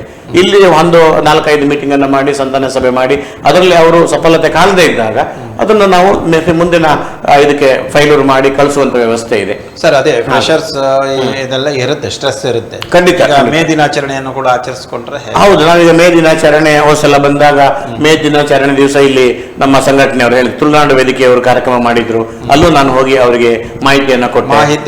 ಹೌದು. ಹಾಗೆ ನಮ್ಮ ಇದರಲ್ಲಿ ಶಂಕರನಾರಾಯಣ ಕನ್ಸ್ಟ್ರಕ್ಷನ್ ಅಲ್ಲಿ ಸುಮಾರು 480 ಜನ ಕಾರ್ಮಿಕರಿಗೆ ನಮ್ಮ ನ್ಯಾಯಾಧೀಶರ ಮುಖಾಂತರ, ಅಂದ್ರೆ ನಮ್ಮ ಇದು ಕಾನೂನು ಸೇವಾ ಪ್ರಾಧಿಕಾರದ ಮುಖಾಂತರ ಜಡ್ಜಿಗಳು ನೇರವಾಗಿ ಅಲ್ಲಿ ಕಾರ್ಖಾನೆಗೆ ಹೋಗಿ ಮಾಹಿತಿ ಕೊಡುವಂತ ಕಾರ್ಯಕ್ರಮ ಮಾಡ್ತೇವೆ. ಕಾರ್ಮಿಕ ಸೇವಾ ಪ್ರಾಧಿಕಾರದಲ್ಲಿ ನಾವು ಸಾಕಷ್ಟು ಅವೇರ್ನೆಸ್ ಮಾಡ್ತೇವೆ. ವರ್ಷಕ್ಕೆ 4-5 ಈಗ ನೋಡಿ, ಮುಂದೆ ಇದೇ ತಿಂಗಳಲ್ಲಿ ನಾವು 12ನೇ ತಾರೀಕು ಜೂನ್ 12ನೇ ತಾರೀಕು ಅಂತಾರಾಷ್ಟ್ರೀಯ ಬಾಲ ಕಾರ್ಮಿಕ ಯೋಜನೆ ದಿನಾಚರಣೆಯನ್ನು ಮಾಡ್ತೇವೆ. ಇದು ಇಡೀ ಜಿಲ್ಲಾದ್ಯಂತ ಎಲ್ಲ ಒಂದು ಅಧಿಕಾರಿಗಳು ಬಂದು ಭಾಗವಹಿಸಿ ಅವತ್ತೊಂದು ಕಾನೂನು ಅರಿವು ಕಾರ್ಯಕ್ರಮವನ್ನು ಹಮ್ಮಿಕೊಳ್ತೇವೆ. ಬಾಲ ಕಾರ್ಮಿಕರನ್ನ ವಿರೋಧಿ ದಿನ ಪತ್ತೆ ಹಚ್ಚುವ ಕಾರ್ಯಕ್ರಮಗಳು. ಬಾಲ ಕಾರ್ಮಿಕರಲ್ಲಿ ನಮ್ಮಲ್ಲಿ ಏನಂದ್ರೆ, ದಕ್ಷಿಣ ಕನ್ನಡ ಭಾಗದಲ್ಲಿ ಯಾವುದೇ ಒಂದು ಪೇರೆಂಟ್ಸ್ ಕೂಡ ತನ್ನ ಮಕ್ಕಳನ್ನ 100ಕ್ಕೆ 100ರಷ್ಟು ಅವರು ಕೆಲಸಕ್ಕೆ ಕಳಿಸೋದಿಲ್ಲ. ಅವರು ವಿದ್ಯಾಭ್ಯಾಸಕ್ಕೆ ಕಳಿಸ್ತಾರೆ. ಮಲಿಕ್ ಪ್ರಸಾದ್ ಹೇಳಿದಾಗೆ 1ರಿಂದ 14 ಮತ್ತು 18ರವರೆಗೂ ಕೂಡ ಯಾವುದೇ ಕಾರ್ಮಿಕರು ಇಲ್ಲಿ ಕಾರ್ಮಿಕರಾಗಿ ಹೋಗುವಂತದ್ದಿಲ್ಲ. ಹೊರ ಜಿಲ್ಲೆಯಿಂದ ಮತ್ತು ಹೊರ ರಾಜ್ಯದಿಂದ ಮಲ್ಪೆಯಲ್ಲಿ ಏನೋ ಒಂದಷ್ಟು ಪತ್ತೆ, ಮಲ್ಪೆಯಲ್ಲಿ ಬರುವಂತದ್ದು ಕೂಡ ಹೊರ ರಾಜ್ಯದ ಕಾರ್ಮಿಕರು. ಅಂದ್ರೆ ಅವ್ರೇನಾಗಿದೆ, ಬೆಳಗ್ಗೆ 5 ಗಂಟೆಗೆ ಎದ್ದು ಮೀನು ಹೆಕ್ಲಿಕ್ಕೆ ಹೋಗ್ತಾರೆ. ಆ ಟೈಮಲ್ಲಿ ಯಾರೂ ಬರೋದಿಲ್ಲ ಅಂತೇಳಿ ಅವ್ರ ಮಕ್ಕಳನ್ನ ಕರ್ಕೊಂಡು ಹೋಗಿ ಮೀನು ಹೆಕ್ಕುವಂಥದ್ದು ಇರ್ಬೋದು, ಅಥವಾ ಮೀನನ್ನ ಕದಿಯುವಂಥದ್ದು ಇರ್ಬೋದು. ಇವೆಲ್ಲ ಇದೆ. ಅದೆಲ್ಲ ನಮಗೆ ಅಂದ್ರೆ ಯಾವುದೇ ಮಾಹಿತಿ 1098 ನಮ್ಮಲ್ಲಿದೆ. 1098 ಕಾರ್ಮಿಕ ಕಾಲ್ ಮಾಡಿ. ಹೌದು, ನಮ್ಮ ಸಹಾಯವಾಣಿ ಇದೆ. ಆ ಸಹಾಯವಾಣಿಗೆ ಅಂತ ಒಂದು ಏನಾದರೂ ಆದಾಗ ಇಲ್ಲಿ ಅದು ನಾವೆಲ್ಲ ಕಡೆ, ಈಗ ಪ್ರತಿ ಶಾಲೆಯಲ್ಲಿ, ಪಂಚಾಯಿತಿಯಲ್ಲಿ, ಪ್ರತಿ ಸಂಸ್ಥೆಯಲ್ಲಿ, ಸರ್ಕಾರಿ ಕಚೇರಿಗಳಲ್ಲೂ ಕೂಡ ಎಲ್ಲ ನಮ್ಮ ಒಂದು ಇಲಾಖೆಯ ಸಹಾಯವಾಣಿ ಸಂಖ್ಯೆಯನ್ನು ಡಿಸ್ಪ್ಲೇ ಮಾಡಿದ್ದೇವೆ. ಸೊ ಅದ್ರ ಮುಖಾಂತರ ನಮಗೆ ದೂರವಾಣಿ ಕರೆ ಬರುತ್ತೆ ಜಿಲ್ಲಾಧಿಕಾರಿಗಳ ಕಚೇರಿಗೆ. ಅದನ್ನು ನಮಗೆ ಅವ್ರು ಕಳಿಸಿದಾಗ ನಾವು ಜಾಯಿಂಟ್ ಇನ್ಸ್ಪೆಕ್ಷನ್ ಬೆಳಿಗ್ಗೆ 5 ಗಂಟೆಗೆ ಹೋಗಿ ನಾವು ಎಲ್ಲ ಟೀಮು, ಇಡೀ ನಮ್ಮ ಉಡುಪಿ ಜಿಲ್ಲೆಯ ಅಧಿಕಾರಿಗಳು, ಸೋಷಿಯಲ್ ವೆಲ್ಫೇರು, ಮಹಿಳಾ ಮಕ್ಕಳ ಕಲ್ಯಾಣ ಇಲಾಖೆ, ಜಿಲ್ಲಾಧಿಕಾರಿಗಳು ಮತ್ತು ಪೊಲೀಸ್ ಇಲಾಖೆ ಎಷ್ಟು ನಾವು 5 ಗಂಟೆಗೆ ಹೋಗಿ ಮಲ್ಪೆ ಬೀಚಲ್ಲಿ ರೈಡ್ ಮಾಡಿದ್ದೇವೆ. ಅವ್ರನ್ನ ಅವೇರ್ನೆಸ್ ಮಾಡಿ ನಮ್ಮ ಮಕ್ಕಳ ಸಹಾಯವಾಣಿ ಕೇಂದ್ರಕ್ಕೆ ಮಕ್ಕಳನ್ನ ಕಳಿಸಿ ಅವರಿಗೆ ಅಲ್ಲಿ ಆಗದೇ ಇದ್ದಾಗ, ಕೆಲಸ ಆಗ್ತಿದ್ದಾಗ ಅವರಲ್ಲೇ ಕಂಟಿನ್ಯೂ ಮಾಡಿ ಅವರಿಗೆ ಬದಲಿ ವ್ಯವಸ್ಥೆ ಮಾಡುವಂತ ವ್ಯವಸ್ಥೆ ಕೂಡ ಇದೆ. ಓಕೆ ಸರ್, ದೇಶದ ಅಭಿವೃದ್ಧಿಯಲ್ಲಿ, ಪ್ರಗತಿಯಲ್ಲಿ, ದೇಶದ ಮುನ್ನಡೆಯಲ್ಲಿ ಕಾರ್ಮಿಕರ ಪಾತ್ರ ಏನು? ಕಾರ್ಮಿಕರ ಕೊಡುಗೆ, ದೇಶದ ಆರ್ಥಿಕತೆಗೆ ಕಾರ್ಮಿಕರ ಕೊಡುಗೆ ಏನು? ಸರ್, ನಾವು ಈಗಾಗಲೇ ಹೇಳ್ದಾಗೆ ಕಾರ್ಮಿಕರು ಒಂದು ಕಡೆ ಹೇಳ್ಬೇಕಂದ್ರೆ ಒಂಥರ ಬೆನ್ನೆಲುಬು ನಮ್ಮ ದೇಶಕ್ಕೆ ಆಗಲಿ ಇರ್ಬೋದು, ಯಾವುದೇ ದೇಶಕ್ಕಾಗಿರ್ಬೋದು. ಅದನ್ನ ನಾವು ಸುಮಾರು ಹಿಸ್ಟ್ರಿಯಿಂದ ತಗೊಂಬಂದ್ರು, ಲೇಬರ್ ಪಾರ್ಟಿ ಅಂತ ಇಂಗ್ಲೆಂಡಲ್ಲಿ ಇದ್ದಿದ್ದು ಅಲ್ಲಿಂದ ತಗೊಂಬಂದ್ರು, ದೇ ಆರ್ ದ ನರ್ವ್ಸ್. ಯಾವುದೇ ಒಂದು ಸಿಟಿ ಆಗಲಿ, ರಾಜ್ಯ ಆಗಲಿ, ದೇಶ ಆಗಲಿ, ಅಲ್ಲಿನ ಒಂದು ನರನಾಡಿಗಳು ಇರ್ತಾರೆ. ಅವರು ಕಾರ್ಮಿಕರು, ಅವ್ರು ಓಡಾಡ್ತಾ ಇರ್ತಾರೆ, ಅವ್ರು ಕೆಲಸ ಮಾಡ್ತಾ ಇದ್ರೇನೆ ಆ ಜಾಗ ಇನ್ಫ್ರಾಸ್ಟ್ರಕ್ಚರ್ ಡೆವಲಪ್ಮೆಂಟ್ ಆಗ್ಲಿಕ್ಕೆ ಏನೇ ಒಂದು ಬಿಲ್ಡಿಂಗ್ ನಿಂತ್ಕೊಂಡಿದೆ ಅಂತಂದ್ರೆ ಅಲ್ಲಿ ಅಷ್ಟು ಜನ ಕಾರ್ಮಿಕರು ಶ್ರಮಿಸಿರ್ತಾರೆ. ಸೊ ಅವ್ರು ಏನಾಗ್ತದೆ, ಅವ್ರ ಕಾಂಟ್ರಿಬ್ಯೂಷನ್ ನಮ್ಮ ದೇಶದ ಆರ್ಥಿಕತೆಗಂತೂ ಬಹಳಷ್ಟಿದೆ. ಅದನ್ನ ನಾವು ಈಗ ನಂಬರ್ಸ್ ಅಲ್ಲಿ ಹೇಳ್ಬೇಕು ಅಂತ ಹೇಳಿದ್ರೆ, ಅಸಂಘಟಿತ ಕಾರ್ಮಿಕರದ್ದೇ ನಾವು ಗುರುತಿಸಿದಂಗೆ 53% GDP ಕಾಂಟ್ರಿಬ್ಯೂಷನ್ ಅವ್ರದ್ದೇ ಇದೆ. ಯಾರು ಅಸಂಘಟಿತ ಕಾರ್ಮಿಕರದ್ದು. ಇನ್ನು ಸುಮಾರು ಎಲ್ಲ ಕಾರ್ಮಿಕರು ಸೇರಿಸ್ಕೊಂಡ್ರೆ ಕಾಂಟ್ರಿಬ್ಯೂಷನ್ ಆರ್ಥಿಕತೆಗಂತೂ ಬಹಳಷ್ಟಿದೆ ಯಾರು ಕಾರ್ಮಿಕರದ್ದು. ಸೊ ಒಂದೇನಂದ್ರೆ ಅವ್ರನ್ನ ನಾವು ಗುರುತಿಸಿ ಅವ್ರನ್ನ ಸೋಷಿಯಲ್ ಸೆಕ್ಯೂರಿಟಿ ಕೊಟ್ಟು, ಅವ್ರಿಗೊಂದು ಗೌರವ ಕೊಟ್ಟು, ಒಂದು ಡಿಗ್ನಿಟಿ ಆಫ್ ಲೇಬರ್ ಅಂತ ಏನಿದೆ, ಈಗ ಬೇರೆ ಕಡೆ ಇರೋ ಥರ ನಮ್ಮಲ್ಲಿ ಆ ಥರ ಡಿಗ್ನಿಟಿ ಆಫ್ ಲೇಬರ್ ಇನ್ನು ನಮ್ಮ ಸಮಾಜದಲ್ಲಿ ಅಷ್ಟಿಲ್ಲ. ಬಟ್ ಆದ್ರೆ ಈಗ ಮಾತ್ರ ಅಪ್ಲೈ ಆಗ್ತದೆ, ಪ್ರಗತಿಯಲ್ಲಿದೆ. White collar job, blue collar apply ಆಗ್ತಾ ಇದೆ. ಈ ಅಸಂಘಟಿತ ವಲಯದಲ್ಲಿ ಯಾವ ಡಿಗ್ನಿಟಿ ಲೇಬರ್ ಅಪ್ಲೈ ಆಗಲಿಲ್ಲ. ಅದೊಂದು ದುರಂತ. ಅದೊಂದು ನಾವು ರೂಢಿಸ್ಕೊಳ್ಬೇಕಾಗಿರುವಂತ ಒಂದು ನಮ್ಮ ಸಮಾಜದಲ್ಲಿ ರೂಢಿಸ್ಕೊಳ್ಬೇಕಾದ ಒಂದು ಅನಿವಾರ್ಯತೆ ಇದೆ. ಒಂದು ಬ್ಲೂ ಕಲರ್ ಜಾಬ್ ಮಾಡಿರ್ಬೋದು, ಯಾವುದೇ ಕೆಲಸ ಮಾಡ್ತಾ ಇದ್ರು ಅವರು ಒಂದು is contributing something for the. ಹೌದು, ಅವ್ರ ಕಾಂಟ್ರಿಬ್ಯೂಷನ್ ಇದ್ದೇ ಇರುತ್ತೆ. ಅವ್ರಿಗೊಂದು ನಾವು ರೆಸ್ಪೆಕ್ಟ್ ಕೊಡ್ಬೇಕಾಗಿರುತ್ತೆ, ಒಂದು ಗೌರವ ಕೊಡ್ಬೇಕಾಗಿರುತ್ತೆ. ಅವ್ರು ಮಾಡೋಂಥ ಕೆಲಸಕ್ಕೆ ನಾವು ಶ್ಲಾಘಿಸಲೇಬೇಕಾಗುತ್ತೆ. ಇದು ಕಾರ್ಮಿಕರಿಗೆ ನಮ್ಮ ದೇಶದ ಮೇಲೆ ಇರುವಂಥ ಒಂದು ಕಾಂಟ್ರಿಬ್ಯೂಷನ್ ನಾವು ಗೌರವಿಸಲೇಬೇಕಾಗುತ್ತೆ. ಅಂದ್ರೆ we have to respect the labour. ಜೈ ಲೇಬರ್ ಅನ್ನುವಂಥ ಘೋಷಣೆಯು ಕೂಡ ಖಂಡಿತ. ಸುಮಾರು ಒಂದು ರೆವಲ್ಯೂಷನ್ಗಳಾಗಿರೋದೇ ನಮ್ಮ ಲೇಬರ್. ಜೈ ಜವಾನ್, ಜೈ ಕಿಸಾನ್, ಜೈ ವಿಜ್ಞಾನ್, ಜೈ ಲೇಬರ್ ಆಗಿ ಲೇಬರ್ ಆಗ್ಲೇಬೇಕಾಗುತ್ತೆ. ಅದನ್ನ ನಾವು ರೂಢಿಸ್ಕೋಬೇಕು. ಆಸ್ ಎ ಕಾಮನ್ ಪೀಪಲ್ ನಾವು ಯಾರೇ ಇದ್ಬೋದು, ಅವರು ನಾವು ಲೇಬರ್ಗೆ ರೆಸ್ಪೆಕ್ಟ್ ಕೊಡುವಂಥದ್ದು ನಾವು ನಮ್ಮ ಸ್ವಇಚ್ಛೆಯಿಂದನೇ ರೂಢಿಸ್ಕೋಬೇಕಾಗುತ್ತೆ. ಓಕೆ ಸರ್, ಕೊನೆಯದಾಗಿ ಕಾರ್ಮಿಕರಿಗೆ ಆತ್ಮವಿಶ್ವಾಸ ಮೂಡಿಸುವಲ್ಲಿ, ಅವರ ಆತ್ಮಬಲವನ್ನು ವೃದ್ಧಿಸುವಲ್ಲಿ ತಮ್ಮ ಕಿವಿ ಮಾತೇನು? ಮಲ್ಲಿಕಾ ಪ್ರಸಾದ್ ಹೇಳಿದಾಗೆ, ಯಾವುದೇ ಒಂದು ಸಂಸ್ಥೆಯ ಮಾಲಕ ಎಷ್ಟೇ ಕೋಟಿ ಹಣವನ್ನು ಹಾಕಿ ಸಂಸ್ಥೆಯನ್ನು ಪ್ರಾರಂಭ ಮಾಡಿದರೂ ಕೂಡ ಕಾರ್ಮಿಕರಿಲ್ಲದೆ ಸಂಸ್ಥೆ ನಡೆಸಲಿಕ್ಕೆ ಆಗೋದೇ ಇಲ್ಲ. ಸೊ ಹಾಗಾಗಿ ಈ ದೇಶದಲ್ಲಿ ಎಲ್ಲ ಒಂದು ಉನ್ನತಿಗೆ ಕಾರಣ ಏನಂದರೆ ಕಾರ್ಮಿಕರೇ. ಹಾಗಾಗಿ ಪ್ರತಿಯೊಬ್ಬರು ಕೂಡ ಕಾರ್ಮಿಕರಿಗೆ ಗೌರವ ಕೊಡಬೇಕು. ಕಾರ್ಮಿಕರಿಂದಲೇ ಎಲ್ಲ. ಯಾಕಂದ್ರೆ ಯಾವುದೇ ಒಂದು ವಿಧಾನಸೌಧ ಸ್ವಚ್ಛ ಆಗಬೇಕಂದ್ರೂ ಕೂಡ ಫಸ್ಟ್ ಕ್ಲೀನ್ ಮಾಡಬೇಕು, ಆವಾಗಲೇ ಅದು ಆ ಒಂದು ಅಂದ ಕಾಣಲಿಕ್ಕೆ ಸಾಧ್ಯ. ಹಾಗಾಗಿ ಪ್ರತಿಯೊಬ್ಬ ಕಾರ್ಮಿಕರಿಗೂ ನಾನು ಈ ಮೂಲಕ ತಿಳಿಸೋದೇನೆಂದರೆ, ಕಾರ್ಮಿಕ ಇಲಾಖೆಯಲ್ಲಿ ಸಾಕಷ್ಟು ಮಂಡಳಿಗಳ ಯೋಜನೆಗಳಿದ್ದಾವೆ, ಕಾರ್ಮಿಕ ಕಾಯ್ದೆಗಳಿದೆ, ಅನುಷ್ಠಾನ ಮಾಡಲಿಕ್ಕೆ ನಾವು ಕಾರ್ಮಿಕ ನಿರೀಕ್ಷಕರಿದ್ದೇವೆ, ಬದ್ಧರಿದ್ದೇವೆ. ದಯಮಾಡಿ ನಮ್ಮ ಇಲಾಖೆಯನ್ನು ಸಂಪರ್ಕಿಸಿ. ಯಾವುದೇ ಸಮಯದಲ್ಲಿ ಸರ್ಕಾರಿಯ ಸಮಯದಲ್ಲಿ ನಮ್ಮ ಇಲಾಖೆಯನ್ನು ಸಂಪರ್ಕಿಸುವ ಮೂಲಕ ಕಾರ್ಮಿಕ ಇಲಾಖೆ ಎಲ್ಲ ಸವಲತ್ತುಗಳನ್ನು ದಯಮಾಡಿ ತಾವು ಪಡ್ಕೊಳ್ಳಿ. ಎಷ್ಟೋ ಜನ ಕಟ್ಟಡ ಕಾರ್ಮಿಕರು ನನ್ನ ಗಮನಕ್ಕೆ ಬಂದ ಹಾಗೆ ಇನ್ನೂ ಕೂಡ ಕಟ್ಟಡ ಕಾರ್ಮಿಕರ ಕಾರ್ಡನ್ನೇ ತಗೊಂಡಿಲ್ಲ, ಅದರಲ್ಲಿರೋ ಸವಲತ್ತುಗಳ ಬಗ್ಗೆ ಅರಿವಿಲ್ಲ. ಸೊ ಇದು ಬಹಳ ಒಂದು ನನಗೆ ನೋವಿನ ವಿಷಯ. ಅಂದರೆ ದಯವಿಟ್ಟು ಇಂಥ ಒಂದು ಸೌಲಭ್ಯವನ್ನು ಯಾವ ಕಾರ್ಮಿಕರು ಅಲ್ಲದಿರೋರು ಪಡ್ಕೊಳ್ಬಾರ್ದು, ನಿಜವಾದ ಕಾರ್ಮಿಕರು ಪಡ್ಕೊಳ್ಬೇಕು. ಹಾಗಾಗಿ ಅಂಥವರು ದಯವಿಟ್ಟು ಕಾರ್ಮಿಕ ಇಲಾಖೆಯನ್ನು ಸಂಪರ್ಕಿಸಿ, ಕಾರ್ಮಿಕ ಸೇವೆ ಕೇಂದ್ರ ಸಂಪರ್ಕಿಸಿ. ನಮ್ಮ ಜಿಲ್ಲಾ ಕಾರ್ಮಿಕ ಕಚೇರಿ ಮಣಿಪಾಲ್ DC ಕಚೇರಿಯಲ್ಲಿದೆ, ಹಾಗೆ ಎಲ್ಲ ತಾಲೂಕುಗಳಲ್ಲೂ ಕೂಡ ನಮ್ಮ ಕಾರ್ಮಿಕ ನಿರೀಕ್ಷಕರ ಕಚೇರಿ ಇದೆ. ಸಂಪರ್ಕಿಸಿ ಕಾರ್ಮಿಕರಿಗೆ ಸವಲತ್ತುಗಳನ್ನು ನಮ್ಮಲ್ಲಿ ಪಡ್ಕೊಳ್ಳುವ ಮುಖಾಂತರ ಕಾರ್ಮಿಕ ಇಲಾಖೆಯ ಸವಲತ್ತುಗಳನ್ನ ತಮಗೆ ಒದಗಿಸುವಲ್ಲಿ ನಾವು ಕೂಡ ಸಿದ್ಧರಿದ್ದೇವೆ ಅಂತೇಳಿ ಹೇಳ್ತಾ ಕಾರ್ಮಿಕರಿಗೆ ಒಳ್ಳೆಯದಾಗಲಿ ಅಂತ ಈ ಮೂಲಕ. ಸರ್, ಒಂದು ಪ್ರಶ್ನೆ, ತಾವು ಅರ್ಹ ಕಾರ್ಮಿಕರು ಅಂತ ಹೇಳಿದ್ರ, ಈ ಅನರ್ಹ ಕಾರ್ಮಿಕರು ಅಂತ ಒಂದಷ್ಟು ಗುರುತಿಸಿದ್ದೀರಲ್ಲ ಹಿಂದೆ? ಅಲ್ಲ, ಅಂದ್ರೆ ಏನಾಗುತ್ತೆ, ಕೆಲವೊಂದು ಈ ಅನರ್ಹರು ಕೂಡ ಅಂದ್ರೆ ಉಡುಪಿ ಜಿಲ್ಲೆಯಲ್ಲಿ ಒಟ್ಟು ನಮ್ಮಲ್ಲಿ ನೋಂದಣಿ ಆಗಿರೋದು 80,000 ಕಟ್ಟಡ ಕಾರ್ಮಿಕರ ಕಾರ್ಡ್ಗಳು. ಆ 80,000 ಕಟ್ಟಡ ಕಾರ್ಮಿಕರ ಕಾರ್ಡಲ್ಲಿ ಜಿಲ್ಲಾವಾರು ನಾವು ತಗೊಂಡಾಗ ಸಾಕಷ್ಟು ನಮಗೆ ಹಿಂದೆ ಏನಾಗಿತ್ತು, ಕೋವಿಡ್ ನಂತರದಲ್ಲಿ ಎಲ್ಲ ಮನೆಯಲ್ಲಿರೋರು, ಟೈಲರ್ ಇರ್ಬೋದು, ಸುಮ್ಮನೆ ಕೂತವ್ರು ಇರ್ಬೋದು, ಓದಿದವನು ಓದಿರೋನು ಎಲ್ಲರೂ ಕೂಡ ಕಟ್ಟಡ ಕಾರ್ಮಿಕರ ಕಾರ್ಡನ್ನು ಅಪ್ಲೈ ಮಾಡಿಬಿಟ್ರು. ಸೊ ಅವಾಗ ಮಾನ್ಯ ಕಾರ್ಮಿಕ ಸಚಿವರು ಸಂತೋಷ್ ಲಾಡ್ ಅವರು ಸರ್ಕಾರ ಈಗ ಹಿಂದೆ ಇದ್ದಕ್ಕಂಥ ಸಚಿವರು ಇದನ್ನ ಯಾವಾಗ ಅವರು ಕಾರ್ಮಿಕ ಸಚಿವರಾದ ನಂತರ ಅವರು ಮಾಡಿದ್ದು ಮೊದಲನ ಕೆಲಸ ಏನಂದ್ರೆ ನಮ್ಗೆಲ್ಲರಿಗೂ ಕೂಡ ಅನರ್ಹ ಕಾರ್ಮಿಕರನ್ನ ಫಸ್ಟ್ ರದ್ದು ಮಾಡಿ. ಸೊ ಆ ನಿಟ್ಟಿನಲ್ಲಿ ನಾವು ಹೆಚ್ಚು ಕಾರ್ಯಪ್ರವೃತ್ತರಾಗಿ ನಿಜವಾದ ಕಾರ್ಮಿಕರನ್ನ ಗುರುತಿಸುವಲ್ಲಿ ನಾವು ಸಾಕಷ್ಟು ಕೆಲಸ ಮಾಡಿದ್ದೇವೆ. ಈಗ ಅದು ಯಶಸ್ವಿಯಾಗಿದೆ, ಎಲ್ಲವೂ ಕ್ಲಿಯರ್ ಆಗಿದೆ. ಖಂಡಿತ ಅರ್ಹತೆಯಲ್ಲಿ ಅದೊಂದ್ಕೊಂಡು ಆಡ್ ಮಾಡೋದಾದ್ರೆ ಸರ್, ಅರ್ಹತೆಯಲ್ಲಿ ಈಗ ಏನಾಗುತ್ತೆ, ಕಾರ್ಡ್ ಮಾಡಿಸಿರ್ತಾರೆ. ಈಗ ನಾನು ಕೆಲಸ ಮಾಡ್ತಾ ಇರ್ತೀನಿ, ನಾನು ಕಾರ್ಡ್ ಮಾಡಿಸಿದ್ದೀನಿ, ಆ ನಮ್ಮ ಅರ್ಹತೆ ಮಾನದಂಡ ಏನಿದೆ, ಇಂದಿನ 1 ವರ್ಷದಲ್ಲಿ 90 ದಿನ ಮಾಡಿರ್ಬೇಕು ಅಂತ ಇರುತ್ತೆ. ಮುಂಚೆ ಕಾರ್ಡ್ ಮಾಡಿಸಿರೋನು ಈಗ ಕೆಲಸ ಮಾಡದೇ ಇರ್ಬೋದು, ಅವನು ಅನರ್ಹಕ್ಕೆ ಬರ್ತಾನೆ. ಅಂತವ್ರು ಅಷ್ಟೇ, ನಾನು ಕೆಲಸ ಮಾಡಿಲ್ಲ ಅಂತಂದ್ರೆ ಆ ಕಾರ್ಡ್ನ ಸರೆಂಡರ್ ಮಾಡೋದಾಗಿರ್ಬೋದು, ಅದನ್ನ ಕ್ಲೋಸ್ ಮಾಡಿಸೋದಾಗಿರ್ಬೋದು ಮಾಡಬೇಕಾಗ್ತದೆ. ಯಾಕೆಂದ್ರೆ ನಿಜವಾದ ಕಟ್ಟಡ ಕಾರ್ಮಿಕರು ಯಾರು ಕೆಲಸ ಮಾಡ್ತಾರೆ ಅವ್ರಿಗೆ ಸೌಲಭ್ಯ ದೊರಕಬೇಕು ಅಂದ್ರೆ ಈ ತರ ಅನರ್ಹ ಸ್ವಯಂ ಪ್ರೇರಿತವಾಗಿ ಅವರು ಅದನ್ನ ಕ್ಲೋಸ್ ಮಾಡಬೇಕು. ಇದು ಮುಖ್ಯ. ಹೆಚ್ಚಿನ ಜನರು ನಾನು ಒಮ್ಮೆ ಮಾಡಿದ್ದೇನೆ ಅಲ್ಲಿ ಮಾಡಿ ಬಿಟ್ಬಿಟ್ರೆ ಅದು ಹಂಗೆ ಇರ್ತದೆ. ಬಟ್ ಆದ್ರೆ ಸೌಲಭ್ಯಗಳು ದೊರಕಲ್ಲ. ನಾವು ಸ್ಥಳ ಪರಿಶೀಲನೆ ಮಾಡಿ ನಾವು ಸ್ವಯಂ ಪ್ರೇರಿತರಾಗಿ ನಾನು ಅನರ್ಹ ಅಂತ ನನ್ಗೆ ಗೊತ್ತಾದ್ರೆ ನಾನು ಅದನ್ನ ಕ್ಲೋಸ್ ಸಿಟಿಸನ್ ರೆಸ್ಪಾನ್ಸಿಬಿಲಿಟಿ ಏನಿದೆ ಅವರು ತೋರಿಸಬೇಕಾಗುತ್ತೆ ಸರ್ ಕಾರ್ಮಿಕರು. ನಾಗರಿಕರ ಒಂದು ಪ್ರಜ್ಞೆ ಏನಿದೆ ಅದನ್ನ ಇಲ್ಲಿ ಅಳವಡಿಸಿಕೊಳ್ಬೇಕು ಅಂತ ತಾವು ಹೇಳಿದ್ರಿ. ಕೊನೆಯದಾಗಿ ಏನ್ ತಾವು ಹೇಳಲಿಕ್ಕೆ ಕಾರ್ಮಿಕರಿಗೆ? ಅದೇ ಸರ್, ಮೇನ್ಲಿ ಕಾರ್ಮಿಕರಿಗೆ ಏನು ಹೇಳಬೇಕು ಅಂತಿದ್ದೀನಿ ಅಂದರೆ, ಈಗ ನಮ್ಮಲ್ಲಿ ಇಷ್ಟು ಸೌಲಭ್ಯಗಳಿರೋದ್ರ ಬಗ್ಗೆ ಆಗಿರ್ಬೋದು, ನಮ್ಮ ಕಾಯ್ದೆಗಳ ಬಗ್ಗೆ ಆಗಿರ್ಬೋದು, ಈ ಸಮಯದಲ್ಲಿ ಏನು ಹೇಳೋಕ್ಕಾಗುತ್ತೋ ಅಷ್ಟು ನಾವು ಹೇಳಿದ್ದೀವಿ. ಇದನ್ನೆಲ್ಲ ನೀವು ರೂಢಿಸ್ಕೊಳ್ಳೋದಾಗಿರ್ಬೋದು, ಒಂದು ಉದ್ಯೋಗ ರೂಢಿಸ್ಕೋಬೇಕಾಗತ್ತೆ. ಒಂದು ಕಾರ್ಮಿಕರು ಅದನ್ನು ಅಳವಡಿಸ್ಕೊಂಡು ಅದ್ರ ಬಗ್ಗೆ ತಿಳುವಳಿಕೆ ಪಡ್ಕೊಂಡು ಅದರ ಸೌಲಭ್ಯಗಳು ಪಡ್ಕೊಳ್ಳೋಕ್ಕೆ ಸದಾ ನಾವು ಕಾರ್ಮಿಕ ಇಲಾಖೆ ನಿರೀಕ್ಷಕರಾಗಿರ್ಬೋದು, ಅಧಿಕಾರಿಗಳಾಗಿರ್ಬೋದು ಸದಾ ನಿಮ್ಮೊಂದಿಗೆ ಇರ್ತೀವಿ. ಕಾರ್ಮಿಕರಲ್ಲಿ ಒಂದಷ್ಟು ಕೀಳರಿಮೆ ಇದೆ, ಮತ್ತೆ ಪೂರ್ವಗ್ರಹ ಪೀಡಿತ ಮನಸ್ಸಿದೆ, ಪ್ರಿಜುಡೀಸ್ ಇಟ್ಕೊಳ್ಳುವಂತ ನೆಸೆಸಿಟಿನೇ ಇಲ್ಲ. ಯಾರೇ ಆದ್ರೂ ಮುಕ್ತವಾಗಿ ನಮ್ಮನ್ನ ಬಂದು ಭೇಟಿ ಆಗ್ಬೋದು. ಅಂಡ್ ನಾವು ಅದಕ್ಕೆ ನಮ್ಮ ಕಡೆಯಿಂದ ಏನು ಸಾಧ್ಯತೆ ಇದೆಯೋ ಅಷ್ಟು ಕಾನೂನು ಮಿತಿಯಲ್ಲಿ ಸಾಧ್ಯತೆ ಇರೋಷ್ಟು ನಾವು ಪರಿಹಾರವನ್ನು ಕೊಡೋಕ್ಕೆ ನಾವು ಯಾವಾಗಲೂ ಪ್ರಯತ್ನ ಮಾಡ್ತಿರ್ತೀವಿ ಅಂತ ಹೇಳ್ಬಿಟ್ಟು, ಪ್ಲಸ್ ಇಷ್ಟೊತ್ತು ಮಾತಾಡಕ್ಕೆ ಅವಕಾಶ ಕೊಟ್ಟಿದ್ದಕ್ಕೆ ನಿಮ್ಮ ಚಾನೆಲ್ ಅವ್ರಿಗೂ, ಚಾನೆಲ್ ಅವ್ರಿಗೂ ಧನ್ಯವಾದ ತಿಳಿಸ್ತೇನೆ. ಅಂದ್ರೆ ಇದೊಂದು ಕಾರ್ಮಿಕ ಫ್ರೆಂಡ್ಲಿ ಇಲಾಖೆ, ಪೀಪಲ್ ಫ್ರೆಂಡ್ಲಿ ಇಲಾಖೆ. ಹೌದು ಸರ್, ಕಾರ್ಮಿಕ ಸ್ನೇಹ ಇಲಾಖೆ. ಓಕೆ ಸರಿ. ಕಾರ್ಯಕ್ರಮದಲ್ಲಿ ಭಾಗವಹಿಸಿದಂತಹ ಮಾನ್ಯ ವಿಜಯೇಂದ್ರ ಹಾಗೆಯೇ ಮಾನ್ಯ ಮಲಿಕ್ ಪ್ರಸಾದ್ ರವರೇ, ತಾವು ಕಾರ್ಮಿಕ ಇಲಾಖೆಯ ಎಲ್ಲ ಸವಲತ್ತುಗಳು, ಸೌಲಭ್ಯಗಳು, ಕಾನೂನಿನ ಕಾರ್ಮಿಕರಿಗೆ ಅನ್ವಯವಾಗುವಂತಹ ಕಾನೂನುಗಳು ಮತ್ತು ಹೆಚ್ಚುವರಿ ಸೌಲಭ್ಯಗಳ ಬಗ್ಗೆಯೂ ಕೂಡ ತಾವು ತಿಳಿ ಹೇಳಿದ್ದೀರಾ.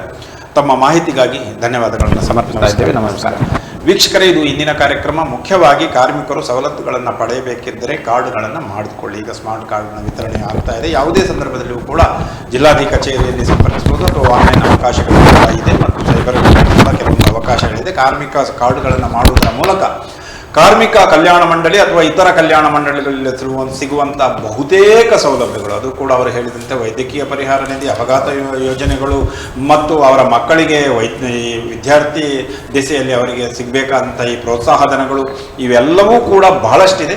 ಅದನ್ನು ಪಡೆದುಕೊಳ್ಳುವಲ್ಲಿ ತಾವು ಒಂದಷ್ಟು ಆಕ್ಟಿವ್ ಆಗಬೇಕಷ್ಟೇ. ಅದರ ಮೂಲಕವಾಗಿ ತಮ್ಮ ಭವಿಷ್ಯವನ್ನು ರೂಪಿಸಿಕೊಳ್ಳಿ. ತಮ್ಮ ಭವಿಷ್ಯ ರೂಪಣೆಗಾಗಿ ಕಾರ್ಮಿಕ ಇಲಾಖೆ ಸದಾ ಸನ್ನದ್ಧವಾಗಿದೆ, ಸಿದ್ಧವಾಗಿದೆ. ತಾವು ಬಳಸಿಕೊಳ್ಳುವುದರಲ್ಲಿ ಹಿಂದೇಟು ಹಾಕಬೇಡಿ. ಮುಂದೆ ಬನ್ನಿ, ಕಾರ್ಮಿಕ ಇಲಾಖೆಯೊಂದಿಗೆ ನಿರಂತರವಾಗಿ ಸಂಪರ್ಕದಲ್ಲಿ ಇಟ್ಟುಕೊಂಡು ಸಿಗುವಂತಹ ಸವಲತ್ತುಗಳನ್ನು ಪಡೆದುಕೊಳ್ಳಿ ಅನ್ನುವಂಥ ಮನವಿಯನ್ನು ಮಾಡಿಕೊಳ್ತಾ ಕಾರ್ಯಕ್ರಮವನ್ನು ಮುಗಿಸ್ತಾ ಇದ್ದೇವೆ. ಕಾರ್ಮಿಕರೇ ಈ ದೇಶದ ಆಸ್ತಿ, ಈ ದೇಶದ ಶಕ್ತಿ. ಇದನ್ನು ಪರಿಗಣಿಸಿ ತಾವು ತಮ್ಮ ಸವಲತ್ತುಗಳನ್ನು ಪಡೆದು ಸಮಾಜ ನಿರ್ಮಾಣದಲ್ಲಿ ಮುಂದುವರಿಯಿರಿ, ದೇಶ ಕಟ್ಟುವಲ್ಲಿ ತಮ್ಮ ಕೊಡುಗೆಯನ್ನು ನೀಡಿ ಅನ್ನುವಂಥ ಮನವಿಯನ್ನು ಮಾಡಿಕೊಳ್ಳುತ್ತಾ ಕಾರ್ಯಕ್ರಮವನ್ನು ಮುಗಿಸ್ತಾ ಇದ್ದೇವೆ. ಮತ್ತೆ ಭೇಟಿಯಾಗೋಣ ಮುಂದಿನ ವಾರ. ಅಲ್ಲಿವರೆಗೆ ನಮಸ್ಕಾರ, ಧನ್ಯವಾದ.